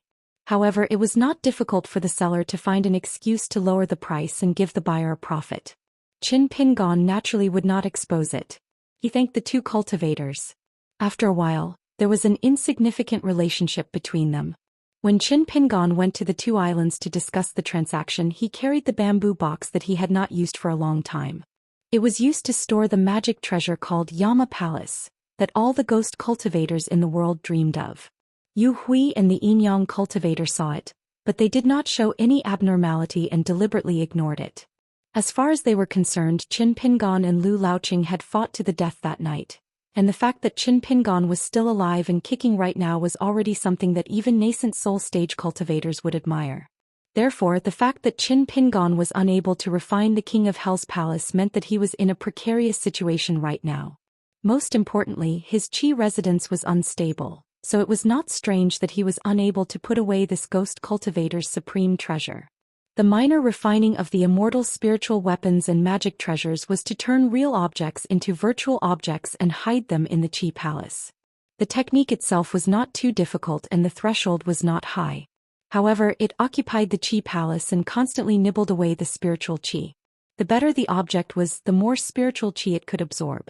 Therefore, when the guard at the Great Wall of Sword Qi handed over the golden demon binding rope, he also taught Qin Pingon an incantation for refining items. Qin Pingon learned it very quickly. Secondly, the success of the minor refining depended on the quality of the spiritual weapon and magic treasure. Generally speaking, Earth immortal cultivators could not even control a half-immortal weapon, let alone minor refining. One of the reasons for the deterrence of the Fu family in the Old Dragon City was that they could completely control a half-immortal weapon with their Earth immortal cultivation. Therefore, not only Yu Hui and the Yinyang cultivators, but also all the cultivators on the Verdant Canyon Island, including Lu Jimao, were surprised that Qin Pingon could use the sword that was very likely to be a half-immortal weapon. A young accountant who could control an unknown immortal sword, fight with the cultivators of the military school, and have 2 natal flying swords. These unreasonable points were precisely the reason why Qin Pingon could be reasonable in the Book Lake. However, if he were an ordinary Book Lake cultivator or individual immortal, he would probably be even more unreasonable once he was faced with these unreasonable points. Wasn't it to be unreasonable to have a strong fist and powerful ability? Otherwise, what was the point? Was it to be kind to others? The Book Lake never had such a principle. For generations, thousands of cultivators on the thousands of islands had long been used to it. Perhaps in the Book Lake, Lu Laoqing, who had the highest cultivation, was the only exception. It was a pity that Lu Laoqing did not even want to meet any of the cultivators in the Book Lake. The only cultivator who went to the Palace Willow Island was the Lord of the Grain Island, whose real identity was a spy of the Song clan. Otherwise, he would not have the ability to go to the island. Qin Pingon returned to the Verdant Canyon Island and went to the Zhou Xian mansion. On the Pearl Hairpin Island, he learned about the potholes of the 2 countries from Lu Zhongruan. This time, when he looked at the plaque of the Zhou Xian mansion hanging high up, Qin Pingon felt a little emotional. Qin Pingon rubbed his chin, wondering if it was time to shave. Otherwise, would he really have to learn from Su Yuanxiao and show others with a big beard? The ghost cultivator Ma Yunji appeared at the entrance of the mansion and cursed, telling Qin Pingon to scram. Qin Pingon did not scram. They had not even discussed the matter yet. After Ma Yunji finished cursing, he asked, "The bulletin of the Catkin Island said that the last time you went to the Pearl Hairpin Island, you went to see Lu Zhongruan surrounded by women. The bulletin also said that Lu Zhongruan is most likely fond of you. Maybe one day, you will be the consecrator of the Pearl Hairpin Island." Qin Pingon rolled his eyes. Ma Yunji asked suspiciously, "Is there really nothing wrong?" Qin Pingon did not say a word. Ma Yunji immediately smiled and said, "Mr. Qin, you are such a noble person and a gentleman. Of course you will not fight with me for Lu Zhongruan. It's my fault for being rude. Come, let's go. As long as Mr. Qin can promise me that you will not have anything to do with Lu Zhongruan in this lifetime, especially not having any relationship with her, we will make the deal at half price." Qin Pingon asked, "I don't have any improper thoughts about Island Master Lu. But what if Island Master Lu pesters me? What should I do?" Ma Yunji laughed and said, "I didn't expect Mr. Qin to be such a funny person. Her Royal Highness will like you? She is not obsessed with you. It's impossible." Then Ma Yunji said softly, "If there really comes a day where Her Royal Highness does something stupid, I hope Mr. Qin can remain calm. Show some of the strength of a gentleman. You should not covet your friend's wife." Walking with Ma Yunji in Zhou Xian mansion, Qin Pingon's scalp tingled as he listened. He almost couldn't hold himself back and wanted to expose Lu Zhongruan's opinion of Ma Yunji. But when he finally managed to hold himself back, he could only sigh at the story of the Pac-Man and Lu Zhongruan. Qin Pingon's head hurt even more when he thought about the fact that he would have to go to Pearl Hairpin Island again. Qin Pingon could only promise Ma Yunji that he would not mess with Lu Zhongruan and would not have any improper thoughts about her. Ma Yunji was satisfied. Before he sat down in the main hall, he glanced at Qin Pingon and said, "If it was when we first arrived at Verdant Canyon Island, I would have been worried. But look at you now. You are not much better looking than me. I can rest assured." Qin Pingon took off the bamboo box on his back and took out the Yama's palace. He said helplessly, "Thank you for your trust." Then the two sides began to trade. Ma Yuanji clicked his tongue in wonder at the King of Hell's palace with the word, prison, engraved on its base. He stared at the small wooden attic without blinking and said bluntly, "I've been fighting for so many years in the Verdant Canyon Island, hoping that one day I can exchange my merits for this reward from the immortal. If it doesn't work, I'll save up enough money and buy it even if I have to sell my pots and pans. You must know that the Yama's palace is the most precious treasure of ghost cultivators. Those ghost cultivators and earth immortals would be too embarrassed to go out and greet their peers without a Yama's palace. However, the King of Hell's palace is also divided into different grades. This is the lowest grade, but it is already quite an impressive treasure. I heard that the nascent soul ghost cultivator with the highest cultivation in the Aquarius continent has a King of Hell's palace that looks like a great prison. It is as big as a real skyscraper and has 3,600 buildings. The cultivator can split his own spirit to travel far away. When he walks in there, he can feel the chilly wind blowing and ghosts crying. Qin Pingon said, "Maybe I will sell it to you when I leave Book Slip Lake one day." Ma Yunji turned to look at Qin Pingon and chuckled. "I've been waiting for you to say that." After paying the immortal money, Ma Yuanji led Qin Pingon to the well at the bottom of Zhou Xian mansion and asked Qin Pingon to put the attic on the ground. Ma Yuanji took out the soul summoning banner and activated the star steps. He chanted and circulated his spiritual energy. Wisps of green smoke drifted out from the soul summoning banner and turned into otherworldly items when they landed on the ground. Pale white arms crawled out of the well and slowly crawled out. It was obvious that the pressure of the well on the ghosts was stronger. Even after leaving the well prison, the ghosts were still confused and had difficulty standing. Ma Yuanji didn't care about this. He ordered the ghosts to move or crawl. One by one, they turned into the size of mustard seeds and entered the King of Hell's palace. Qin Pingon stood at the side and watched all this. Yu Hui and the Yin-Yang cultivators had seen the same scene twice. It looked like a cold wind and rain, but it was actually the pain of being exposed to the sun. Before Qin Pingon left Zhou Xian mansion, the ghost cultivator did not send him off. He stood beside the well and suddenly said to Qin Pingon, "Why did you come? You exhausted your mind, body and spirit. You didn't gain anything." Qin Pingon said softly, "I lost. I definitely lost. I just wanted peace of mind." Ma Yunji sneered, "Just for peace of mind? Don't you think you took out too much immortal money from your pocket?" Qin Pingon asked back, "The one who gave you peace of mind was Lu Zhongruan. For her, you secretly went to the border of Zhuang dynasty and the vassal state of that person who was the retired emperor. You even sacrificed your life. Why don't I see any heartache or regret?" Ma Yunji was stunned and speechless. He suddenly smiled and said, "It's not the same. I'm doing this to please Her Highness the eldest princess and hope that we can become Dao companions. Even if it's only a few times, it's fine. After all, Her Highness the eldest princess is my biggest pursuit in this life." "What about you? What do you get?" Qin Pingon laughed. "Our paths are different. Let's not talk about it." Ma Yunji sighed. "We're brothers in the same boat. Fortunately, we're both ugly monsters that women don't like. We're in the same boat. Come to Zhou Xian mansion often when you're free. I feel better when I see you." This time it was Qin Pingon's turn to be speechless. Qin Pingon carried the bamboo box and left Zhou Xian mansion where the owner's eyes were not very good.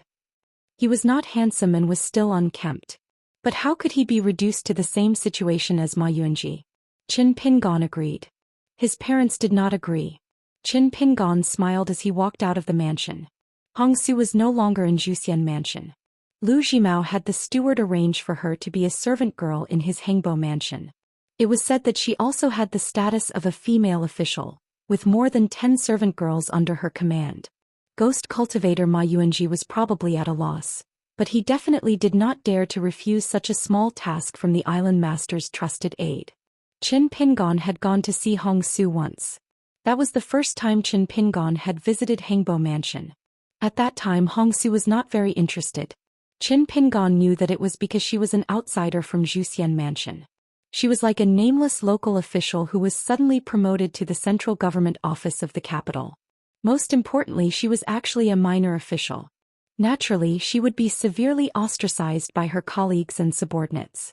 However, Hongsu was still very happy to see Qin Pingon. Qin Pingon politely declined the steward's good intentions.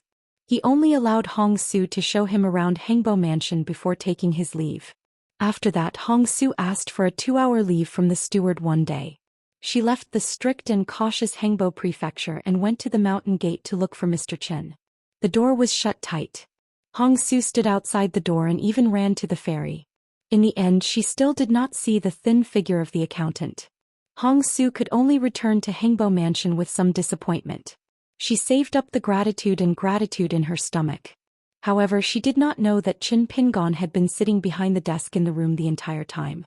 Just like when he boiled medicine when he was young, besides the quality of the ingredients, the most important thing was the heat.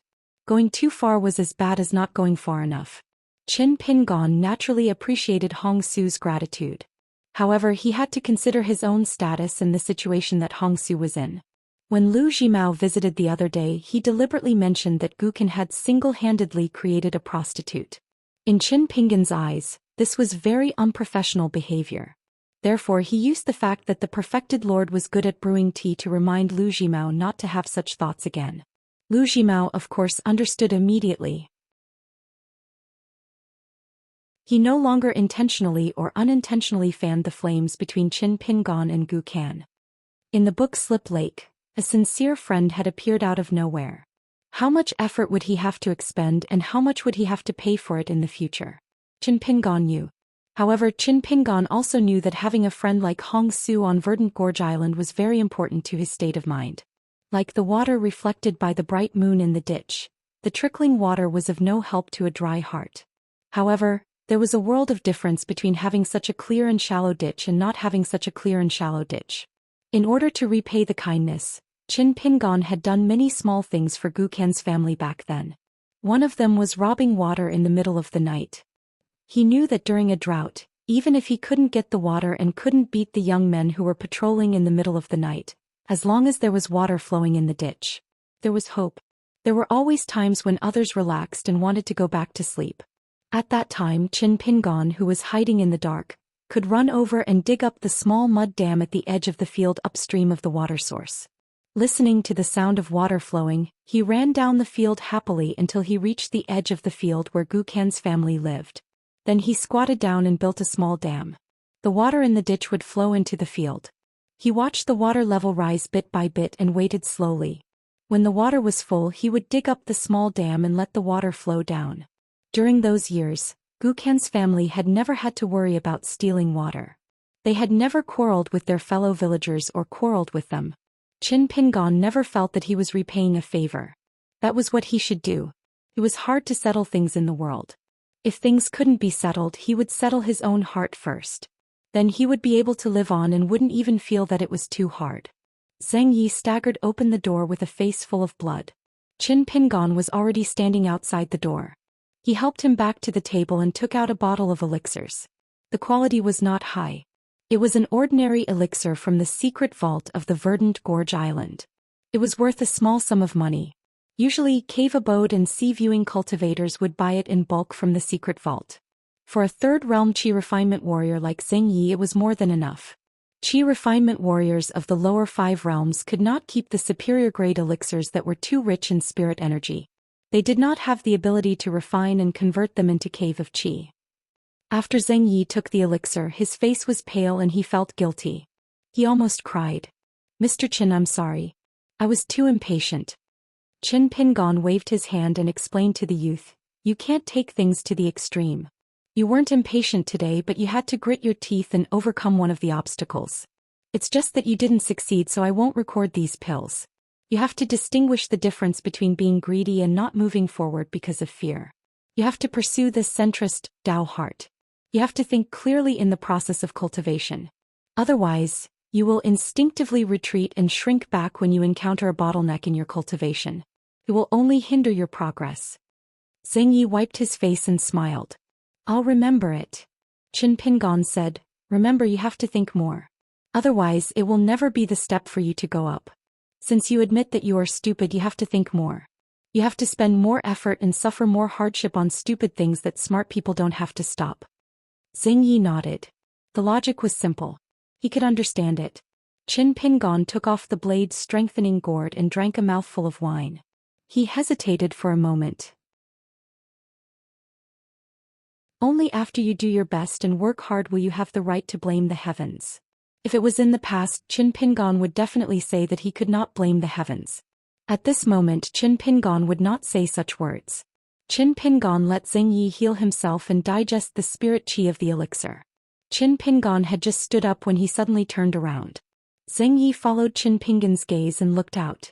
The lake outside the window was bleak and there was nothing unusual. Qin Pingon frowned and said, don't be distracted. Zheng Yi immediately held his breath and focused.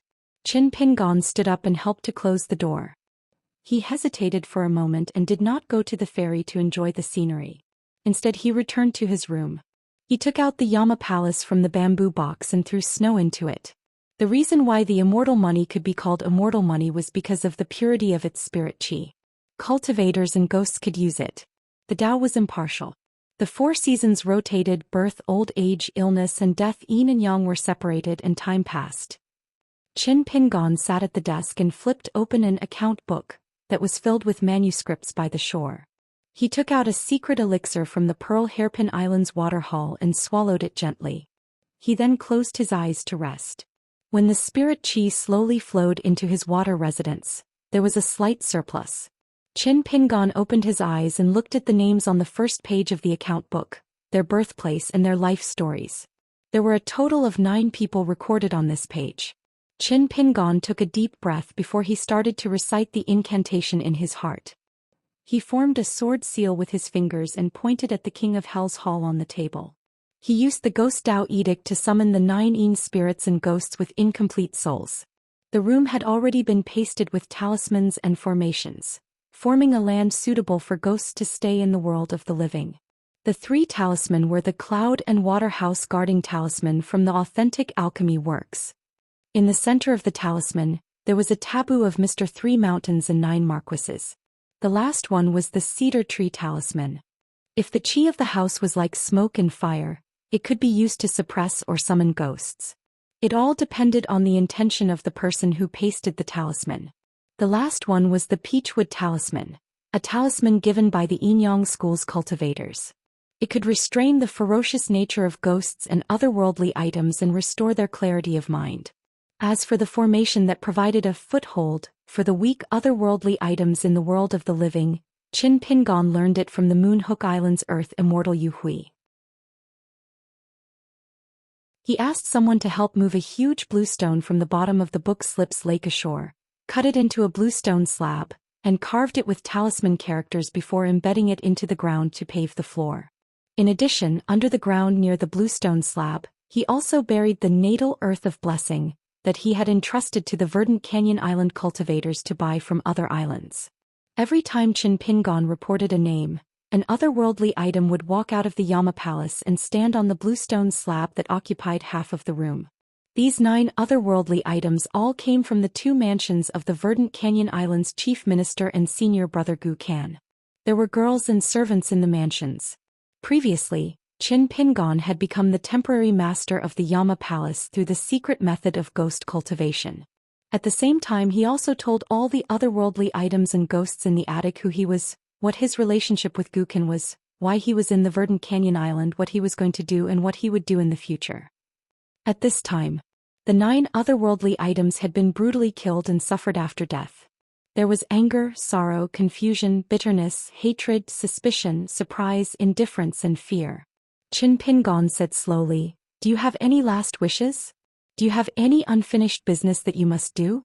For yourself, for your family and for your sect, you can say that I will do my best to help you fulfill your wishes."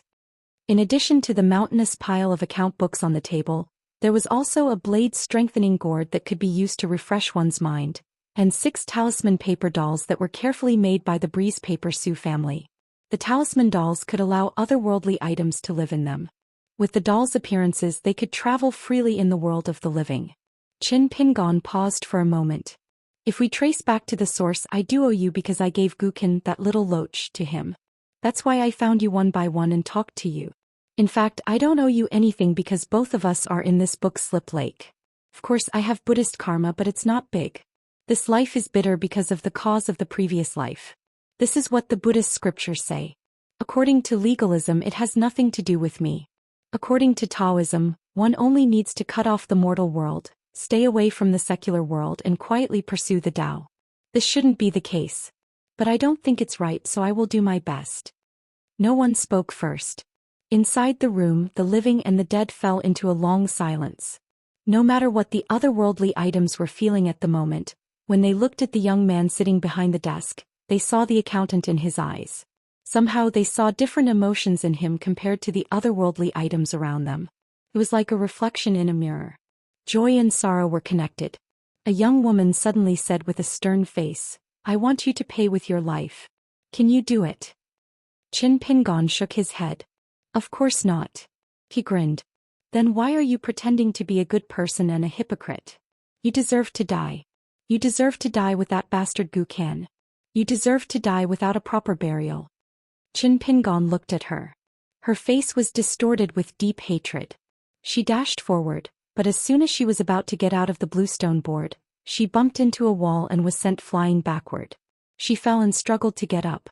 She came to the invisible barrier and spread her fingers. She looked like a madwoman, crazily scratching the invisible threshold with her nails. "If I die, you won't have a good death. You're pretending here. You deserve to die the most.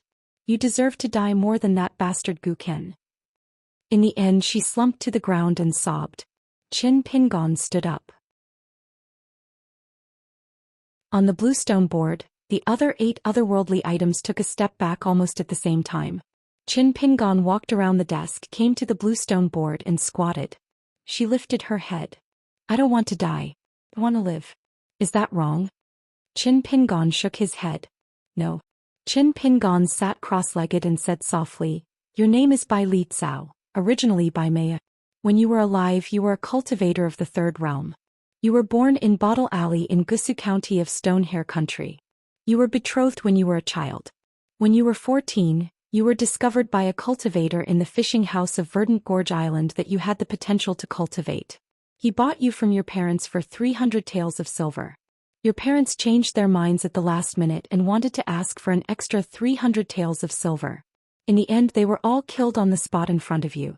When you arrived at Verdant Gorge Island, you were chosen by the island's chief consecrator and were taken in as a maid. You didn't like the name Bai Mei, so you changed your name to Bai Li Tsao. For this reason, you even spent 12 more snowflakes in the incense room. In the end, you were killed by Gukan's dragon retinue. Your body was too horrible to look at. Then I took you out of the well and into the King of Hell's palace." She wiped away her tears. "You can do whatever you want to me. But if Gukan doesn't die, I won't die in peace. Life or death, I will remember him, Gukan." Her eyes were firm. Aren't you powerful? Why don't you just destroy my soul? Then you won't be annoyed if you don't see me." Qin Pingon shook his head. He stood up.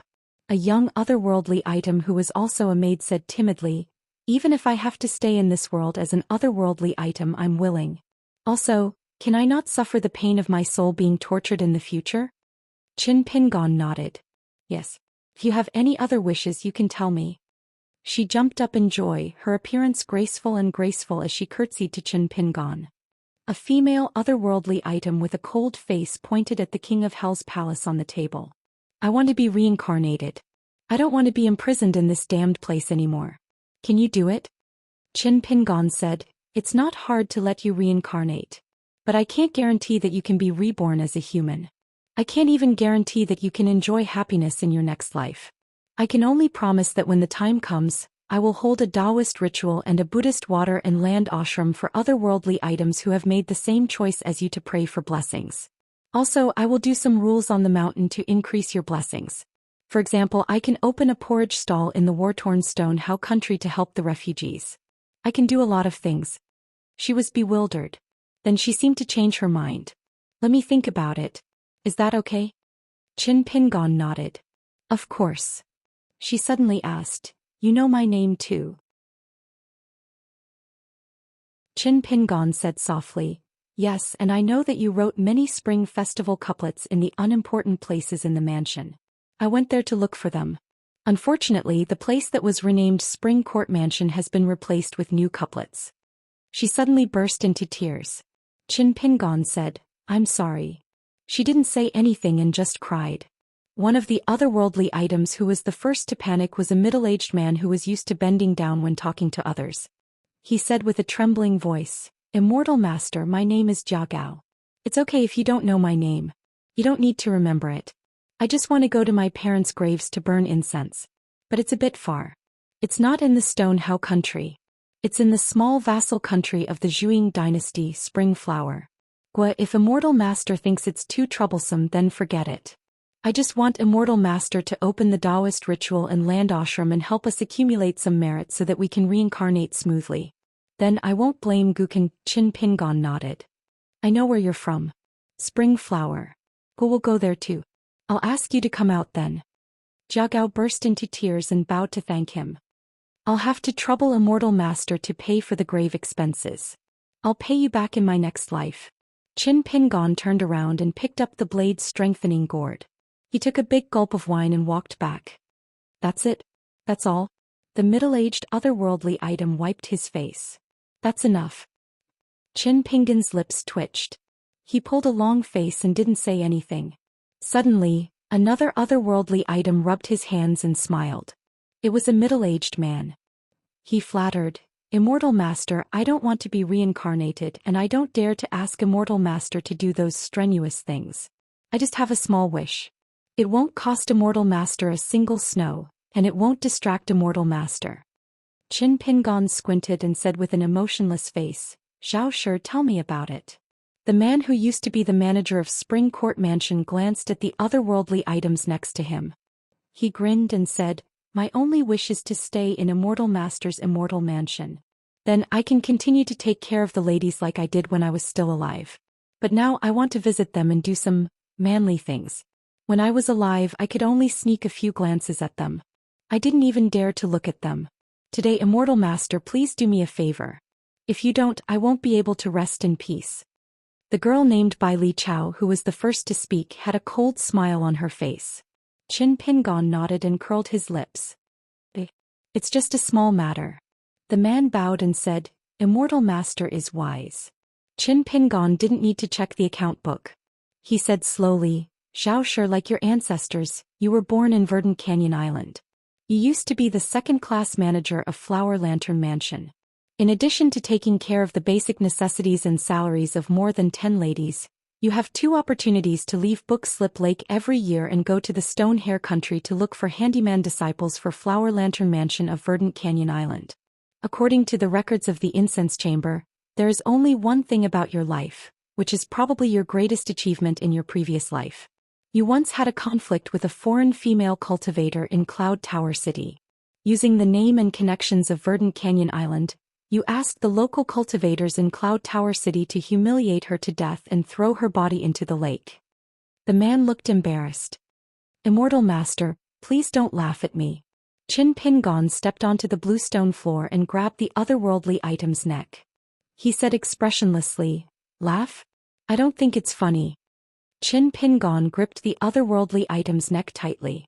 The otherworldly item felt like it was being boiled in a pot of oil. It screamed painfully, Qin Pingon. You didn't keep your word. I curse you. Qin Pingon raised his arm and suspended the otherworldly item in the air.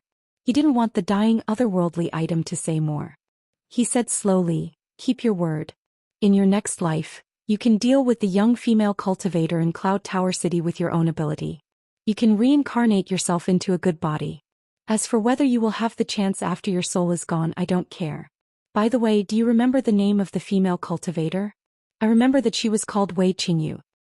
The otherworldly item in Qin Pingon's hand turned into ashes and scattered. Qin Pingon stepped back from the bluestone floor. He coughed a few times and walked back to the desk. He looked at the bluestone floor. A man and a woman who were secretly happy and suspicious at first, began to kneel down and kowtow.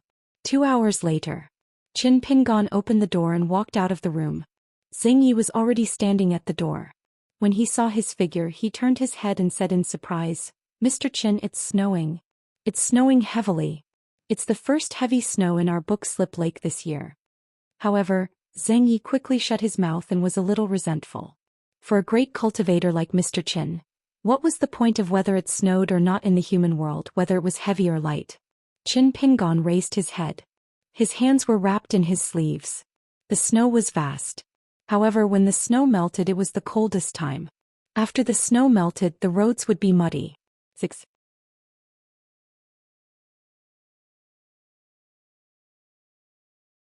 441. Even a bookish old man like Zhang Yi didn't expect the snow to be so heavy today and for such a long time. That ferocious aura seemed to want to raise the surface of the book slips lake by a foot. Heavy snow foretold a good harvest. It was not just a common saying, but it was also applicable to the tens of thousands of cultivators in Book Lake. Rain, snow, and morning dew were rootless water. Naturally, the more the better for Book Lake's spiritual chi and water luck. The islands probably wished that the heavy snow only fell on their heads. It was not the snow that fell, but the snow was spending money, a lot of immortal money.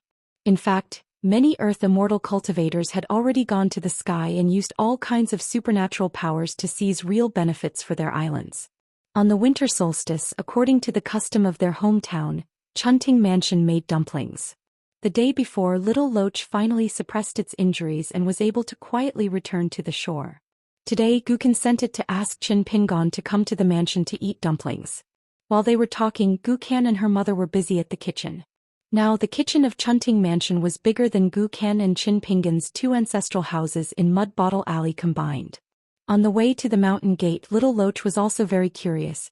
Gu Kan said that Qin Pingon might give it something. What was it? It was said that Qin Pingon had been living in seclusion for the past 10 days and almost never went out. Occasionally, he would only open the door and look at the snow-covered lake. It was very different from before when he was wandering around Book Lake. She was still a little afraid of Qin Pingon. At first, when she returned to Pondwater City, it was the instinctive fear that involved the root of her great Tao. After the battle between Qin Pingon and Lu Laoqing, little Loach, who was named Charcoal Snow by Qin Pingon, was even more afraid. He still liked Gu Kan from the bottom of her heart. She had always been glad that Qin Pingon gave her to Gu Kan. Now she would be reserved around Qin Pingon. She went to the house and gently knocked on the door. Qin Pingon's hoarse voice came from inside. "The door is not locked. Come in. Be careful not to step on the bluestone floor." She opened the door and the cold air accumulated by the heavy winter snow rushed into the house. She didn't notice it at first. She was naturally fond of the coldness of the 4 seasons. However, when she saw the pale-faced Qin Pingon start coughing behind the desk, she immediately closed the door and walked around the limestone slab that was as big as the lichen in Gu Kan's study room. She timidly stood near the desk and said, "Teacher, Gu Kan asked me to call you over to Chunting residence to eat dumplings." Qin Pingon had already stopped writing. There was a self-made bamboo copper cage on his knees. His palms were warm by the charcoal fire. He said apologetically, "I won't be going. Help me apologize to Gu Kan and Auntie later." She said gently, "If Sir is worried about the wind and snow outside, Charcoal Snow can help a little." Qin Pingon shook his head. "Forget it." She still wanted to say something, but when she saw Qin Pingon's eyes, she immediately dismissed the idea. Qin Pingon asked, "Do you know why I named you Charcoal Snow?" She shook her head. Qin Pingon said slowly, "Ice and charcoal are not in the same furnace. This is a principle that even children understand, right?" She nodded. Qin Pingon said, "That's why charcoal and snow are in the same furnace and can still be close to each other. This is one of the most precious things. The other thing is that I have selfish motives. When I see you, I remind myself that giving you to Gu Kan was indeed an act of sending charcoal in snowy weather." Qin Pingon stopped talking. He raised a hand from the charcoal cage and picked up a carving knife on the table. This action made Charcoal Snow, a seriously injured nascent soul cultivator, whose eyelids couldn't help but tremble. There was a bamboo scabbard and a bamboo knife that had just been made last night on the table. Originally he wanted to ask Xing Yi, who liked the snow scene, to help him go to Purple Bamboo Island to ask for or buy a bamboo pole. However, when he thought that green bamboo looked better and the purple bamboo scabbard and knife hung on his waist looked a little fancy, he changed his mind and asked Xing Yi to cut a green bamboo pole from Verdant Gorge Island and bring it back. Qin Pingon made the knife and scabbard overnight. There were many leftover scraps, which he cut into a pile of small bamboo slips for Qin Pingon. There were a few blank bamboo slips on the table that had not been engraved. However, unlike the bamboo slips that had been engraved in the past, these newly made bamboo slips of Verdant Gorge Island were not of the same size, but of different lengths and thicknesses. At this time, Qin Pingon picked up the carving knife that came as a gift from the shop in the capital of the Great Sui Kingdom. He picked out the longest bamboo slip and gently cut it near the end of the bamboo slip into 2 sections of different lengths. Then he cut the longer section again and again. The gaps were like the joints of a bamboo pole. In the small alley where smoke rose in spirals, the sun shone high above the fields, between the 2 ancestral residences in Mud Bottle Lane, the resplendent Spring Court Palace and the lawless Book Slip Lake. Although she didn't know what Qin Pingon was doing or what he was blindly thinking about, Charcoal Snow was still frightened by this scene. This descendant of the true dragon who didn't fear Lu Laoqing was like a child who was about to be punished for making a mistake. Facing a teacher who was about to settle accounts, she waited for the plank to fall into her hand. Qin Pingon didn't raise his head. He just stared at the bamboo slips that were being cut again and again. There's a saying in my hometown: lotus root can't cross the bridge, bamboo can't cross the ditch. Have you heard of it? Charcoal Snow hesitated for a moment, then said softly, when I was in the Pearl Grotto Heaven I didn't gain sentience. It was only when I came to Verdant Gorge Island that I began to truly remember things. Later on, when I was in Spring Court Palace, I heard Gukan's mother casually mention it. Qin Pingon finally raised his head and said with a smile, your temper is the same as Gukan's. But the knowledge of these words, did you learn them from Auntie? Charcoal Snow was silent. Her eyelashes trembled slightly, looking delicate and pitiful. Qin Pingon said, I've already felt guilty twice over Gukan's matters. As for Auntie's matters, I've already paid it off. Now you're the only one left, little loach. Charcoal Snow slowly raised her head. Her pair of golden vertical eyes stared fixedly at the accountant sitting behind the desk. The murderous aura in the room was so heavy that it caused the wind and snow to howl outside. She was extremely weak now, but how good was he? He was even more sickly than she was. When it came to the great Tao and life and death, she wouldn't be careless in the slightest. Apart from that, she could even be at Qin Pingon's beck and call. She treated him as half a master and was extremely respectful to him. She and Gukan were also born to hit it off and were compatible with the great Tao. Qin Pingon coughed. With a flick of his wrist, he placed a golden rope on the table. He sneered, why? Are you trying to scare me? Why don't you take a look at the fate of your own kind? Charcoal Snow saw through the roots of the golden rope at a glance. She immediately felt like her liver and guts were about to burst. For the rest of the cultivators, even golden core earth immortals like Yu Hui wouldn't be as frightened as she was when they saw this magic treasure, let alone nascent soul great cultivators like Lu Zhimao. Qin Pingon put down the carving knife in his hand and picked up the demon binding rope that was refined from the whiskers of the old nascent soul flood dragon. He walked around the desk and slowly walked towards her. Of course I didn't kill this old nascent soul flood dragon with my own hands. Even the demon binding rope was refined by a friend at Inverted Hanging Mountain. The one who killed the old flood dragon was a great sword immortal. The one who asked someone to refine it was another great sword immortal. This was the fate of the old flood dragon who oversaw the small world and was about to enter the unpolished jade realm. Gukan may not know, but don't tell me you don't know that the calligraphy lake is too small for you? It will only get smaller and smaller. Qin Pingon stood in front of her. You help Gukan kill this and that. You kill to your heart's content. What do you want? Of course the two of you are closely related to each other. Apart from the fact that you won't harm Gukan, you just follow your heart and do whatever you want every day. Aren't you also foolishly trying to help Gukan gain a foothold and then help Lu Zhimao and the Verdant Gorge Island take over the entire Book Slip Lake so that you can take half of the water luck of the Book Slip Lake as the foundation for your bold gamble to reach the unpolished jade realm? Qin Pingon held the demon binding rope in one hand and stretched out a finger to poke her forehead. The bigger the bowl, the bigger the rice. Don't you know this? Aren't you afraid that you will die from overeating? Her face was full of anger and her whole body was trembling. She really wanted to reach out with her claws and cut out the heart of this sickly person in front of her. But she didn't dare to. One of the most important reasons was the half-immortal weapon that was now hanging on the wall. It wasn't because of any affection or affection. Even in the depths of her heart she sensed a trace of a strange aura from Qin Pingon that was naturally oppressive. At first she mistakenly thought that it was because of the chance of Tao. Later she realized that it wasn't just that.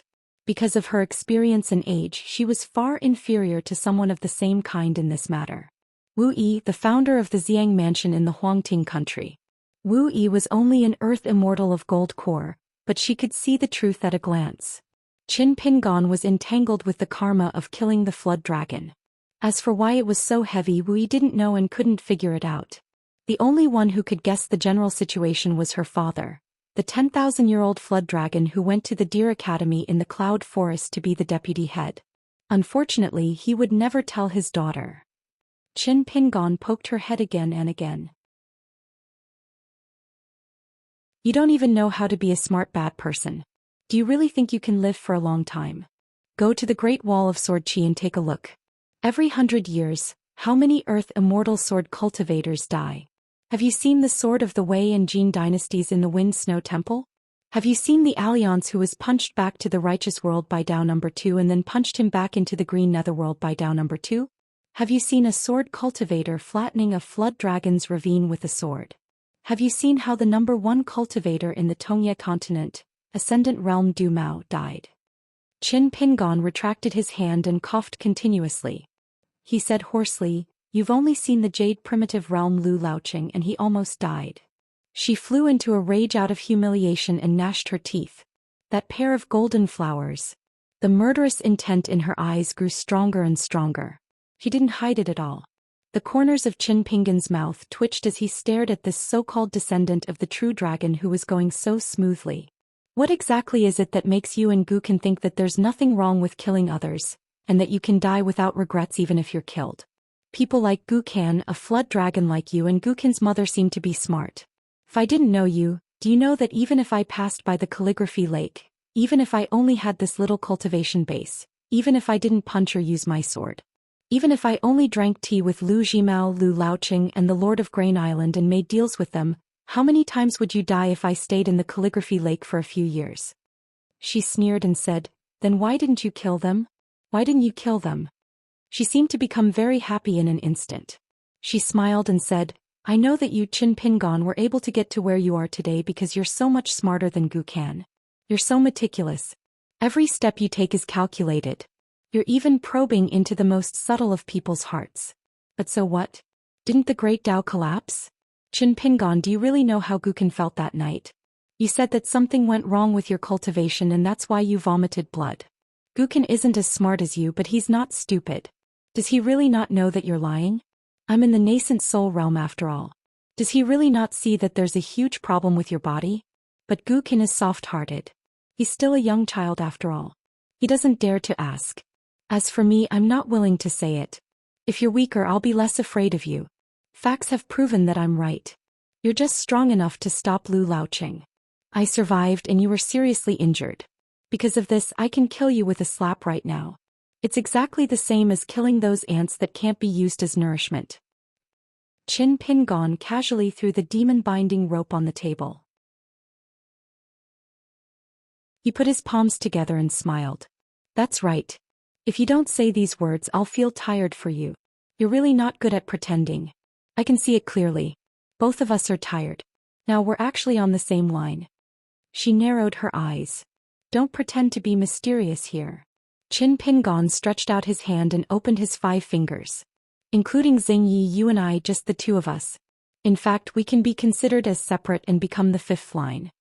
She sneered and said, "Qin Pingon, have you lost your mind after dealing with those otherworldly items for too long? Have you gone mad? Have you turned to the demonic path without turning your head? Are you ambitious? Do you want to learn from the City Lord of White Emperor City? Do you want to start by becoming the co-owner of the book Slips Lake? It's not impossible. Mr. Qin knows so many powerful people. What can't he do by relying on them? I'm just a little loach that even Mr. doesn't care about. I'm just one of Mr.'s powerful backers behind the scenes. They can crush me with just one finger. Qin Pingon smiled. He really felt that these words were very interesting. It provided him with another possibility. In this way, the line between the two sides would be clearer. With his smile, the tense atmosphere in the room lightened a little. Qin Pingon gestured for her to sit down and talk. He turned around and walked straight to the desk. His back was left to her. She neither made a move nor moved. Since Mr. Qin is a scholar who likes to follow the rules, I'll just stand and talk. Qin Pingon sat back in his chair. Holding the charcoal cage, he stretched out his hands to warm them. After rubbing his hands, he exhaled. Let me tell you something. Years ago, when I had just left the Pearl Grotto Heaven and traveled to the Great Sui Dynasty, not long after I left Red Candle Town, I met an old scholar on a ferry. He also spoke up for me once. It was obvious that other people were being unreasonable first, but he tried to stop me from being reasonable later. I couldn't understand it at that time and I had doubts in my heart. Now thanks to your book, Lake, I can understand his thoughts. He might not be right, but he was definitely not as wrong as I thought at first. At that time I was at most not wrong, but I might not be right. Qin Pingon smiled and drew a circle with his finger. In the Jianghu, drinking is the Jianghu. Committing murder is the Jianghu. Upholding justice is the Jianghu. On the battlefield you kill me and I kill you. The capital temple is the Jianghu temple. The hundreds of thousands of surrendered soldiers are the Jianghu temple. And the ancient battlefield ruins where the heroic spirits are unwilling to retreat are still the Jianghu temple. On the court, helping the country and helping the people is the Jianghu temple. Interfering in the politics of the country is also the Jianghu temple. Ruling the country is also the Jianghu temple. Someone told me that in the hometown of the Lotus Flower Blessed Land, someone called his friends and killed all the soldiers in order to save his father who broke the law. In the end, he was regarded as a man of great filial piety. In the end, he even became a high-ranking official and left his name in history. Another person heard about the death of his friend and traveled thousands of miles. In one night he killed his friend's entire family. In the moonlight he returned. In the end, he was regarded as a chivalrous hero of the time and was chased by the government for thousands of miles. Everyone saved him on the way. This person was admired by countless people when he was alive. After his death, he was even included in the ranger biographies. Qin Pingon drew a bigger circle. In the beginning, I didn't think much of it. I thought that if I met such a person, I would rather kill him with 2 punches. But now I understand that at that time, this was the culture of the whole world. It was the aggregation of all the knowledge, just like the collision, fusion and manifestation of the knowledge in the Clay Bottle Alley, Red Candle Town and Cloud Tower Town. This was the universally recognized family discipline and good customs of that era. However, as the river of time continued to move forward, everything changed with the passage of time. If I lived in that era, I would also admire such a person. Not to mention killing him with 1 punch, I might even have to salute him with cupped fists when I see him. There was an old Taoist who schemed against me the most. He only showed me the river of time for 300 years. And I dare to say that it was a part of time that passed slowly. It was a part of the river that was complete compared to the world. It was just enough for me to see, not more, not less. If it was less, I wouldn't be able to see the subtlety of the knowledge that the old Taoist admired. If it was more, I would have to return to the knowledge of the old Taoist. Qin Pingon seemed to be very cold now. His shoulders drooped and his hands didn't leave the charcoal cage for a moment. He smiled and said, "Whether it is you or Lu Jimao, compared to him and another young Taoist, these Taoist immortals who really stand at the top of the mountain are more than 100,000 miles away." Qin Pingon lifted his chin and pointed at her side. In the nature of the heart, there should be a piece of the heart that is the most muddy. No matter how clear the water is, it is like the water in a ditch. As long as it flows into the field, it will become muddy. For example, almost everyone deep in their heart will contradict themselves without knowing it. The calligraphy lake is the best example. Compared to the battle of the 3rd and 4th divisions, the White Snow Continent's worry-free village is just the opposite. Why, do you not understand? Then I will say something that you can barely understand. When there is a distinction between right and wrong, when a person stays out of the matter, many people will not ask about right and wrong but blindly favor the weak. They will innately dislike the strong and hope that they will fall from the altar. They will even criticize good people and hope that a moral saint will have flaws. At the same time, they will admire the occasional good deeds of the wicked. The reason is actually not complicated. This is because we are fighting for the small one, trying to be balanced and not let a small group of people occupy too much. This has little to do with good and evil. To take it a step further, this is actually beneficial to all of us. We will share the big one more evenly. No one will go too high or too far, and no one will stay in a position that is too low. It is like a grasshopper on a string. The bigger one will jump high and far while the weaker one will be dragged forward. Even if they are dragged by the string until they are bruised and bruised all over, they will not fall behind. They can hug each other for warmth and will not be easily pecked by the birds. That is why there are so many people in the world who like to be reasonable, but when the people around them are unreasonable, they will still secretly rejoice. It is because of the nature of the heart. When the world starts to become reasonable, you will have to pay a higher price. Being unreasonable will become the capital to settle down and get on with life. By staying by the side of such strong people, you will be able to fight for more material things together. This is the so-called helping one's family and not helping reason. Gu Can's mother staying by Gu Can's and your side, or even staying by Lu Jimao's side, will instead make you feel safe. This is also the reason. This is not to say that she is wrong in this matter. It is just that if a vein is not wrong at the beginning, if it continues to spread out like lotus flowers and bamboo, all kinds of conflicts with the established rules will appear. However, you will not care about those minor details at all. You will only think about breaking the bridge and filling up the ravine. That is why I told Gu Can that the many innocent people he killed were actually me, Qin Pingon, and Gu Can from Mud Bottle Alley back then. He will not listen to me either. I have done so much here.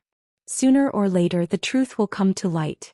I want Gu Can to open his eyes wide and watch carefully. If he doesn't listen to reason, then so be it. But I, Qin Pingon, am here. Other than helping him and helping myself correct and make up for my mistakes, I will also let him understand a truth beyond the books. In Book Slip Lake, in 2 years at most, when a cultivator stands at a high position, there is no need for him to establish his prestige by killing the innocent. I will still be able to live a more stable life and stand at a higher position than Gu Can. She wanted to say something but stopped. Qin Pingon smiled and said, "What? Are you going to say that I have too many backers and too many magical treasures in my hands? That you and Gu Can can't compare to me? Then have you ever thought about how I have grasped all of this? Even if I tell you word by word, you won't understand. Because if I tell you the truth, you will understand it, but you will not be able to do it. Isn't it very interesting? That is the nature of your heart. When your temperament is like a porcelain embryo, there is no one around you who can persuade you to change. However, that is not important. Even if there is such a person, I think it is a waste of effort. There was no point in saying all this. What is important is that you do not even know how to be a smart bad person. Therefore, you are even more unwilling and do not know how to be a smart good person." The little loach bit her lips. After a moment of silence, the first thing she said was, "Qin Pingon, don't force me to kill you today." Qin Pingon tilted his head slightly and asked with a smile, "Why do you want to kill me? If you kill me, won't you, Gu Can, and the Spring Court Palace lose one less backer? Look, I just said that you are stupid. You are so bad that you are stupid, but you still don't want to admit it." The sound of boots rubbing against the ground could be heard under her feet. Qin Pingon turned a blind eye to it. He pointed to the room next door where the young man Zheng Yi lived. "There is a good person over there. He is also young and he learns everything very slowly. However, I still hope that he can live well in Book Slip Lake as a good person. It will not be easy, but there is still hope. Of course, if I find that I can't change him, or if I find that my shrewdness and schemes still can't guarantee his survival, I'll let him be. I'll let him run his own course at Book Slip Lake in the way he used to be best at." There was once a detail. When Qin Pingon picked up a stool, Zheng Yi did not notice and forgot to pick it up and enter the room. If it was said that Zheng Yi did not understand the ways of the world, was young, had a simple temperament and could not see anything in his eyes. However, when he was cultivating, he was distracted and followed Qin Pingon's gaze to look outside the window. This made Qin Pingon feel somewhat helpless. However, it could also be explained. Because he was young and inexperienced, he lacked enough training. He could also wait for Zheng Yi to grow. On the chessboard, every move was slow and flawless. There was no need to think too much about victory or defeat. In the end, the chances of winning were higher. However, if the heavens really wanted someone to die, then it could only be fate. Just like what Qin Pingan said to Zheng Yi when that time came, he only needed to have a clear conscience and complain to the heavens and others. However, there was one thing that made Qin Pingan sigh with emotion. He needed to notice the signs and had to make things clear. For the first time, he had to secretly knock on the young man's heart. He told Zheng Yi bluntly and without mistake that the two of them were only business partners, not master and disciple. Qin Pingan was not his preacher and protector. It was definitely not to the extent that Zheng Ye's nature was bad. On the contrary, after going through a life and death situation, he still had feelings for his master and Reed's Moon Island. This was one of the fundamental reasons why Qin Pingan was willing to keep him by his side. It was no less important than Zheng Ye's foundation in cultivation and talent in the path of the ghost. However, even so, Zheng Yi was able to make Qin Pingan vaguely see himself in the past. When he looked carefully, he could not stand up to a little more scrutiny. Zheng Ye's personality seemed to be the complete opposite of Gu Kan's. Zheng Ye's following words and actions were originally the fourth line that Qin Pingan wanted to observe carefully. However, when it really came down to it, Qin Pingan still went against his original intentions. He still hoped that Zheng Yi would not stray. He hoped that he could find a place where his mind would not sway and waver between the two sides of the ruler of snatching and giving. However, it did not matter. When he interfered, he changed the path of that meridian. The line was still the same line.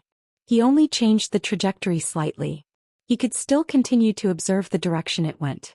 It was just that there was a slight deviation from his expectations.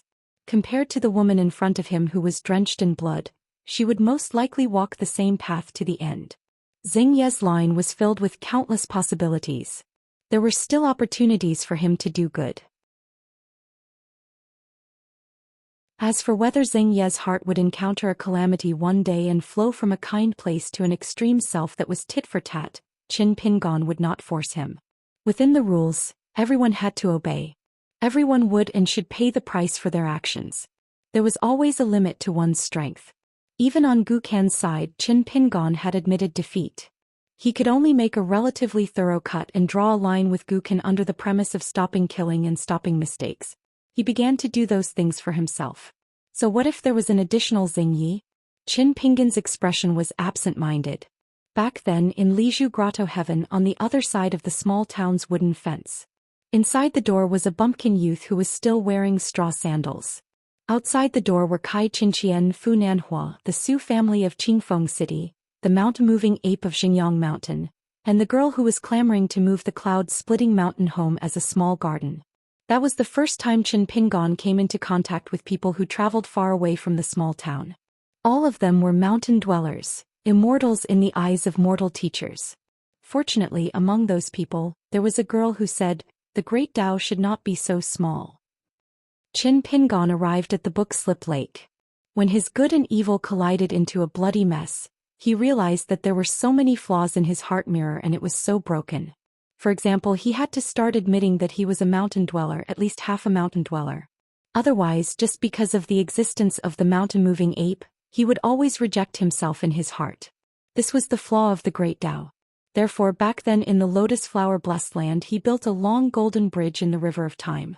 However, Qin Pingan's heart clearly told him that, as long as he really walked on it, the bridge would collapse and he would definitely fall into the river. Qin Pingan sighed. "The first time you turned around, this time you were distracted. Little Loach, I gave you 2 chances. In the end, you still don't dare to kill me?" She said coldly, "Isn't this still within your calculations? According to what you said, rules are everywhere.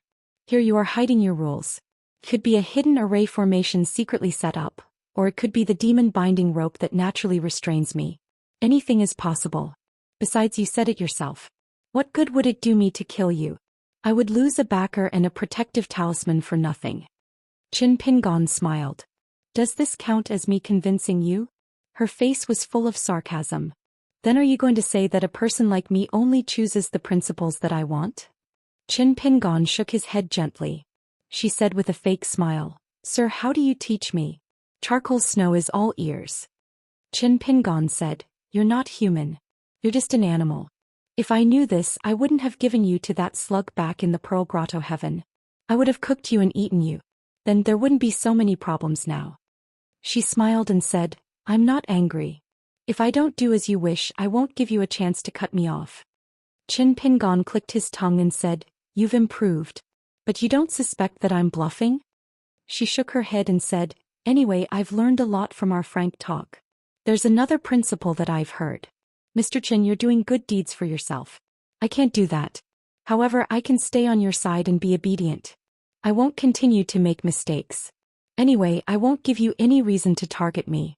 Isn't that even more disgusting to you, Mr. Qin, who's smart but likes to follow the rules and be reasonable? If you kill me, Guqian's Dao will be damaged and his longevity bridge will be broken. He's not as resilient as you. He won't be able to climb up step by step. I'm afraid he'll be a cripple for the rest of his life. Mr. Qin, can you really bear to see that?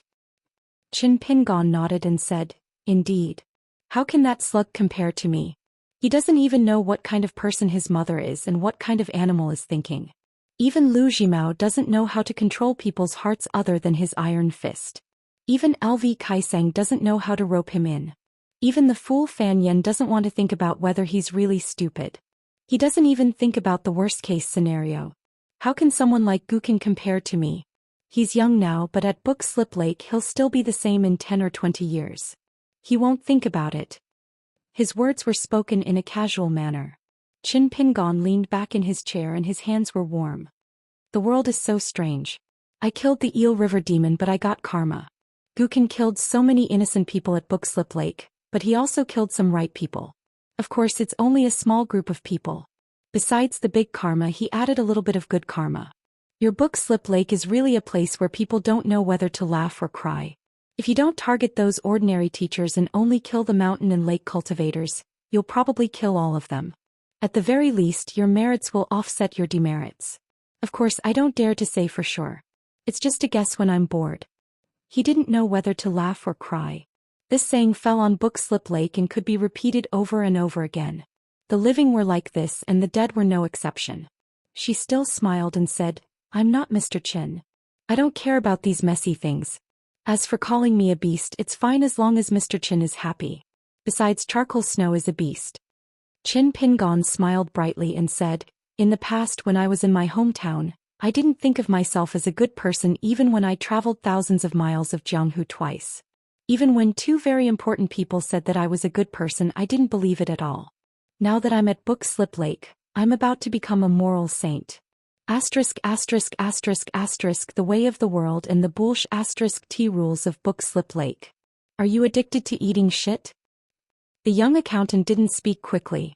Although there were doubts in his words, there was almost no fluctuation in his tone. He still said it as if he was telling a small joke. She covered her mouth and laughed. Mr. Qin, if you have the ability to talk to Guqian, I won't listen. I'll just treat it as a passing wind. Guqian's mind is unstable now.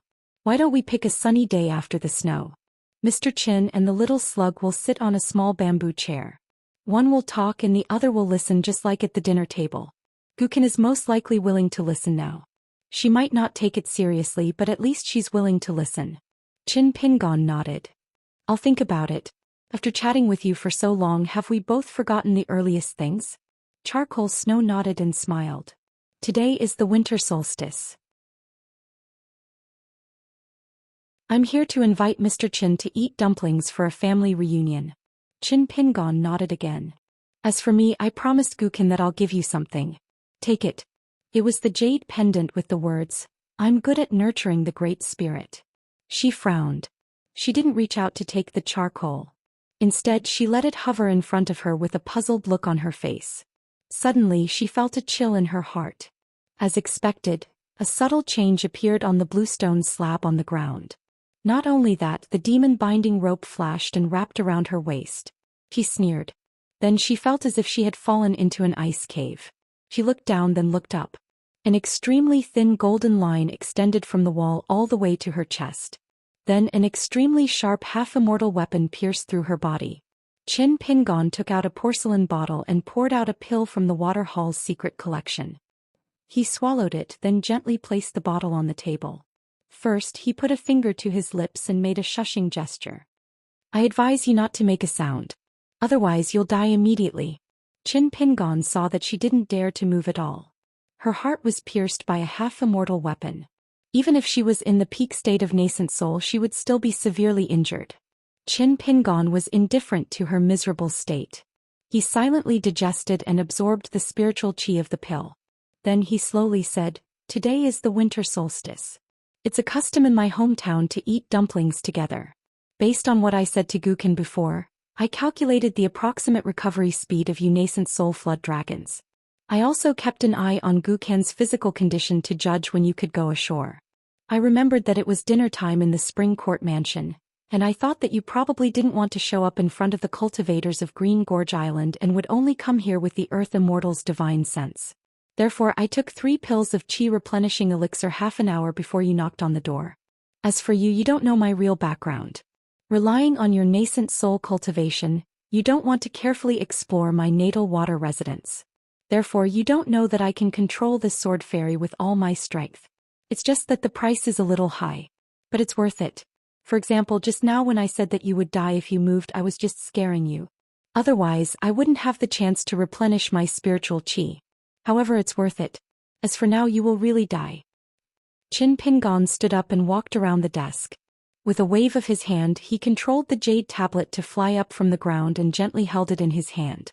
As if he was not afraid of the loach's dying struggle and counterattack, Qin Pingon directly walked to a few steps away from her and asked with a smile, "You're just an empty shell of the nascent soul realm and an earth immortal of the gold core realm.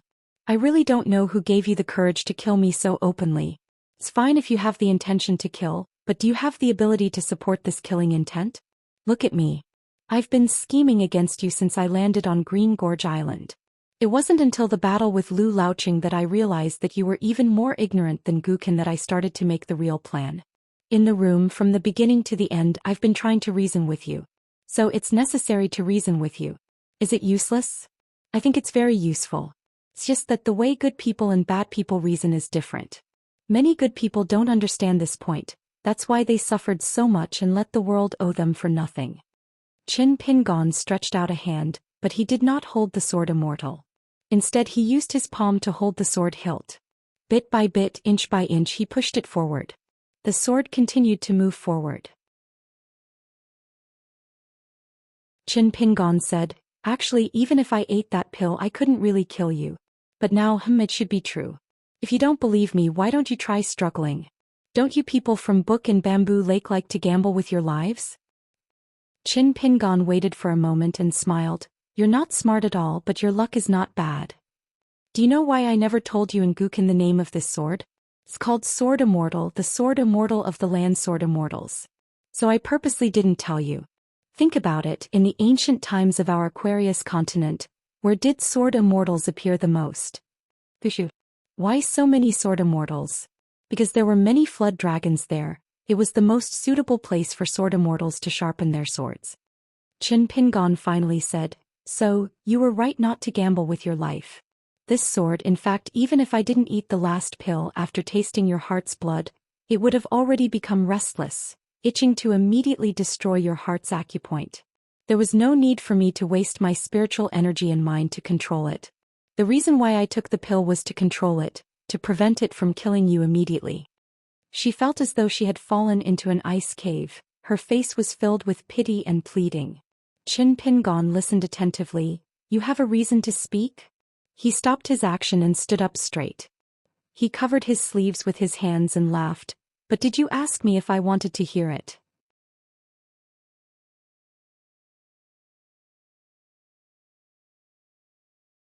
"442.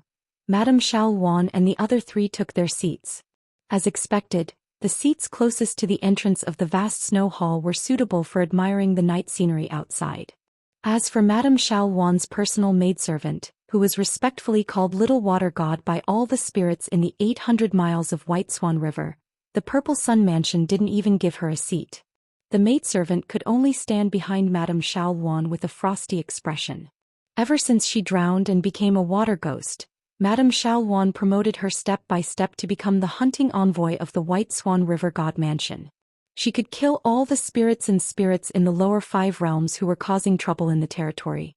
She had never been humiliated like this before. This visit to the Purple Sun Mansion could be considered as throwing away all the glory she had accumulated in the past 200 years.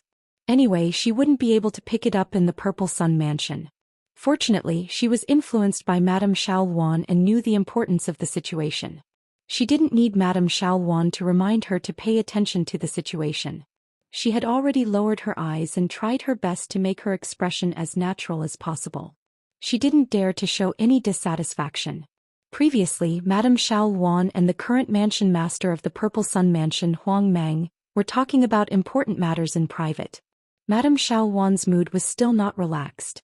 She reminded the four of them that there were still variables before they returned to the White Swan River God Mansion. She begged everyone to bear with it. At that time, Madame Xiaoluan was quite guilty.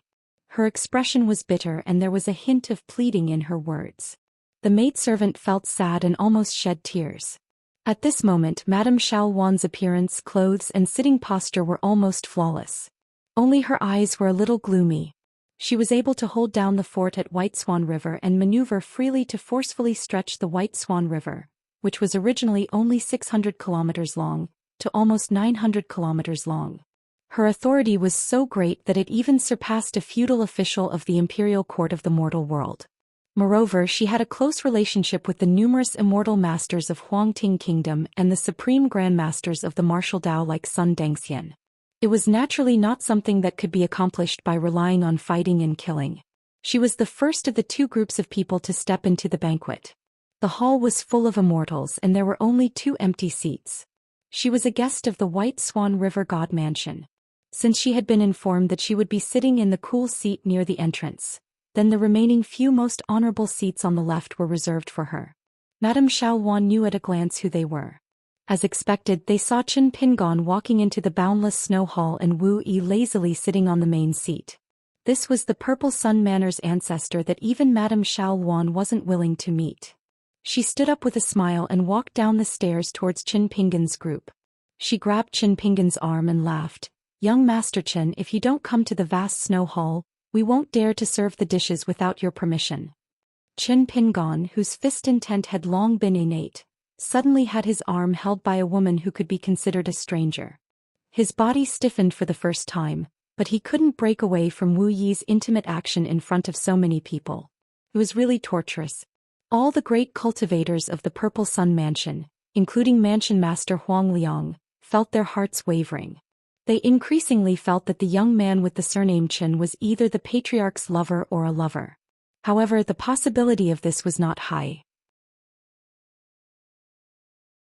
After all, ever since the patriarch established the Purple Sun Mansion, he had never had a Taoist companion. The patriarch was obsessed with the great Tao and had never felt anything for relationships.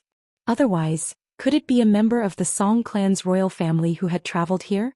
Otherwise, the patriarch Wu Yi's various behaviors at this banquet were too strange and abnormal. Fortunately, after Wu Yi brought Qin Pingon to his seat, she let go of his hand without a trace and walked to the main seat. She still looked at Qin Pingon with a familiar attitude and said loudly, "Young Master Qin, not to mention other things in our Purple Sun Mansion, the old dragon covets wine and is famous everywhere. It's not an exaggeration. Even an old emperor of the Great Sui Kingdom's Guianggao family had privately begged the Huangting country's Hong family to ask for 60 jars of wine from our Purple Sun Mansion every year. Now the wine has been prepared on a few tables. When you finish drinking, the servants will serve it. We won't let anyone have an empty cup. Everyone just drink to your heart's content. Tonight we won't go home until we're drunk."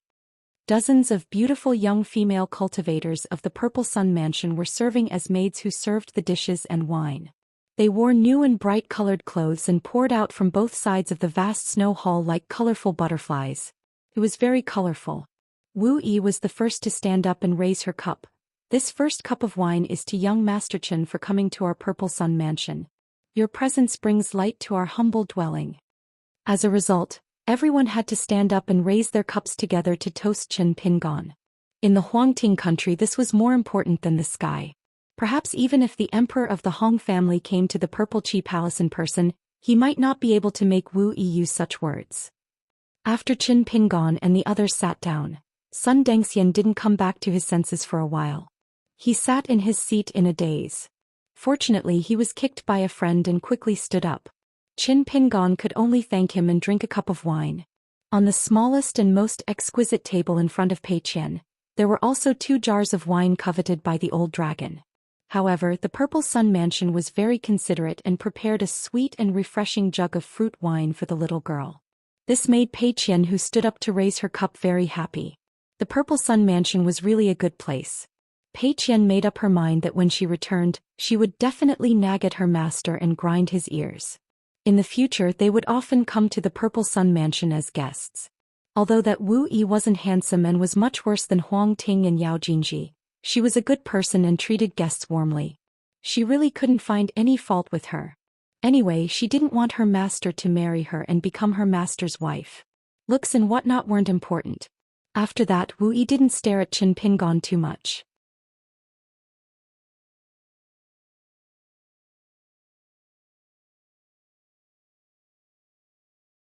Remember to visit us more often during festivals. But let me remind you again, Madame Xiao Wan, you have such an opportunity today thanks to young Master Chen. Don't you think that's a good idea? Madame Xiao Wan was obviously feeling uncomfortable. Her breathing was hurried, but she still smiled and said, "Of course. Then let's drink another jar." Just like what progenitor Dong Ling said, this is a rare opportunity. We won't go home until we're drunk. I, Xiao Wan, dare not disappoint a hero on such a beautiful day. I just hope that progenitor won't laugh at me if I lose my composure after getting drunk. As she spoke, Xiao Wan picked up another jar of wine. Her fingers that opened the mud seal were already trembling slightly. After Qin Pingon got up, he held the wine cup in his hand and looked at the water god of the White Swan River at the door. He lowered his head and looked at his wine cup. Suddenly he turned to Wu Yi on the main seat and said with a smile, "Progenitor, my alcohol tolerance is average. Why don't Lady River and I drink with a cup? Otherwise I would have a cup of wine and the river god would have a jar of wine. Logically speaking, I wouldn't be able to hold my ground. Otherwise I would have to disturb the Purple Sun Manor again. When I pass by the Water God Manor, I wouldn't dare to visit the Water God Manor anymore." Wu Yi's eyes were deep. She shook the wine jar and said with a smile, "Young Master Chen, this won't do. Xiao Wan offered me 3 jars of wine, but she only drank 1 cup with you. What's going on? It's too outrageous. Why? Does young Master Chen have feelings for her? If that's the case, it's a coincidence. With the wine as a matchmaker, our Madame Xiao Wan has been single for many years. Young Master Chen is a dragon among men." Qin Pingon quickly interrupted Wu Yi's words that were getting more and more ridiculous. He picked up a jar of wine and opened the mud seal. He seemed to be begging Wu Yi for mercy. "Progenitor, I can't win against you. I'll accept the punishment. Half a jar of wine as punishment. The remaining half will be my return to Lady River." Wu Yi suddenly laughed loudly. Thus, the vast snow hall once again resounded with earth-shattering laughter. Qin Pingon faced the main seat and drank half a jar of wine in one breath. He then turned to Madame Xiao Wan and raised the remaining half jar of wine high, to Lady River. Madame Xiao Wan drank it again. This time she didn't care about her etiquette. She quickly sat down, turned her head and used her arm to cover her mouth. After the farce, the banquet became lively again. The female cultivators in colorful clothes were busy. Some people had already left their seats and came and went to toast each other. After all, this time the cultivators of the 5 realms of Purple Sun Manor were gathered. Many of them came from the cultivation caves near the Purple Sun Manor.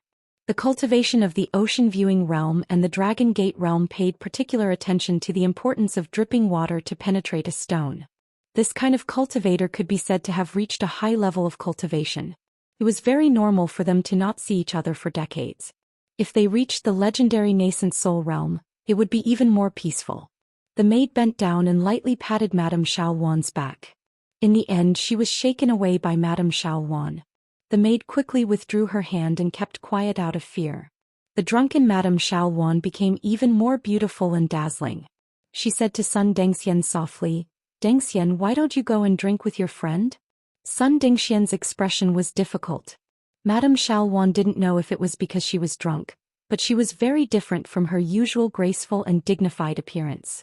At this moment she actually had the appearance of a little girl and looked pitifully at Sun Dengxian. Sun Dengxian was a little helpless.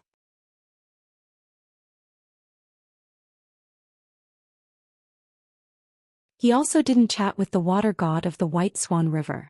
Before Qin Pingon left, he looked toward the entrance. The steward who could only wait outside the door had been looking at Qin Pingon and Madame Xiao Wan. When he finally saw Qin Pingon's line of sight, he immediately lowered his head and bowed. Qin Pingon smiled.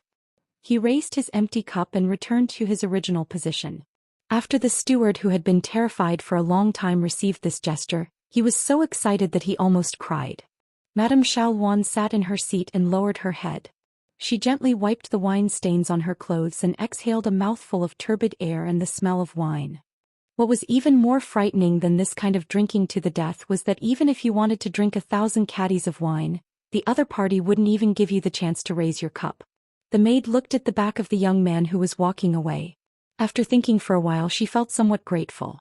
Pei Qian raised his head and asked curiously, "That old man, does he look down on people?" "Sai, master, you're not angry?" Qin Pingon smiled. "What's there to be angry about?" Pei Qian whispered, "Master, you're thinking for the good of Hero's son and the others, right?" Qin Pingon patted her head. "You're smart." When they were only a few steps away from their seats, Pei Qian grabbed Qin Pingon's gentle hand.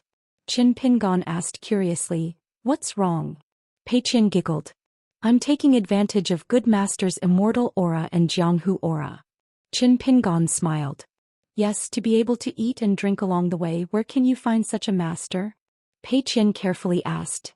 "Master, can I drink a little of the wine that old flood dragon covets? It's so fragrant I'm dying of thirst." Qin Pingon asked, "What do you think?" Pei Qian nodded. "I think I can drink a small cup. I also want the world to be narrow and the wine cup to be wide."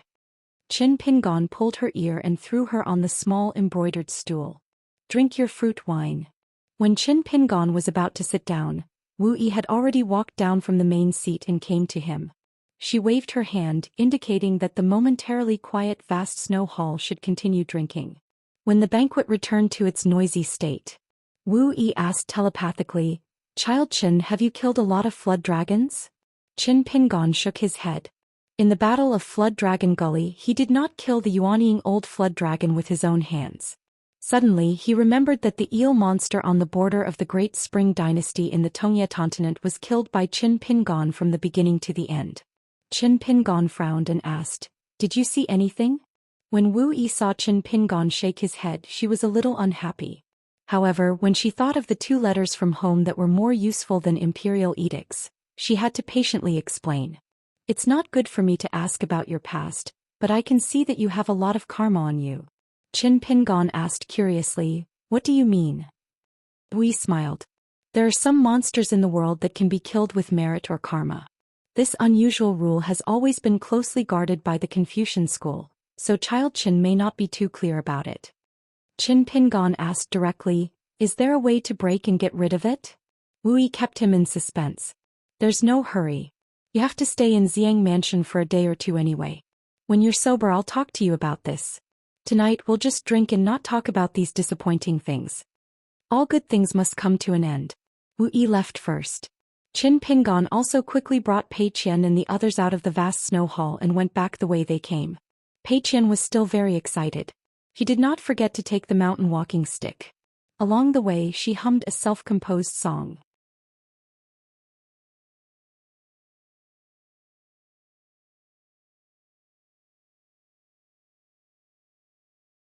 "443.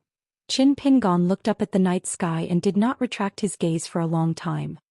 He stood under the roof with a charcoal cage in his hand. Gukan's cries were heart-wrenching, just like an injured cub. Qin Pingon looked at Gukan again, but he still did not speak. He let Gukan wail with tears and snot all over her face. Gukan cried until her body convulsed. She cried until she had no strength left and began to whimper. She gathered some strength and began to howl again. Just like that, it was as if she had cried all her heart out. Qin Pingon asked slowly, "Why didn't you plead with me? Is it because you know it's useless?" "I don't want to lose my last chance. Because I helped Charcoal Snow, not only am I done with Spring Court and your mother, but I'm also done with you, Gukan. The last bit of connection between us is gone, right? You finally know that even with Charcoal Snow around, you might not be able to survive in Calligraphy Lake. If you replace charcoal snow with me, Qin Pingon, as the door god of your spring court residence, you too might still be able to continue living like before. It's just that you won't be able to confidently tell me that I like to kill, right? But compared to being randomly slapped to death by a cultivator you've never met before for no reason, and having no enmity with him and having your whole family run to the underground for a reunion, that's still worth it. Gukin did not speak. She did not wipe the tears and snot all over her face. She just stared blankly at Qin Pingon. Qin Pingon sighed. He walked in front of Gukan and bent down to pass the charcoal cage in his hand. Every step he took in the snow made a squeaking sound. Gukan did not take it. Qin Pingon squatted down and looked at Gukan face to face. Little snot, it's all right. Tell me the truth. But listen. Gukan grabbed a big handful of snow and turned around to smear it on her face. Then she turned back and said in a choked voice, Qin Pingon, you're the worst person. Qin Pingon laughed involuntarily. He hesitated for a moment. In Book Slip Lake, I'm indeed a good person. Either a good person is smart or a bad person. Gukan's tears immediately burst out of her eyes. Your calligraphy lake, your spring court residence, you too. Qin Pingon, you like to say such things. Let's not be like this, so. Gukan covered her face with the back of her hands and sobbed. Qin Pingon said, you can go back now. Gukan punched Qin Pingon in the chest, causing Qin Pingon to fall into the snow. Gukan stood up and staggered away. After running for a dozen steps, Gukan stopped. Without turning around, she sobbed, Qin Pingon, you're more important than Little Loach. You've always been like this. But from now on that won't be the case. Even if Little Loach dies, he'll still be better than you. Qin Pingon sat in the snow and looked at the Book Slip Lake. His heart was as calm as water. Standing up and shaking off the snow on his clothes, Qin Pingon walked to the ferry and waited for the arrival of Grain Island's Tanyuani. With Lu Jimao's swift and decisive style, he would definitely send a message to Grain Island as soon as he returned to Hengbo Prefecture. But Qin Pingon suddenly remembered that the spy leader of Dolly's Green Wave Pavilion in Aquarius Continent would most likely not come by boat. Instead, he would inform Lu Jimao beforehand and secretly sneak into Azure Gorge Island. Qin Pingon then turned and went straight to Hengbo Prefecture. Spring Court Residence. The woman was wearing a snow-white fox fur coat, waiting anxiously. Seeing Gukan's figure, she quickly ran over and asked, how is it, where's Charcoal Snow? She didn't come back with you? Previously, when the mother and daughter were making dumplings in the kitchen, Gukan's expression suddenly changed. She fell to the ground and clutched her chest as though she was seriously ill. At that time, the woman knew that something was wrong. Most likely, something happened to Charcoal Snow outside Spring Court residence. Gukan raised her head and said in a daze, dead. The woman was stunned, thinking that she heard wrongly. Can, what did you say? Gukan repeated, dead. The woman said sternly, dead? Just like that. Charcoal Snow is a flood dragon of the nascent soul realm. How could she die? Other than that old bastard Lu from Willow Palace Island, who else in Book Lake can kill Charcoal Snow? Gukan looked at her mother's face and said, there's also Qin Pingon. The woman said angrily, what nonsense are you talking about? How could Qin Pingon kill Charcoal Snow? What right does he have to kill the little loach that no longer belongs to him? Is he crazy? That heartless little bastard should have starved to death in Clay Bottle Alley back then. I knew that he didn't come to our verdant canyon island with good intentions. The bastard. Gukan suddenly said, Qin Pingon might be able to hear us. The woman immediately shut her mouth and looked around in panic. Her face was as pale as the snow on the ground and the fox fur coat on her body. Gukan was silent. The woman hugged him and cried, my poor son. Gukan's face was expressionless. His body and spirit were extremely weak now. After going back and forth between Spring Court Prefecture and the Mountain Gate, his hands and feet were already cold. Returning to Hengbo Prefecture again, Lu Jimao hesitated for a moment and asked his trusted butler to invite Zhang Yi. He then went to the secret small sword tomb that was similar to the sword room and stored the upper-grade messenger flying sword. After carefully thinking about the wording, he sent a message to Tan Yuani, the island master of Grain Island. Finally, Lu Jimao came to the hall that was covered with a special lichen of the colorful clothes nation. He waved his hand and scooped up a cloud of mist. He sprinkled it on the ground and a picture of the mountain gate of Verdant Canyon Island appeared. The snow had stopped and the picture seemed to be dead silent. Lu Zhimao looked down at the picture formed by the mist. He looked up at the door several times. Lu Zhimao smiled helplessly. There were nearly 1,000 cultivators on Verdant Canyon Island now, and only Zhang Yi dared to receive the edict of Hengbo Prefecture. He still came here leisurely and would never rush on the wind. As for whether Lu Zhimao the island master would be angry or not, Zhang Yi never cared. Lu Zhimao sighed. Almost all of his old brothers who fought side by side in the beginning were dead. They either died on the battlefield of expanding the territory or died in the endless sneak attacks. Some of them were rebellious and were killed by Lu Zhimao himself. Of course, most of them died of old age. In the end, only Zhang Yi, the last old friend of Verdant Canyon Island, was left by his side. Lu Zhimao went straight through the picture scroll and came to the gate. He hesitated for a moment and stepped over the threshold to wait for Zhang Yi. Zhang Yi was a Dragon Gate cultivator below the Earth Immortal realm. Even without considering his friendship with Lu Zhimao, it was more than enough for him to take over Book Slip Lake, which had more than 1,000 islands.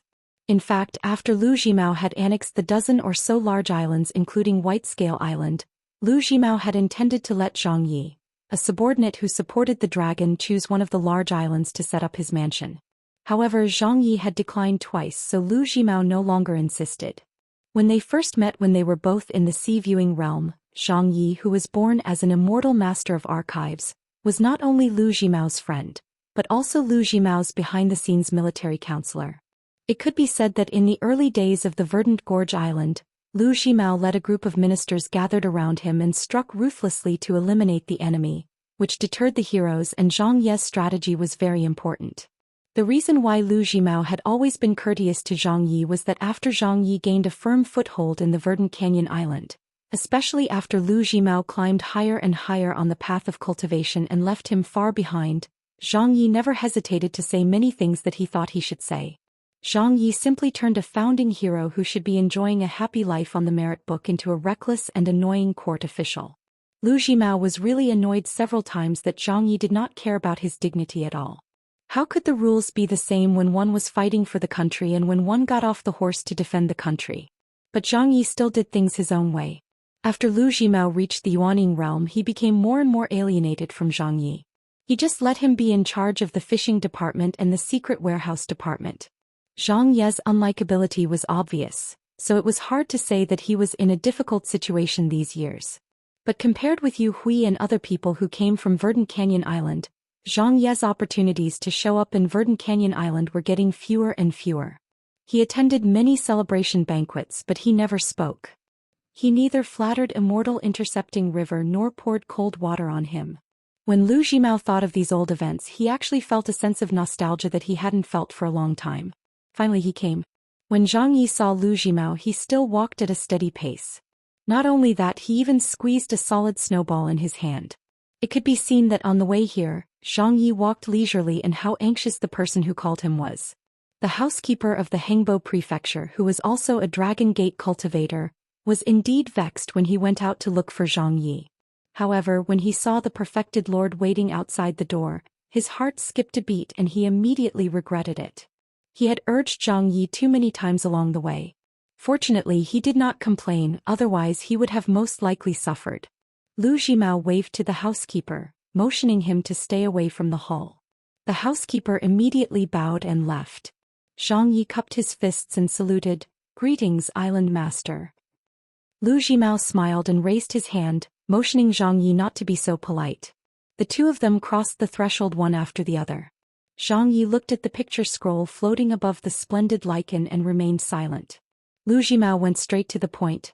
"Back then, you in the fishing room spent 8 years to help me find the reincarnation of the female Jindan cultivator. At that time, you advised me to detain her on Verdant Gorge Island, but not to do anything to her. In the future, when Lu Laoqing returned to Gonglu Island and finally shed all pretense of cordiality, you revealed this matter. With this, maybe I, Lu Zhimao, could save my life. I didn't believe you at that time, so you argued with me. I even said that you were soft-hearted and that your analysis of Lu Laoqing's temperament was ridiculous. Now it seems that you may not be right, but I am definitely wrong."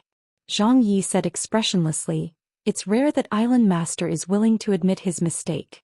I wonder if the sun will rise from the west tomorrow morning. Lu Jimao reached out and pointed at the old man, laughing angrily.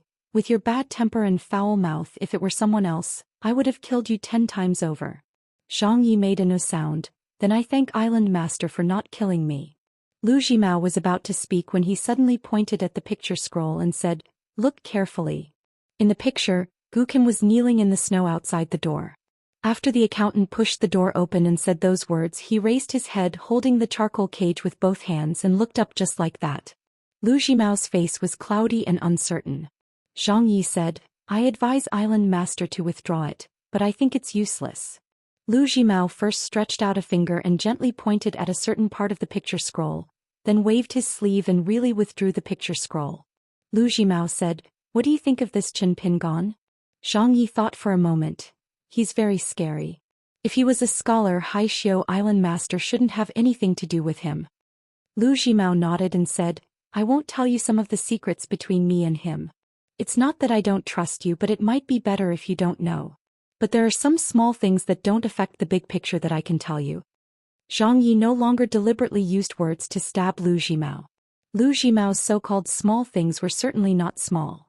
Lu Jimao then recounted in detail the conversation he had with Qin Pingon after leaving the mountain gate, as well as how they ate the winter solstice dumplings together at Chunting restaurant. After that, they went their separate ways and did their own things. Lu Jimao said, why do you think Qin Pingon deliberately brought me along to scare that woman and did me a big favor for nothing? Why did he have to hide the truth from that woman and let me, Lu Jimao, be the good guy for once? Zhang Yi thought for a moment and said, it's not complicated. From the moment Qin Pingon moved out of Chunting restaurant, he drew a clear line between himself and Gukan's mother. It's just that his method was gentler and both sides had a way out, so it wasn't too bad. But at that time, the woman would only feel relieved and not be able to guess Qin Pingon's intentions. After that, Qin Pingon would go to Chunting restaurant from time to have a meal to pacify her.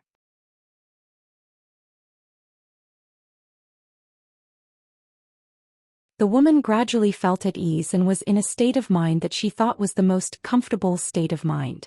Qin Pingon would not have abducted Gukan and caused her to go astray and become a good guy who would seek death. Moreover, Qin Pingon stayed on Verdant Canyon Island, which was a protective talisman for Chunting restaurant.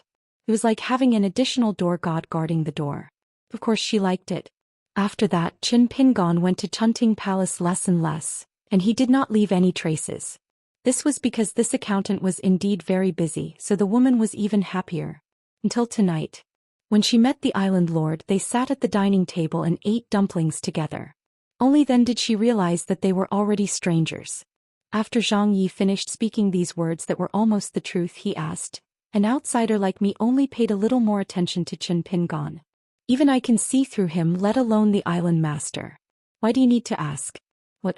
Are you afraid that after sitting on the cold bench for so many years without using my brain, I've become rusty just like this woman from Spring Court who likes to call herself a lady? Besides, even if his brain wasn't good enough, he should still be able to help the island master manage the secret storehouse and fish, right? Could it be that he felt that I have the secret storehouse in my hands and was not at ease, afraid that I would see the Verdant Canyon Island disband when the tree falls, so he would roll up his things and run away with a lot of treasures? Tell me, who do you want to give the secret storehouse to? Island Master, don't worry, I won't be reluctant to go. But if the person is not suitable, I will pour cold water on the Island Master for the last time. Lu Jimao laughed and scolded, don't talk nonsense here. Zhang Yi slowly said, then what is it? It's not that I look down on myself, but in the current situation, I really can't help much. If you want me to be a death soldier, I will not agree. Even if I know that I don't have long to live, but at least I still have 60 years, which is the lifetime of a mortal teacher. For so many years I have enjoyed the good things and I have suffered a lot. I don't owe you and the Verdant Canyon Island anything. Lu Jimao didn't answer Zhang Ye's question.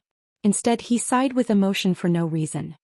Tell me, if Book Lake is full of people like Qin Pingon, how can we, a bunch of old farts who are cursed by people on one hand and worshipped by people on the other hand, survive? How can he be so successful? Zhang Yi laughed and said, Island Master, there are not many people like him. Lu Zhimao turned his head and looked at the old cultivator in the Dragon Gate realm whose soul had decayed and wandered for a long time. Zhang Yi just did not speak. Lu Zhimao said, Zhang Yi, find a good day and then at the end of this year don't wait until spring, quietly leave the Book Lake. Go farther away, find a place with beautiful scenery, and live the last 60 years of your life in peace. Zhang Yi frowned and wondered, has the situation become so bad? Lu Zhimao hesitated and said frankly, at present it's not the worst but things are unpredictable. The Song clan will take over the Book Lake. If one day Dolly has a cramp in his brain or feels that he has divided too much for Lu Laoqing and wants to make up for it from me, the Verdant Canyon Island will be punished. At that time, Dolly will find an excuse to kill me, which will not only make the people of the Book Lake happy, but also get the property of more than a dozen big islands. If I were Dolly, I would definitely do it. Maybe now I'm sharpening my knife. Lu Zhimao patted Zhang Yi on the shoulder and said, I'm not deliberately buying people's hearts. If you are not Zhang Yi, a mediocre cultivator in the Dragon Gate realm is nothing. I, Lu Zhimao, don't need to be so wishy-washy and long-winded. If I have the time, can't I cultivate in seclusion? If I accidentally cultivate to the pure jade realm, let's see if Dolly still dares to sharpen his knife and kill the donkey when the millstone is no longer useful. We are both in the pure jade realm, but Wan Qing is almost praised to the sky by the Song clan. I'm only half a step away from the nascent soul realm. Compared with Wan Qing, the gap of half a realm is really annoying. By the way, it was you who taught me how to buy people's hearts back then. Lu Zhimao withdrew his hand from Zhang Ye's shoulder and helped him tidy up his lapel. He smiled and said, I hope that among the old fellows by my side at least one of you will have a good ending. Anyway, it's nothing. Don't thank me or you'll be treating me as an outsider. Zhang Yi suddenly began to curse. You old bastard, there will be a day when you'll be beaten to death by Dolly or Lu Laoqing. Then I'll hide. 60 years have passed. How can I catch up with you on the road to the Yellow Springs and talk to you? Zhang Yi shook his head and said softly, I'm not going. Lu Zhimao looked at this stubborn guy and said something off-topic. You can be friends with that accountant of ours. When he's smart, he's so smart that he doesn't seem like a good person at all. When he's strong, he's like a fool with water in his head. Zhang Yi said, your temperament is not right now. It's not beneficial to your cultivation. When you walk 100 miles, you're halfway to 90.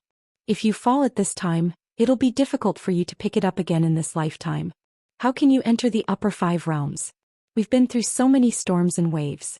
Don't you know that many of our opponents who died in our hands were just one breath away? Lu Zhimao exclaimed, Zhang Yi, you're good. You're starting to lecture me again. You dare to talk about cultivation with me. Do you really think that we're still 2 hotheads in the sea-viewing realm?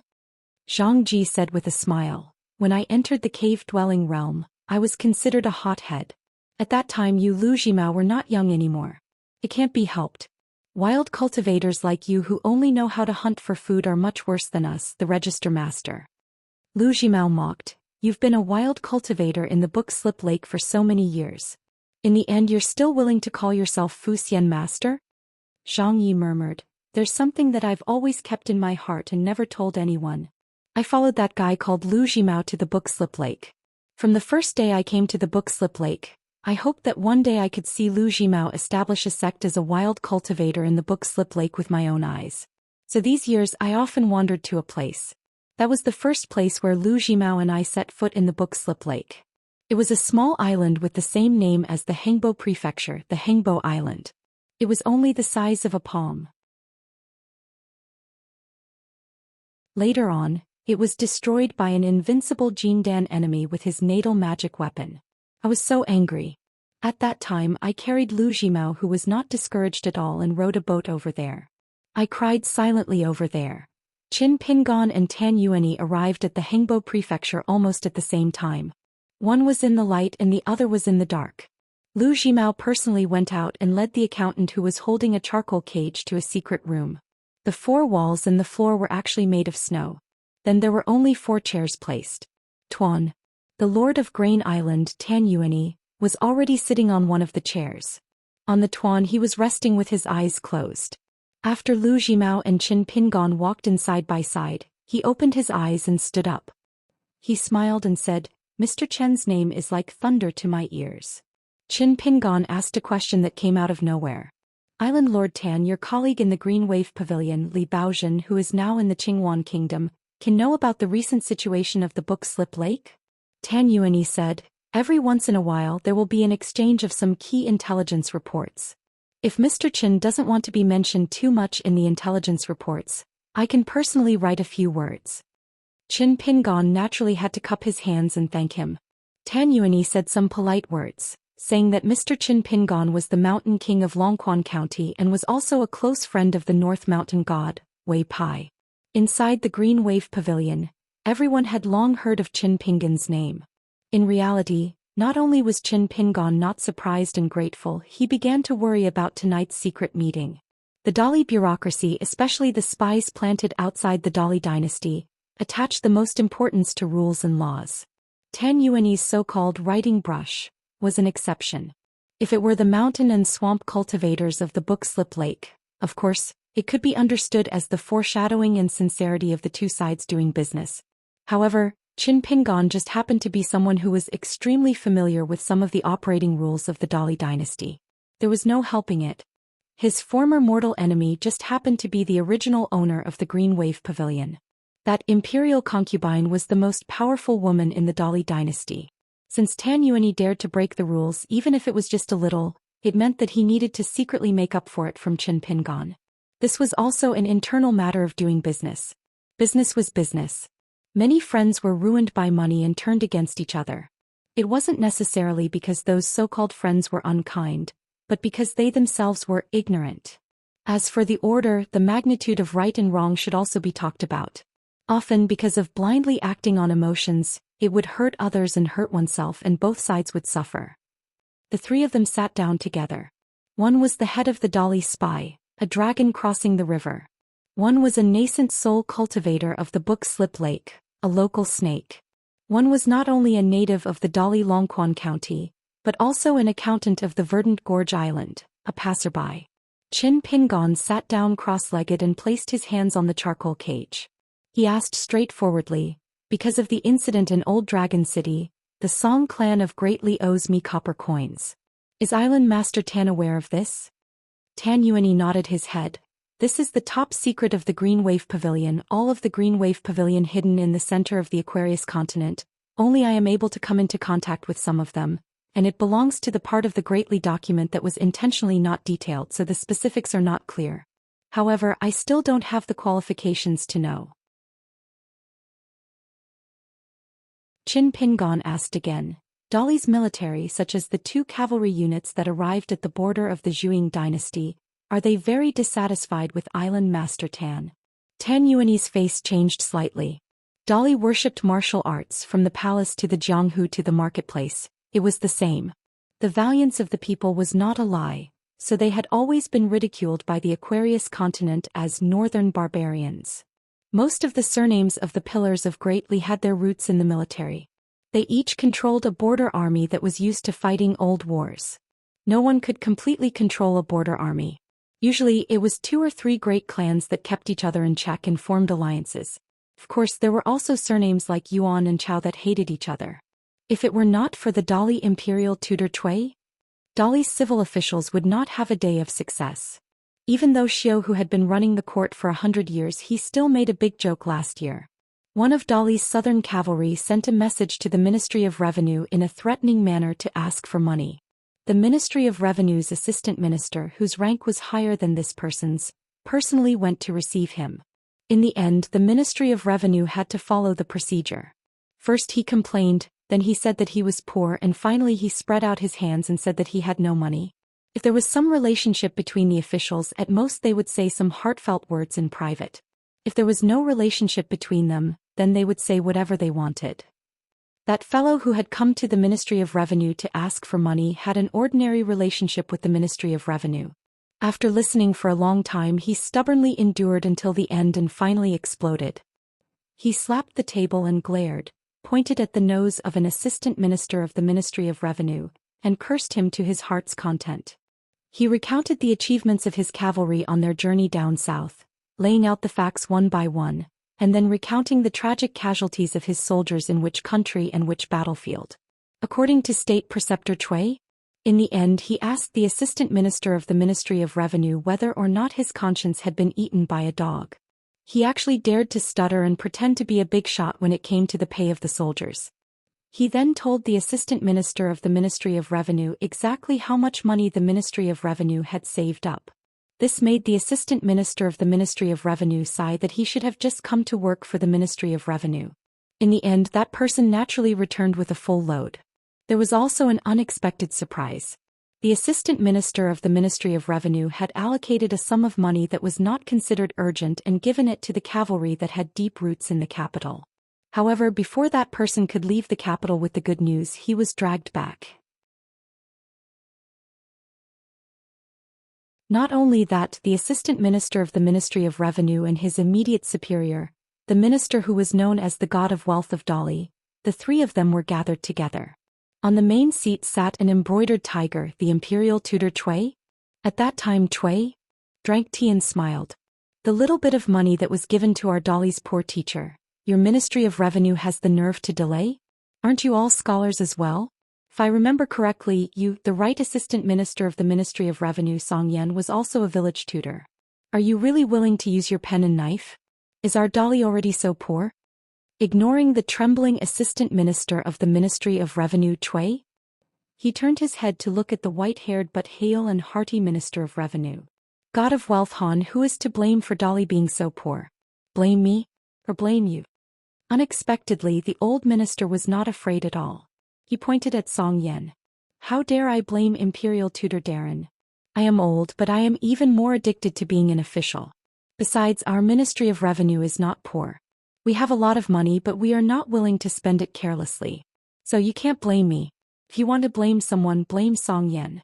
That sum of money, from beginning to end, our Ministry of Revenue followed the Imperial Tutor's request. It was done cleanly, not a copper coin more, not a copper coin less. It's just that Zhou Xian ruined things. A hero will take responsibility for his own actions. Zhou Xian quickly show some backbone as an official of the Ministry of Revenue. The money man from the border army widened his eyes. Motherf asterisk Kerr, is this the conduct of a high-ranking official of the 6 departments? They're not any better than the rough men from our border army. It seems that all the shameless people and words in the world are actually the same. Cui. Drinking tea, he smiled at the old minister. Okay, don't beat around the bush here to beg for a way out for your subordinates. Zhou Xian's mistake is not small, but it's not to the extent of losing his official position. His several evaluations in the capital are not bad. Take out 3 years of salary and put it into that sum of money. Zhou Xian, whose knees were weak, felt as if he had been granted amnesty. This subordinate is willing to take out 10 years of salary. The old minister slapped his head. Cowardly idiot, you're courting death. Cui. Still not angry, he held the cup of tea in one hand and the cup lid in the other. He waved his hand at Zhou Xian. This is not the rule of an official. After you go back, calm down and ask the old minister for advice on the way of being an official. Don't always think that your immediate superior relied on his ability to earn money to be able to establish himself in the center of the court. The old minister left the hall with the assistant minister who had survived the disaster. The two of them wiped their sweat together. The old minister was so angry that he kicked the assistant minister's leg and scolded in a low voice.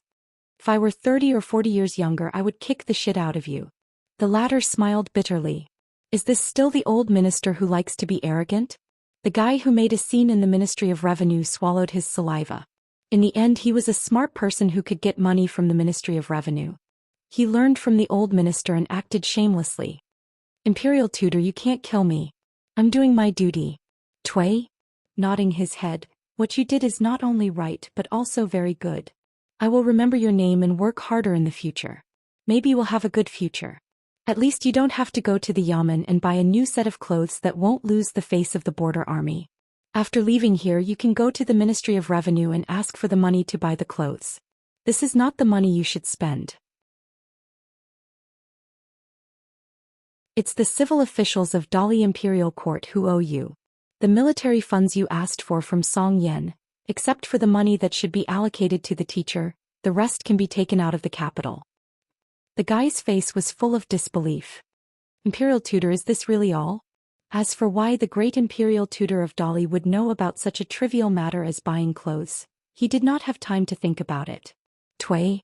Since I can't blame you, the errand boy, and Minister Han is so slippery that he didn't give me a chance to make the yamen of the Ministry of Revenue suffer some losses, I can only use your general as an example. On the way to the south he has some loose ends that I plan to settle with Zhou Xian. Tell him that the imperial court has deducted his merit for annihilating the night travel kingdom, so the position of hunting inspector that should have been in the bag is a little uncertain. Next you will advance side by side with Chao Gui to attack the Zhuang dynasty. Remember to put in more effort. If you can lead the army into the capital city of the Zhuang dynasty, it will be a great achievement. As a woodcutter, doesn't he like to chop the dragon chair and use it as firewood? I can promise him that chair today. As long as Zhou Xian is one step ahead and sees the high walls of the capital, the most valuable chair in the central part of the Aquarius continent will be his firewood. If he swallows the fire of the chair, the fire python that he raises will have hope of entering the gold core stage. The border soldier man's face was extremely ugly. This was obviously forcing General Su to risk his life to break into the hinterland. Tui. He put down the teacup. I still have things to do. You too, I won't treat you to tea. 1 or 2 cups of tea won't be able to make you not anxious. The man wanted to say something but stopped. In the end he gave up the idea of discussing with the imperial tutor. He dared to cause trouble in the Ministry of Revenue because the situation forced him to do so. There was no point in doing so here. Before the man left, he mustered up his courage and said, Imperial tutor, can you delay a little longer? Let me say something, just 1 sentence. Tui. He smiled. Yes, 2 sentences. The man smiled straightforwardly. In the past I always heard that the big shots in the imperial court liked to say nonsense that was in the clouds and had to rely on themselves to guess. Imperial tutor also spoke in a roundabout way but not much. Although today's matter made Imperial tutor somewhat vexed, but to be honest I still feel quite happy. Tui. He waved his hand. In the future you can boast to others but don't go overboard. Let's not talk about holding arms and calling each other brothers. The man was sincerely impressed. He clasped his hands and said, Imperial tutor is really a deity. It was hard to imagine. A border soldier asked for money from the Ministry of Revenue at the end of last year. Such a trivial matter that had nothing to do with the book Slip Lake would ultimately affect the general trend and fate of tens of thousands of wild cultivators in the book Slip Lake. The general of Adali cavalry, Zhou Xian, had only one feeling from last year to the end of this year. I have no money, I need money. Especially when they marched straight into the central region of Xianxia Kingdom, which was a vassal of the Zhuang dynasty. Taking down Xianxia Kingdom was not difficult at all. However, after considering Chao Gui's troops, Zhou Xian was worried. No matter how he looked at it, that pretty boy had a better chance of winning and taking the first credit of breaking into the capital of the Zhuang dynasty. A man could not be stifled to death, especially a high-ranking general like Zhou Xian. Therefore, within all the rules he needed money and even more so immortal money.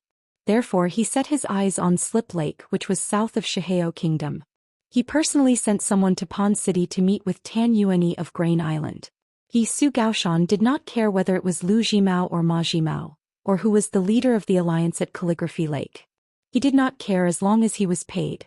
As long as he had enough money he could speed up his journey to the south. If he supported this person, those wild cultivators who were like rats crossing the street would not be convinced. I was good. This time when Zhou Xian went south, not to mention those wild cultivators, he had even leveled more than 40 mountains belonging to those immortal masters. Now, not to mention Secretary Wu, who was assigned by the Great Li, he had recruited more than 200 cultivators along the way. And this was only the cultivators whom he was satisfied with. Otherwise, his number would have already exceeded 1,000. On top of that, as long as he planned to carry out a large-scale battle on the mountain, he could summon another 300 to 400 immortals and immortals caves of immortals, who were standing right behind his army, whose kingdoms he had wiped out, or were recognized as vassals by the Great Li, and who bowed and bowed before him. At the very least they would have to ride on clouds and mist obediently to come to the rescue of Calligraphy Lake. Moreover, in the army, there was a giant sword boat specially designed to deal with the cultivators on the mountain. It was a big guy built by the school of Moazim's mechanical master. When it rose into the sky and shot at the same time, thousands of flying swords would fall like rain. It was eating money, and it was a lot of immortal money. Every time it was used, Zhou Xian felt as if his heart was being cut by a knife, as if he was cutting a piece of flesh from his heart. Every time he heard the civil official's abacus over there, saying that the loss outweighed the gain by using the sword boat, and finally telling Zhou Xian how much money they had lost, Zhou Xian wished he could tear down the old beams of the Hall of Patriarchs and sell them to destroy the mountain gate. Then he would send people to dig 3 feet into the ground and search again. If by any chance they found a secret treasure, they might be able to break even or even make a profit. This kind of thing did happen on the way to the south, and it happened more than once. Those old cultivators on the mountain were like king rats digging holes, each one hiding deeper than the other. When he thought of the hundreds of years of wealth and savings accumulated by those wild cultivators at Slip Lake, Zhou Xian almost wanted to be thick-skinned and asked Chao Gui, that pretty boy, to borrow a few more sword boats from him. Zhou Xian had Dali's momentum, and he himself was a general who controlled a large army. The simpler he did things, the better. However, for Grain Island's Tan Yuani, a great spy who was used to calculating gains and losses on the edge of a knife, he was really happy to meet such a powerful general like Zhou Xian, a real big shot who could be ranked in the top 10 in Dali's border army, and a future hunting inspector. Tan Yuani was both happy and troubled. The surplus of Grain Island over these years, and the little divine money that they had earned from Green Tomb and Tianlao Island, was just a drop in the bucket for the military expenses of the rapidly expanding Steel Horse Cavalry. Zhou Xian could no longer sustain the war by using the war to support the war. After all, on the way to the south, other than the thunderous hooves of the Dali Steel Horse Cavalry, there were also Dali's army supervisors and a group of civil officials who were responsible for cleaning up the mess. The latter would try their best to prevent the military from exploiting the defeated land too heavily. Inside this imperial tutor tray, it did not matter if the generals of the border army did not want to look at it, and whether it was good or not, they had their own advisors to help them. Moreover, if they violated the rules, they would have to pay the price, which could be offset by military merit. As long as they had enough military merit, if they encountered a stubborn city, they would suffer heavy casualties after a long period of attack. Finally, if they succeeded in breaching the city, the general could even order a massacre. Not to mention the 2-legged people, he could even kill all the pigs and dogs. However, this kind of action that violated the rules and regulations of the southern expedition to vent his anger, Dali's army supervisors and civil officials who stayed behind to guard the city would at most give some advice. They would not advise against it, because this kind of situation was also within the rules set by Imperial Tutor Darren. As long as they took out the book and flipped through it, the military merit accumulated from killing enemies along the way as well as the military merit of breaching the city would be enough to pay the price of massacring the city. If they were willing to have their military merit wiped out and not be able to get a new post of hunting envoy from Dali, they could just do it and the Dali Imperial Court would definitely not punish them. However, if they did not have enough military merit and still dared to wantonly massacre the city or kill the defeated soldiers, it was even simpler. They would be beheaded. The army supervisor could directly order all the military secretaries in the army, even the confidants of the general, to listen to the command token handed to them by Dali Imperial Tutor. The general who gave the order to massacre the city would be beheaded on the spot, and then the head would be transferred to the various Dali border army units. If one head was not enough, the Dali Imperial Tutor would help to make up for it until it was enough. If killing all of them was not enough, it did not matter. Dali Imperial Tutor had said that Dali would make an exception for your years of military service. But if Lu Laoqing did not appear, this deal would be a win-win situation for Tan Yuani, Lu Zhimao, General Zhou Xian and Dali. In the end, Lu Laoqing, who had not shown up in Gonglu Island for 200 years, popped out. Therefore, the appearance of Lu Laoqing, the troublemaker, caused Lu Zhimao to lose control of Calligraphy Lake overnight. Tan Yuani's fate was no better than that of Gu Can and the Beast on Verdant Canyon Island. Both of them were undeserved disasters. At this moment, Lu Zhimao was like an old monk in meditation. Qin Pingon slightly raised his hand and rubbed his palm. Island Master Tan, how is your relationship with Dali General Zhou Xian, who attacked Shihao Kingdom? Tan Yuani was very frank. Our relationship is very ordinary. What Zhou Xian wants is the filial piety money and the life-risking money of the thousands of islands in Calligraphy Lake. If he can't take it out, he may turn hostile at any time. Even half of his family like me is no exception. Although a general can't interfere with the affairs of Green Wave Pavilion, there are more than 10 spies like me in Green Wave Pavilion alone. Not to mention that there are similar cattle and horse bars and bronze people holding the balcony, which are not inferior to Green Wave Pavilion. Qin Pingon smiled. What's worse is Green Wave Pavilion. It was originally built by the Empress herself. Although it has become Dali Imperial Tutor's adopted son, it is not his biological son after all. The worst is that Li Baozhen, who is also a spy in Green Wave Pavilion, is destined to have a smoother road of promotion. Instead, it is a senior official of the previous dynasty like Island Master Tan who has a lot of experience in Green Wave Pavilion. It is a bit difficult. Tang Yuanyi smiled. Imperial Tutor won't be biased towards the cattle and horse bars and Green Wave Pavilion. Qin Pingon hit the nail on the head. Of course he won't be biased towards the cattle and horse bars and Green Wave Pavilion. But will he be biased towards each of the trusted subordinates promoted by the Empress in Green Wave Pavilion? Maybe the Imperial Tutor is very magnanimous. Well, maybe he is not so magnanimous. Maybe he will not be biased towards talents in troubled times today. Maybe he will when the world is peaceful tomorrow. Maybe he will present his proof of allegiance today and draw a clear line with the Empress. Maybe tomorrow he will suddenly fall from the sky and be implicated by someone who is not so smart. Everything seems possible. Tan Yuanyi sighed and did not refute. Lu Zhimao still had a nonchalant look on his face. Qin Pingon also sighed in his heart. On Tan Yuanyi's side, whether or not he could untie the dead knot was meaningful, but not very significant. But even so, before he had even started the business, he already knew that the result would not be satisfactory. Tonight's meeting was still a step that had to be taken. Qin Pingon needed to use all of Tan Yuanyi's details to reveal small truths one by one to settle the doubts in his heart. Then he would gather and separate the seemingly vague but traceable network of the general trend. Qin Pingon smiled. The situation is indeed not very good, but friendship is born from adversity. Island Master Tan, Island Master Lu, why don't we be sincere allies for once? Start talking about the detailed steps. The three of us will check and fill in the gaps. Tan Yuanyi sat up slightly and said in a low voice, if Mr. Qin is willing to give us a peach, Tan Yuanyi will definitely return the favor. Lu Zhimao even said with a smile, that's great. Late at night, Qin Pingon left the Hengbo prefecture alone and returned to the mountain gate of the verdant canyon island. He put the extinguished charcoal cage back into the house and hung up the blade-strengthening gourd. He changed into the golden robe and put on a thick green cotton robe. He pulled out the sword fairy from the door and put it on his back. He walked straight to the ferry, untied the rope of the small ferry and headed to the Gong Willow Island. The waterway was far away. But Qin Pingon was not in a hurry.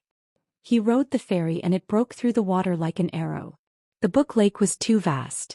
Even though the ferry flew like a bird, there was still no sign of Willow Palace Island by daybreak.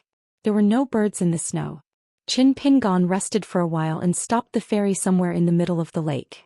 He held a pair of chopsticks and placed a white bowl on top of it. He tapped it gently. Ding ding dong dong. He listened attentively. He sounded like a beggar on the street, but also like a young immortal who had retreated into the mountains and forests. Qin Pingon was so pleased with himself that he lit an incense stick. Gongfu put away the bowls and chopsticks in front of him. Qin Pingon rubbed his cheeks and took a deep breath. He was full of the cool breeze. 6.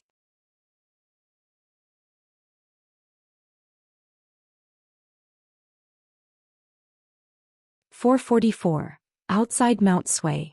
A Grand Chancellor of the Learning Palace who had arrived quietly was still waiting patiently for a reply. Even the deity in golden armor could not bear to see him like this. A scholar who had the potential to become the vice-hierarch of the Confucian temple had been ignored by an old scholar who had even smashed the statue of a deity. It had been more than half a month. If this news were to spread, Mount Sui would be drowned in the saliva of all the scholars in the world. At the peak of Mount Sui, the old scholar did not take the uproar from the Confucian temple seriously at all. He spent his days at the peak of the mountain, analyzing the situation, complaining, admiring the inscriptions on the tablets and making comments about the world. In the words of the god of Mount Sui, The old scholar was like an old fly who could not find a place to eat shit. Not only was the old scholar not annoyed, he even slapped the mountain deity's golden armor and said happily, "These words are very interesting. When I see the old man in the future, I'll tell him that these are your conclusions about the Confucian temple's worshippers." The god of Mount Sui said coldly, "If you dare to say that, don't ever think about coming to Mount Sui again." The old scholar spat on his palm and wiped the golden armor of the god of Mount Sui. "You can't even tell that I'm joking. You're not funny at all." The deity in golden armor, who was known to have the worst temper in the central divine continent, did not move at all. He leaned on his sword with both hands and looked at the border outside of Mount Sui. He seemed to be used to the old scholar's behavior. It could be seen that he had suffered a lot in the hands of the old scholar over the years. Otherwise he would not be so numb. The old scholar scratched the back of his head with one hand and stood beside the deity in golden armor. As a teacher, you never know what you say, what you preach, or what you do that will be engraved in the hearts of your students for the rest of their lives. If you are a scholar who claims to be a teacher of the world, you will be terrified. I have been living in this great fear for so many years. I can't extricate myself from it. In the end, I was disheartened because I found that there were always flaws among my students. It is very likely that they were all caused by me. The golden-armored deity sneered, "So it's not just me who's worried about nothing." The old scholar stomped his foot and scolded, "I'm warning you, don't take advantage of our good relationship to learn from those fake scholars. Don't you know that I hate this the most? I've tolerated you for hundreds of years. If you don't change this bad temper of yours, I won't move from here anymore. I'll stay here and disgust you every day." The golden-armored deity chuckled, "I'm afraid of death."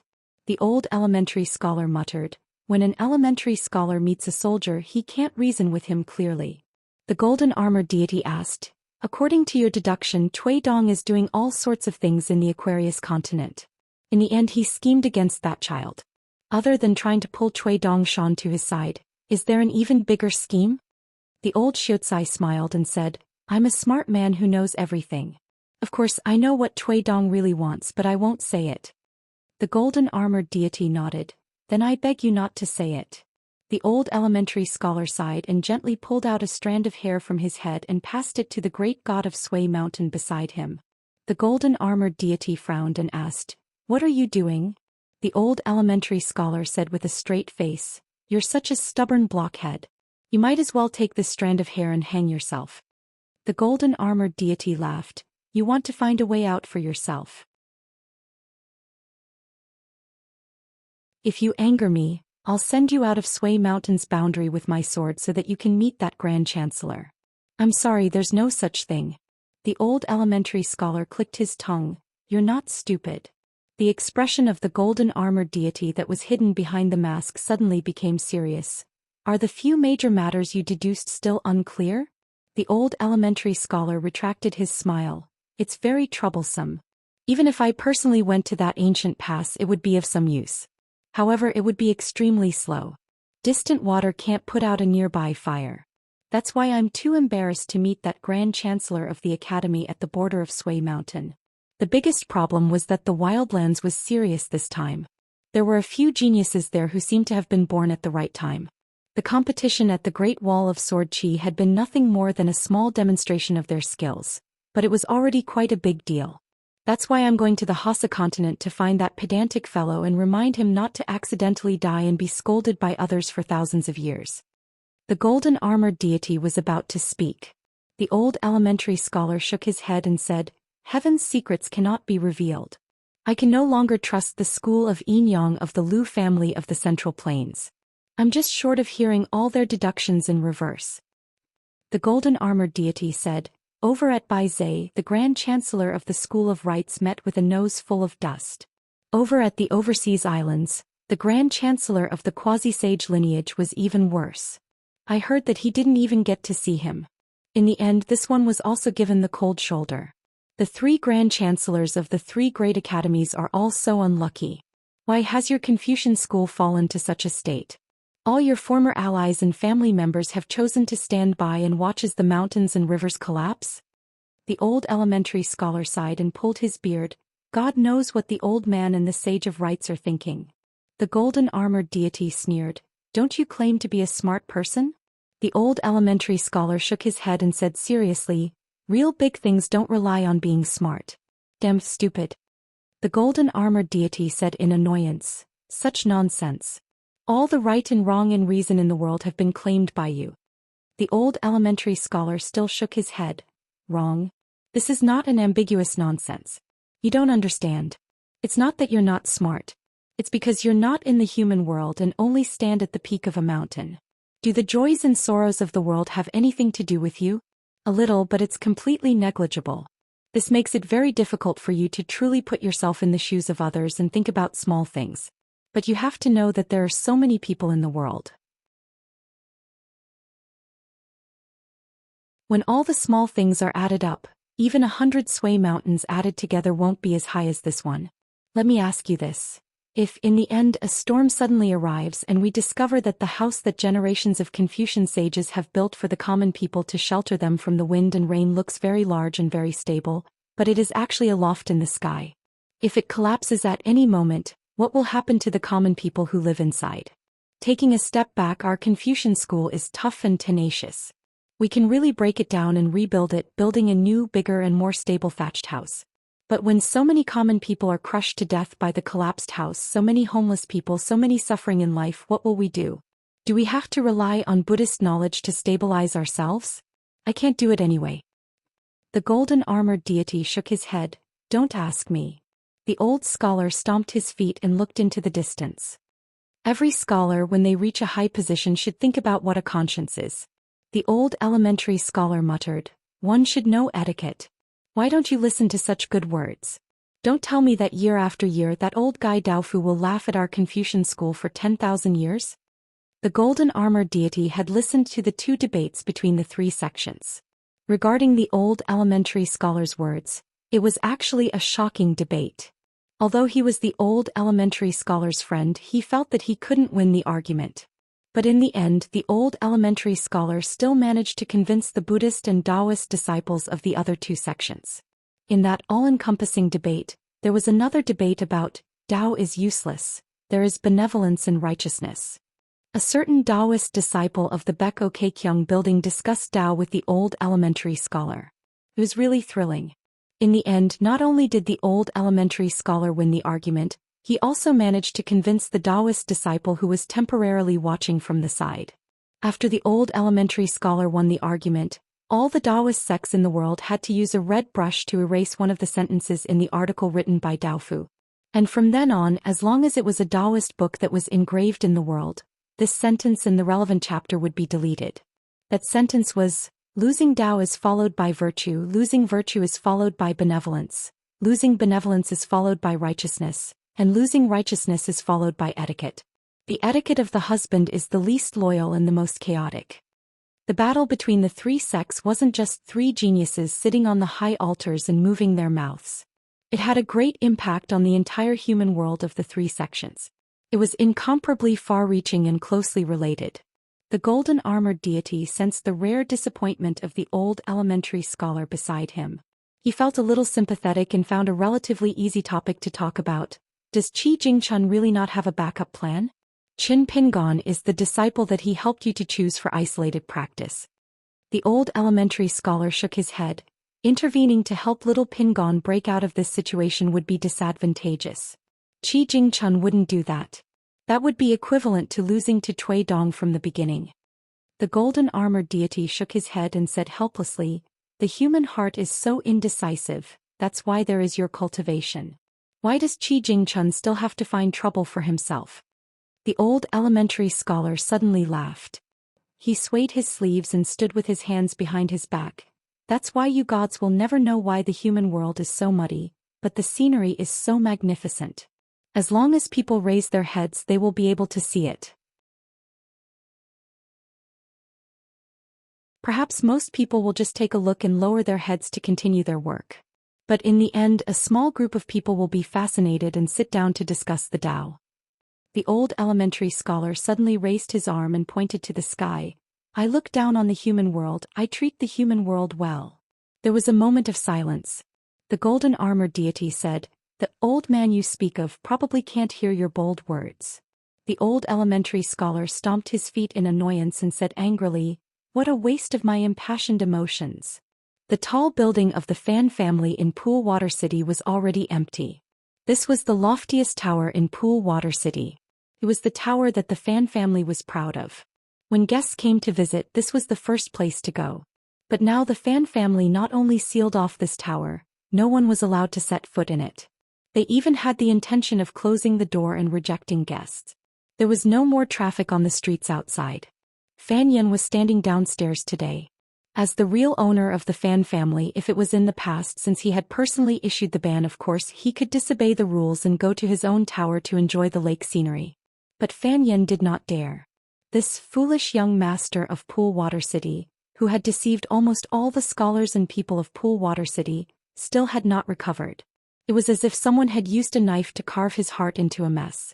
Now when he thought of that knife, especially the person who had held it, his heart ached. Thinking of that person's knife, Fan Yen would really have a splitting headache. On the day Cui Dongshan left Pool Water City. At that time the first snow had not yet fallen on the Book Lake. As a result, Fan Yen ushered in the snow that almost froze him to death. Even now Fan Yen felt the chill piercing his bones. That day Cui Dongshan called Fan Yen over. Before that, Fan Yen had been slapped dozens of times by his parents on the top floor. After leaving in the Fan family's secret room, Fan Yen let his biological parents slap each other in front of him. The two slapped each other until their mouths were bleeding and their faces were swollen. But they did not dare complain at all. Then a few days later Fan Yen went to meet the young man in white. The two of them leaned against the railing to enjoy the scenery. Cui Dongshan jumped and floated down to sit on the railing. He began to speak the words from the bottom of his heart, that made Fan Yen tremble in fear. But Fan Yen did not dare to ask him to shut up. He could only listen. Cui Dongshan said, "Ignorance is a very comfortable and blissful state. When a person walks a little higher and thinks that he is infallible, it is even more wonderful. Because you do not understand the causes of luck and misfortune, you just have to accept it. If you can endure it, you are still a good man. If you can't, you can curse the heavens. I did not say that this is wrong. Sometimes I even envy these two states." I once traveled far and wide with my first teacher. Once when I went to a bookstore on the street, I met 3 young scholars. One was from a noble family, one was from a poor family. Although the last one was dressed simply, he looked elegant and distinguished. The 3 of them were scholars participating in the provincial examination. At that time there was a young woman there looking for books to read. Rich scholars, in order to attract the attention of beautiful women, would randomly take out a book and start to talk about it. Poor scholars, on the other hand, would be very submissive, which is really admirable. After all, poor scholars won't be able to see many books before they become rich. The shopkeeper of the bookstore was a poor scholar. He endured for a long time, but in the end he could not bear to listen anymore. So he said a few words that could be considered reasonable. In the end, the rich scholar pointed at his nose and said that he was from a noble family. His family had a long history and he had been taught by a good teacher since he was young. He had already read all the books of the 100 schools of thought. Why would he need you to teach him the principles of life? Who do you think you are? My poor teacher became the peacemaker. There was no other way. He loved to stir up trouble in small matters. He always felt that no one was wrong. Even if there was a mistake, it could be corrected. He persuaded the shopkeeper to not be angry. There were so many reasons and everyone had them. Then he reached out and gently pressed down on the scholar's finger, saying that it was not appropriate to talk to people like this. Even if it was reasonable, it would make people feel that it was unreasonable. That scholar also had a bad temper. He slapped my teacher's hand away and scolded the old man to go away. Of course my teacher would not be angry. Then the young man who looked the most like a scholar looked gentle and refined. He smiled and said 3 fair words. The first sentence was, "This is a bookstore that sells books. We are scholars who buy books. Be careful that you do not buy the books you like. You might even be chased out. Fan Yen, do you know where the beauty lies? You must know that the beauty lies in confusing the order. Instead of saying that when in Rome, do as the Romans do, you assume that the bookstore belongs to the shopkeeper. If the customer is chased out, it is reasonable. Is it really reasonable? If it was anyone else, they would not think so. Therefore, according to the context of not talking about right and wrong, Once it was pushed back, the shopkeeper would instantly become unreasonable. Isn't it a little bit interesting? If others did not know the reason and only heard this sentence, or only saw the scene of the shopkeeper beating people up, would they still be willing to distinguish right and wrong? It can't be.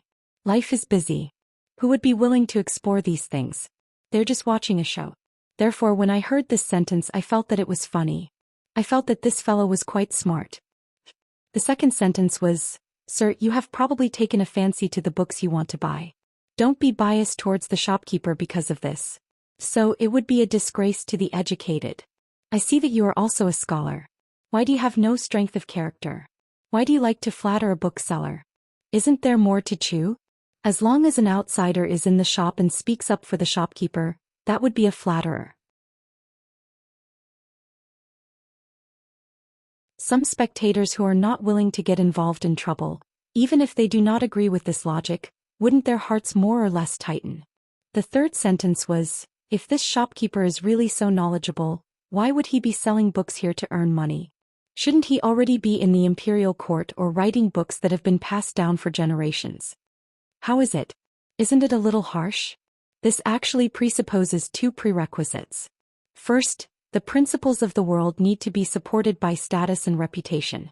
You are just a shopkeeper who sells books, and you don't have the qualifications to talk about the principles of the sages. Second, only success and fame are considered principles. Principles are only found in the books of the sages in the imperial court. In the chaotic marketplace in the bookstore there is no such thing as principles. In the end, guess what? My teacher slapped him. He started to scold the smartest scholar. That was the first time in my long years as a student that I saw my good old teacher not only get angry, but also scold and hit him.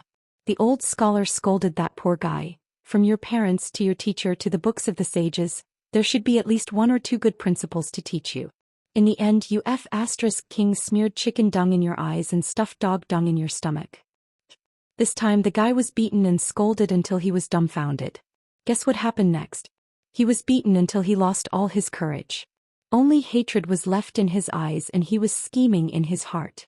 On the other hand, the rich scholar and the dull scholar rolled up their sleeves and wanted to beat my teacher. What else could my teacher do? Run. What else could I do? Run. We only stopped when we were quite a distance away. My husband turned around and saw that the other party wasn't chasing after us. At first he laughed loudly. Then after laughing for a while he stopped laughing. That was the first time I saw my husband show such a disappointed expression over something. On the way back my teacher was silent for a long time. In the end he found a wine shop by the street and ordered a caddy of wine. As he drank happily he said some melancholy words. He said that the competition between scholars, the quarrels between common people, the debate between people and the attitude of reasoning. If one's attitude was good, that would be the best. If one's attitude wasn't good, it wouldn't be a big deal if one couldn't hear what others were saying. The more one argued, the clearer the world would be. Even if one's face turned red, it wouldn't be a bad thing. Therefore, in the bookstore, the young man's bad temper wasn't considered wrong. He and the shopkeeper of the bookstore were like chickens and ducks speaking the same language. In the end, each of them spoke their own heartfelt words. As a teacher, I listened to them speak their own principles. No matter what their original intentions were or what their temperaments were, I was still happy. Only the guy who spoke in the end had the worst mouth and the worst heart. My teacher, who rarely made a judgment about someone's character, slammed the table and said that the guy had a problem with his character. This kind of person, wearing the skin of a Confucian scholar, only knows how to seek his own selfish interests. The more he reads, the more trouble he will cause. As long as he encounters something, he loves to hide in the dark, poke around in the dark and say some disgusting words. He calculates in every way, weighing the pros and cons. Either he doesn't have the guts, or once he has the guts he will most likely see the right thing to do. Therefore, when he really does something bad, he will be able to profit more than anyone else. If such a person is allowed to continue climbing year after year without him saying anything, he will affect his family, his children, his entire family, his fellow schoolmates, the atmosphere of the government, the customs of the land under his jurisdiction, the culture of the country and the culture of the country. They will all suffer. Those who are willing to reason and listen to reason, no matter big or small, can be taught. They can be saved. If it really doesn't work, then those who are virtuous gentlemen, especially those of us who are lucky enough to eat cold pig head meat, should work harder and help mend the world. If there is a third scholar in the world who speaks in a strange way, I think the old man was scolded miserably by the Tao ancestor back then. The Tao ancestor was right and the old man was not scolded unjustly. Old man. Boss, you shouldn't have said those principles out loud, written them in books and taught them to the world. We Confucians are to blame. There are too many principles and we talk to ourselves. This principle in this book is denied by that book, and the principle in that book is worthless by other books. It will make the common people feel at a loss. Therefore I have always advocated one point. When arguing with others, never feel that you are in the right. If the other party said it well, even if it is a battle between the three sects, I will listen to the path of the Buddhist and Taoist. When I hear the understanding, I will laugh. Because when I hear such good principles, shouldn't I be happy? Is it embarrassing? It's not embarrassing. If the principles are too high, it will make the common people mistakenly think that only scholars can be reasonable. In fact, the truth isn't just in books. Even a child of a few years old can give a very good truth. Even a country bumpkin who has never read a book can still do the best of the best. Even the shopkeeper of a bookstore who didn't manage to pass the imperial examinations can still say something wrong, but at some point in time he can say something that will make the old man and the sage of right smile when they hear it. Cui Dongshan said this calmly. When Fan Yen heard this, he only had one thought. He was dead meat. After confirming that Cui Dongshan would no longer tell the old man's story, Fan Yen knelt on the ground and did not say a word. Cui Dongshan turned his head. The young man in white with a mole between his eyebrows was really romantic and suave. He smiled and said, "Don't all of you from the Book of Words Lake like me? As long as I have a reason that I can convince myself, I have a clear conscience and I have a strong enough fist, I can kill whoever I want, right? What's so difficult about this? It's hard to be a good person in the world, but is it hard to be a bad person? Even children who wear open crotch pants can do it. The slightly more difficult ones are the bad guys who have enough brains. Then let me ask you, you are about to be crushed like an ant by me who wants to learn from you and have fun. Now do you feel good?" Fan Yen knelt on the ground and said in a trembling voice, "I beg the imperial tutor to use a celestial secret technique to erase this little one's memory.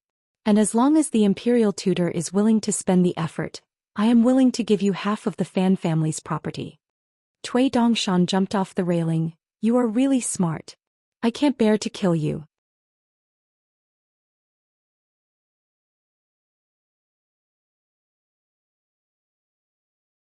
At the same time, you have enough understanding of the complexity of this world.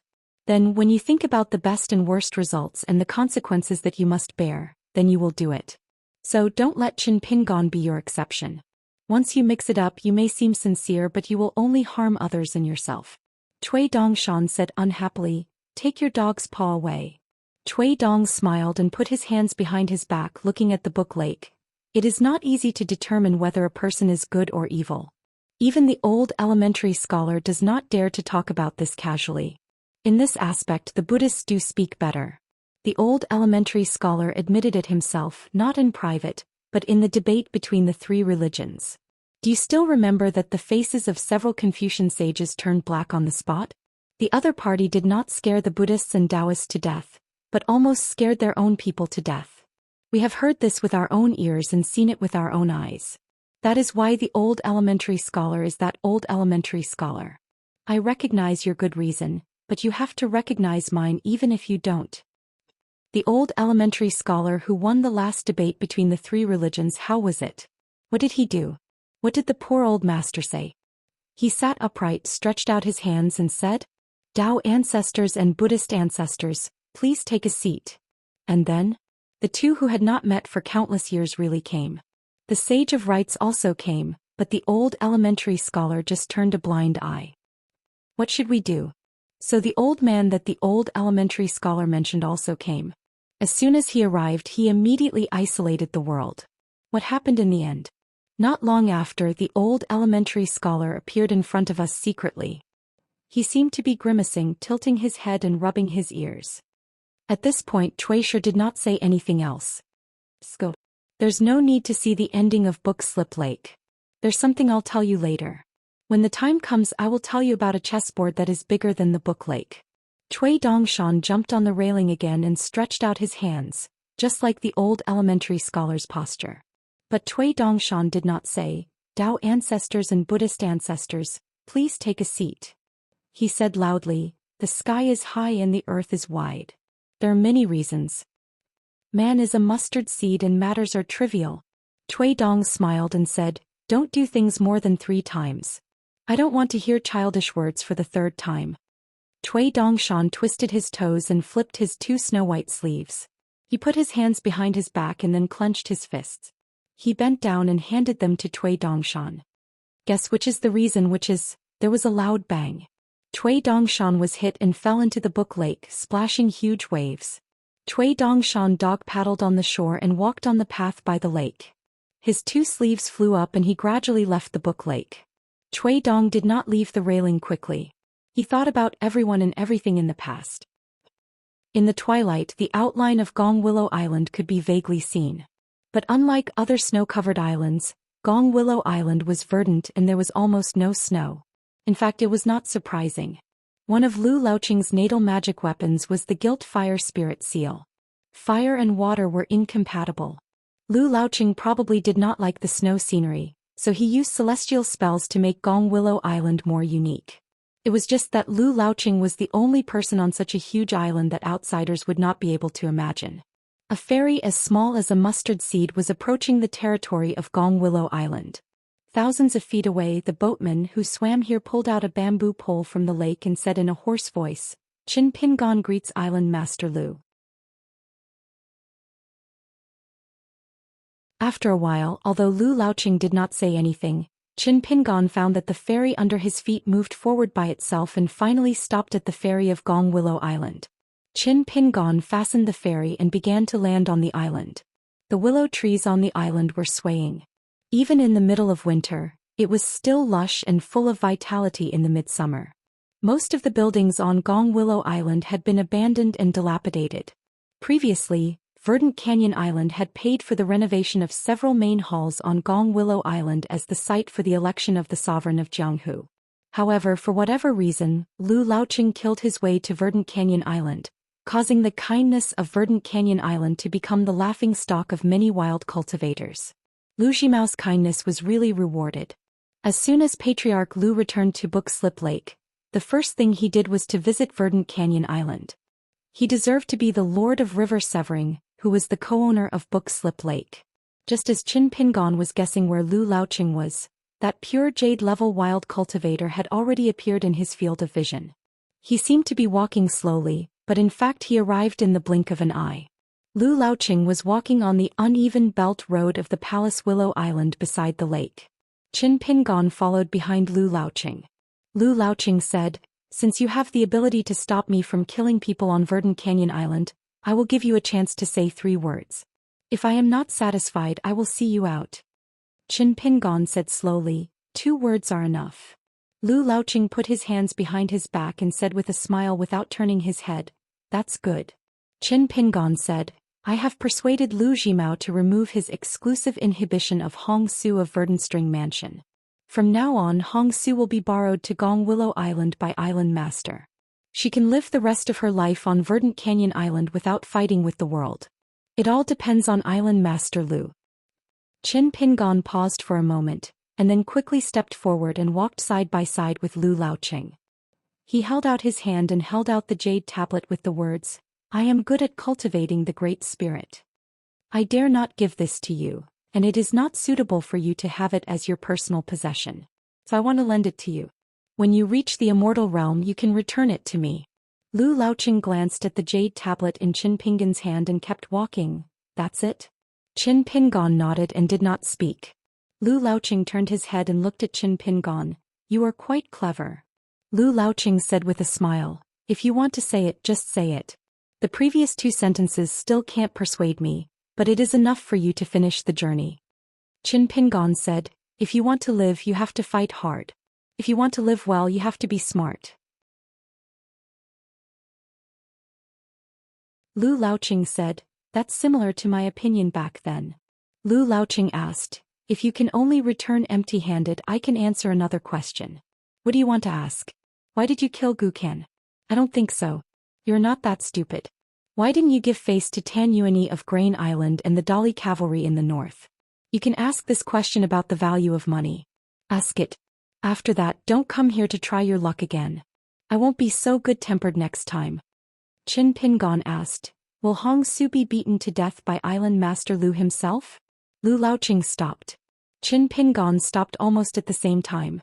Lu Laoqing pointed at the blade-strengthening gourd on Qin Pingon's waist. Don't you need to drink some wine to boost your courage to ask such a stupid question? Qin Pingon took off the blade-strengthening gourd. I'll fill it up now. Lu Laoqing shook his head and continued strolling. All right, this is what I promised you. There is no harm in telling you this. It is a barrier in the past. It is common for cultivators in the mountains to be injured. I have been beaten half to death so many times that I can't even count it with my 2 hands. Why would I care about exposing such a small scar? Hong Su's original name was Huang Han. She was my direct disciple and later my Taoist companion. Hong Su was her nickname. Lu Zhimao always liked to show off his cleverness, so he gave her a name that was not her real name. Huang Han's aptitude was not good. She was the worst among all my disciples. Later on, I spent a lot of immortal money to force her to become a Jindan Earth Immortal. As for her temperament, it was similar to her real name. He was not like a girl. She was straightforward and her heart was different from the rest of the cultivators in Book Island Lake. However, in the eyes of a wild cultivator like me who killed without batting an eye, her silly and naive look really killed me. Speaking of this, Lu Laoqing broke off a willow twig and began to weave it skillfully. My aptitude was good and my luck was even better. On the path of cultivation I usually suffered a lot of setbacks and suffered a lot, but every time at the critical moment I would go smoothly. Therefore I was already a Yuanying stage cultivator. However, I should never have fallen in love with her. What was worse was that she found out. At first, in order to avoid her, I left the Book Slip Lake, but after a few decades, I found that all the willow twigs on Gong Willow Island had been broken by her. But I was wrong, very wrong. As time went by, she began to change. Because she was afraid of death, her Jindan was half real and half fake. She used to practice the shortcut of Jindan formation, which made her state of mind worse. Plus, my departure added fuel to the fire, which made her more and more demonic. One day she finally left Book Slip Lake and began to look for me everywhere like a madwoman. She went to all the places where I showed up. With her personality, she left Gong Willow Island without the title of the ruler of Jianghu. She suffered a lot along the way. If it weren't for the 2 magic weapons I left her, she might have died. For both of us, it was a lucky thing. Lu Laoqing placed one hand behind his back and gently rotated the willow ring with the other. When I found her, her soul was already fragmented and shattered like thousands of pieces of porcelain. Even to this day, I still don't understand what she relied on to support herself until the day I appeared. If it was a nascent soul cultivator, I'm afraid they wouldn't have been able to hold on. At that time she was already completely delirious. She vaguely felt that I was different from others. She stood where she was and the way she looked at me. Do you know what that feeling was? You wouldn't understand. She was trying her best to remember me as if she was competing with the heavens. Lu Laoqing gently waved his hand and the willow ring fell into the Book Slip Lake. Ripples appeared and the mountain river Grand Array was quietly activated. Lu Laoqing's tone turned cold. At that moment, as a nascent soul cultivator who was only 1 step away from the upper 5 realms, my Tao heart almost collapsed on the spot. It was similar to the state of her soul. It was only at that moment that I realized that she was indeed a great opportunity for me to prove my Tao. My choice to follow my heart back then was not wrong. So I cut off my inner demon and killed her with my own hands. Lu Laoqing sneered. It's just that I had a heart of stone at that time, but it was still not perfect enough to conform to my own Tao. That's why there was Hong Su today. Her soul should have completely dissipated and she wouldn't even have the chance to be reincarnated, let alone appear in Verdant Canyon Island's Zhou Xian mansion and be used by that stupid Lu Zhimao. I've already killed her once. What's the point of killing her again? Lu Laoqing's face became solemn. That trace of mercy almost caused me to become the food of the extraterrestrial demon when I broke through the bottleneck of the nascent soul stage. That battle was the most tragic battle in my life. The extraterrestrial demon with Huang Han's appearance. No, it was her and she was it. She was the Huang Han in my heart. Above the heart lake she was as tall as my golden body Dharma idol, and as strong as my cultivation was. She was as strong. However, my mind was damaged, but she wasn't. She was shattered by me once and then reappeared in one piece. She fought me with her life again and again, almost without end. In the end she finally opened her mouth and cursed me, Lu Laoqing, for being a heartless man. She cursed me for being willing to kill her over and over again to prove my Tao. Lu Laoqing laughed self-deprecatingly.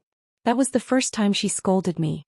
So it's not accurate to say that I killed her once. In fact, I killed her hundreds of times. Was it dangerous?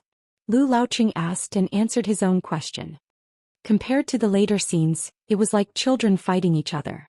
She cried when I scratched her skin. After being killed by me countless times, she actually stood in the same place in a daze. Just like that year, she looked at me in a daze as if she was trying to think of me. As if it was caused by telepathy, she actually regained a trace of clarity. Blood began to flow from her eyes. Her face was covered in blood. She told me intermittently in her heart to hurry up and do not hesitate to kill her again. She didn't regret liking me in this life. She just hated that she couldn't accompany me to the end. At that time my state of mind was in a mess. I almost had the will to die. For the so-called upper 5 realms, for a place on the peak of the mountain, was it really worth it? Without her by my side, would I really be a free and unfettered immortal? She walked towards me one step at a time. She staggered and her limbs were stiff, but she still tried her best to repeat the 3 words in her mind, please. In the end she said, just live for me. So I smashed her like a madman. The world was silent. I fell to the ground and couldn't get up. In the end, when I opened my eyes, I saw Huang Han flying in the sky like an immortal. Her figure was graceful and her ribbons fluttered. She didn't say a word, but her eyes told me everything.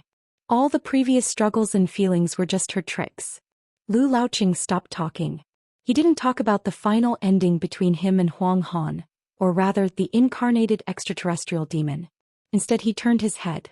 In the end he saw a young man who was furrowing his face and looking into the distance. The corner of his mouth was slightly trembling. Lu Laoqing smiled and shook his head. Looks like you have a girl you like. Just by putting yourself in her shoes for a moment, you can already feel her and can't take it anymore. The two of them continued walking. Lu Laoqing lamented, the reason why I'm telling you all this is because I can let it go. Also, the real reason why you could find out about Hong Su's background and come to Palace Willow Island. No one in the book lake would have guessed that it was for an insignificant abandoned child. As for the answer to your question, I can tell you that whether it's Hong Su or Huang Han, she must die. Otherwise, when I reach the bottleneck of the immortal realm, it'll be another great tribulation. Even if it's just a what if, I'll kill her with my own hands. On the great Tao, the so-called what if is often everything. When the time comes, you can try again and see if you can stop me. As for whether I'll be as miserable as Du Mao after I kill you, as a cultivator of the mountains and lakes, who hasn't been like a wild dog scraping under the feet of immortal Master Fuji, eating the leftovers of others and being beaten half to death while eating. Could it be that you didn't dare to do it when you finally reached the upper 5 realms? Are you worthy of being a real mad dog in the eyes of immortal Master Fuji? Qin Pingon was silent. From the beginning to the end, the old cultivator who was not Island Master Lu of the Book Lake, began to be aggressive. If you dare to say that you want to try, I'll kill you right now. If you want to rely on Hong Su as the entry point for your great plan with me, and if you're so opportunistic to achieve some kind of unspeakable goal, you'll immediately choose to give up after I've driven you into a desperate situation. Do you really think that I, Lu Laoqing, am a fool like Lu Jimao? I won't kill you directly, but I'll beat you until you can't get out of bed or walk for 4 to 5 years. I'll make all your plans and hard work go down the drain. If you change your method and size up the situation, you'll choose to give up knowing that you can't save Hong Su, but you're prepared to make me suffer. You're willing to pay a huge price for a woman you just met. That's fine too.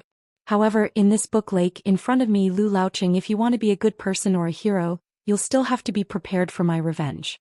Don't worry, it'll be worse than beating you until you can't get out of bed for a few years. You won't be seriously injured if you cut your flesh with a blunt knife. Qin Pingon, now it's my turn to ask and you answer. What will you do? Qin Pingon exhaled softly. Then I'll choose the third option. If you want to kill Hong Su, I can't stop you. However, I'll use that jade pendant to empty half of the book lake's spiritual qi. At that time I'll lend the jade pendant and the spiritual qi to someone in Dali. Qin Pingon looked directly at Lu Laoqing. Although I don't know why you don't even care about Dali's cavalry, it just shows that you value the book lake very much. It's not a business deal. This is the foundation of your great way. Even if you become an immortal, you won't give up your foundation. Moreover, you'll probably be able to persuade the Song clan to allow you to divide the land here. The more you think so, the more miserable you'll be if I choose the third option. Qin Pingon spread out his hands. The jade pendant is right here. Why don't you try to take it away? If you don't, you can kill me right now or at least destroy my natal Qi palace. However, I'm sorry, the jade pendant has begun to absorb the spiritual qi of the entire book lake. On the crystal clear jade pendant, the words, "I'm good at nurturing the Great Spirit" began to shine. From all directions, with Gong Willow Island as the center, spiritual qi and water qi condensed into water veins and poured into the 6 words. Lu Laoqing's face was gloomy. Qin Pingon said, "Now it's your turn to make a choice. Either you kill me and all the spiritual qi in the book lake is in this jade pendant that you don't dare to hold. Even if you hold it, you can't open or close it. Either you beat me half to death, or I'll absorb half of the book lake's water qi. Or we can do business in an honest way and each of us takes a step back to achieve the greatest mutual benefit. The premise is that you let me leave Gong Willow Island and return to Verdant Canyon Island safely. After casting a restriction on the jade pendant, it can open its own cave residence when I die. At that time we can sit down and talk. At that time it can be in Verdant Canyon Island or Gong Willow Island." Lu Laoqing sneered, "Do you really think I'll believe that you have the ability to control this jade pendant?" Qin Pingon's mind moved slightly, and the speed at which the jade pendant in his hand absorbed the spiritual qi of heaven and earth gradually slowed down. It was no longer as powerful as before. All the wild cultivators within 100 miles of Gong Willow Island who didn't know the truth were scared out of their wits. They mistakenly thought that Lu Laoqing was about to reach the immortal realm and began to kill the goose that laid the golden eggs. They planned to crazily absorb the water qi of the book lake, leaving no chance for all the wild cultivators. Lu Laoqing laughed and said, "Qin Pingon, you're really something. You've been fighting eagles all year round and almost got pecked blind by them." The old cultivator waved his hand. "When you return to Verdant Canyon Island and finish your business, we'll talk again."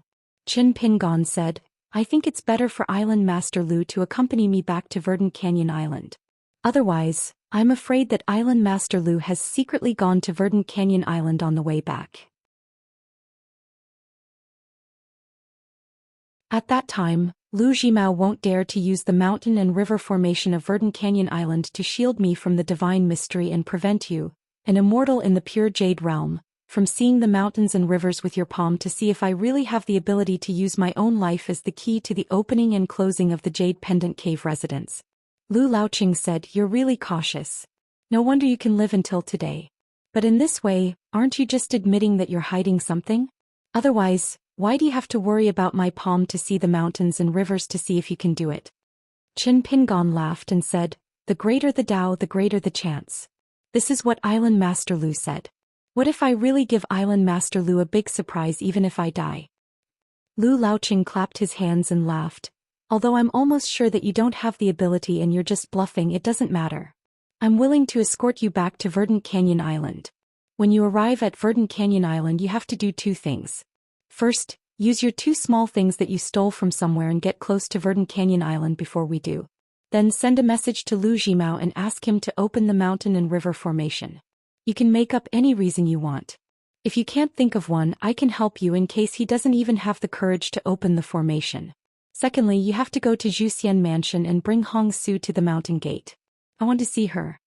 Qin Pingon asked seriously, "If you've been lying to me all this time and you don't really want to kill Hong Su, but when you see that she's a little close to me, you get jealous and want me to suffer a little, what should I do?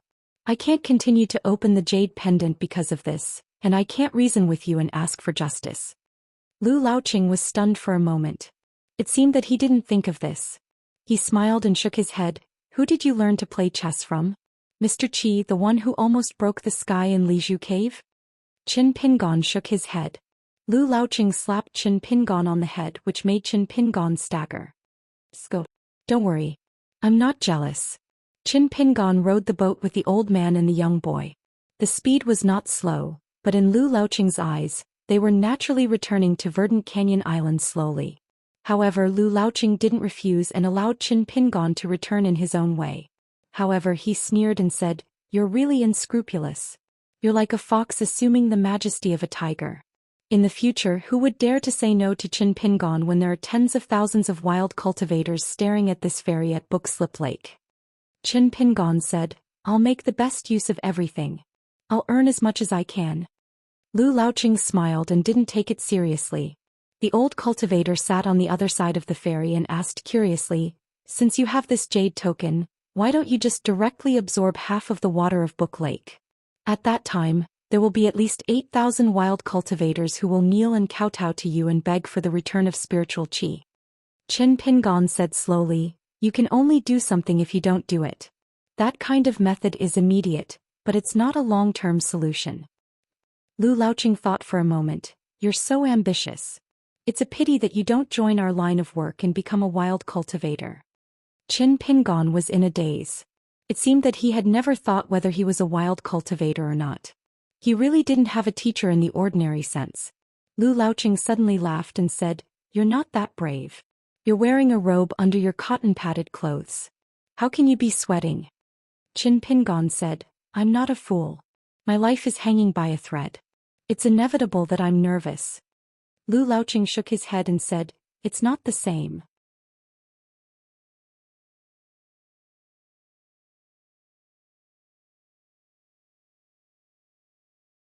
Pei Qin later said that he was a good person.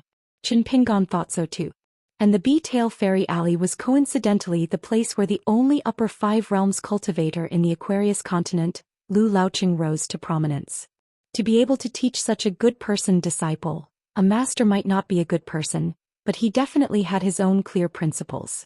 That was also an unbreakable rule. He had to know. The world was complicated. Everyone's words and actions, according to Qin Pingon's own division of the 6 realms into a circle, the flow of people's hearts was not fixed.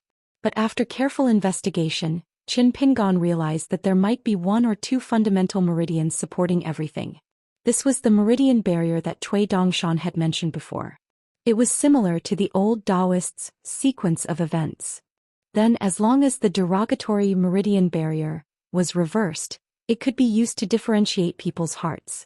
Then, according to Mr. Wenxing's theory, he could treat a specific matter. Both of them had some conflicts, but they complemented each other more. Qin Pingon took the risk to ascend the island, because he wanted to see it with his own eyes, to hear it with his own ears, to confirm the Book Lake's 6th line. The head of the line was on Hong Su, and the tail was in the hands of the tall young man. Knowing more was always a good thing.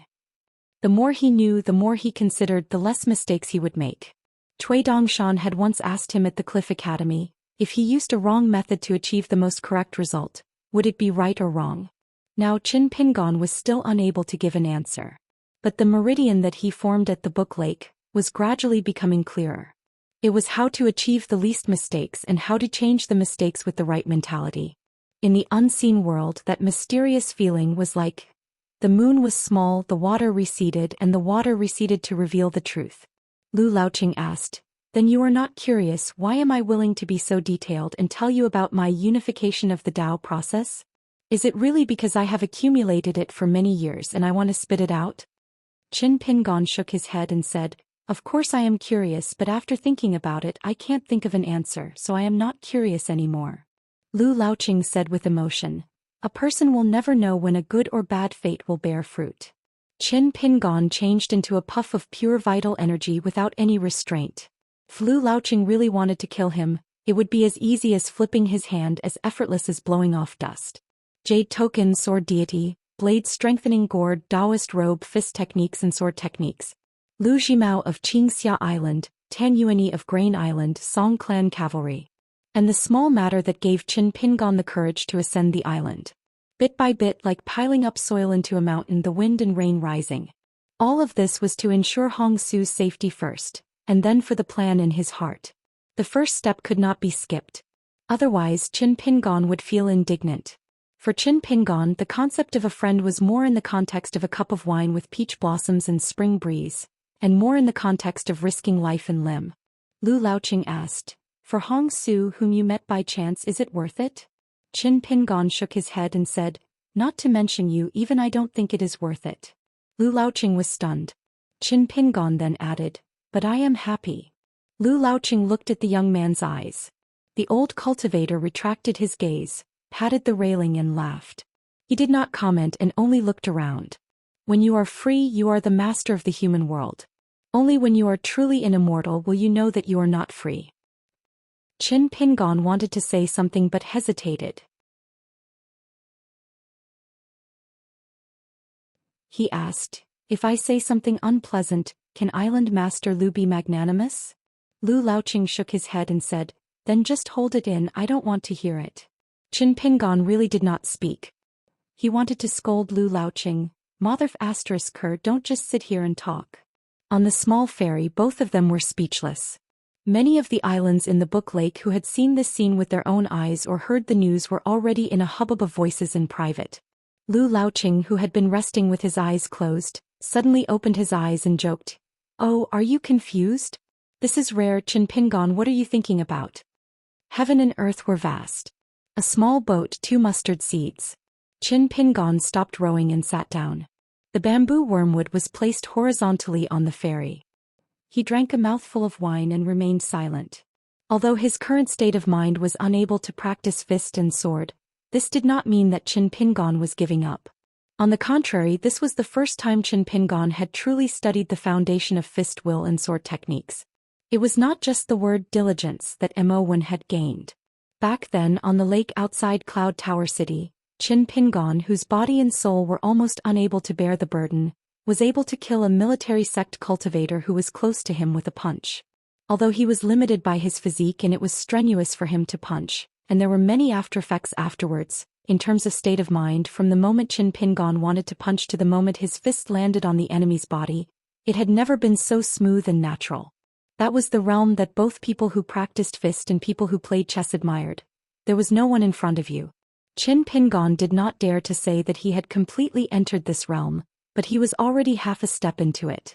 It was definitely not that Qin Pingon was arrogant and did not know the immensity of heaven and earth. This made Qin Pingon feel slightly relieved. He worked hard to do things and he could not possibly make another mistake after working hard to make up for one mistake. Then it would be a joke to look at the ins and outs of the 5 or 6 lines in the book Slip Lake. Qin Pingon rested for a moment and got up to row the boat again. He said slowly, "Lu Laoqing, although I don't like your character and the way you do things, the story between you and her, I am very..." Qin Pingon thought for a long time, but still could not think of the appropriate words. He simply gave a thumbs up to a Jade Realm great cultivator and said, "But if it were me in the same situation as you, I would definitely do better than you." At this point, the haggard young accountant with sunken cheeks was still rowing the boat with the wormwood. Tears immediately flowed down his face. "Since I met such a good girl, how could I bear to let her down?" 6. You're tuning in to the Zhou Xian's Legacy YouTube channel. Don't forget to subscribe and join us on this journey to catch the most captivating stories.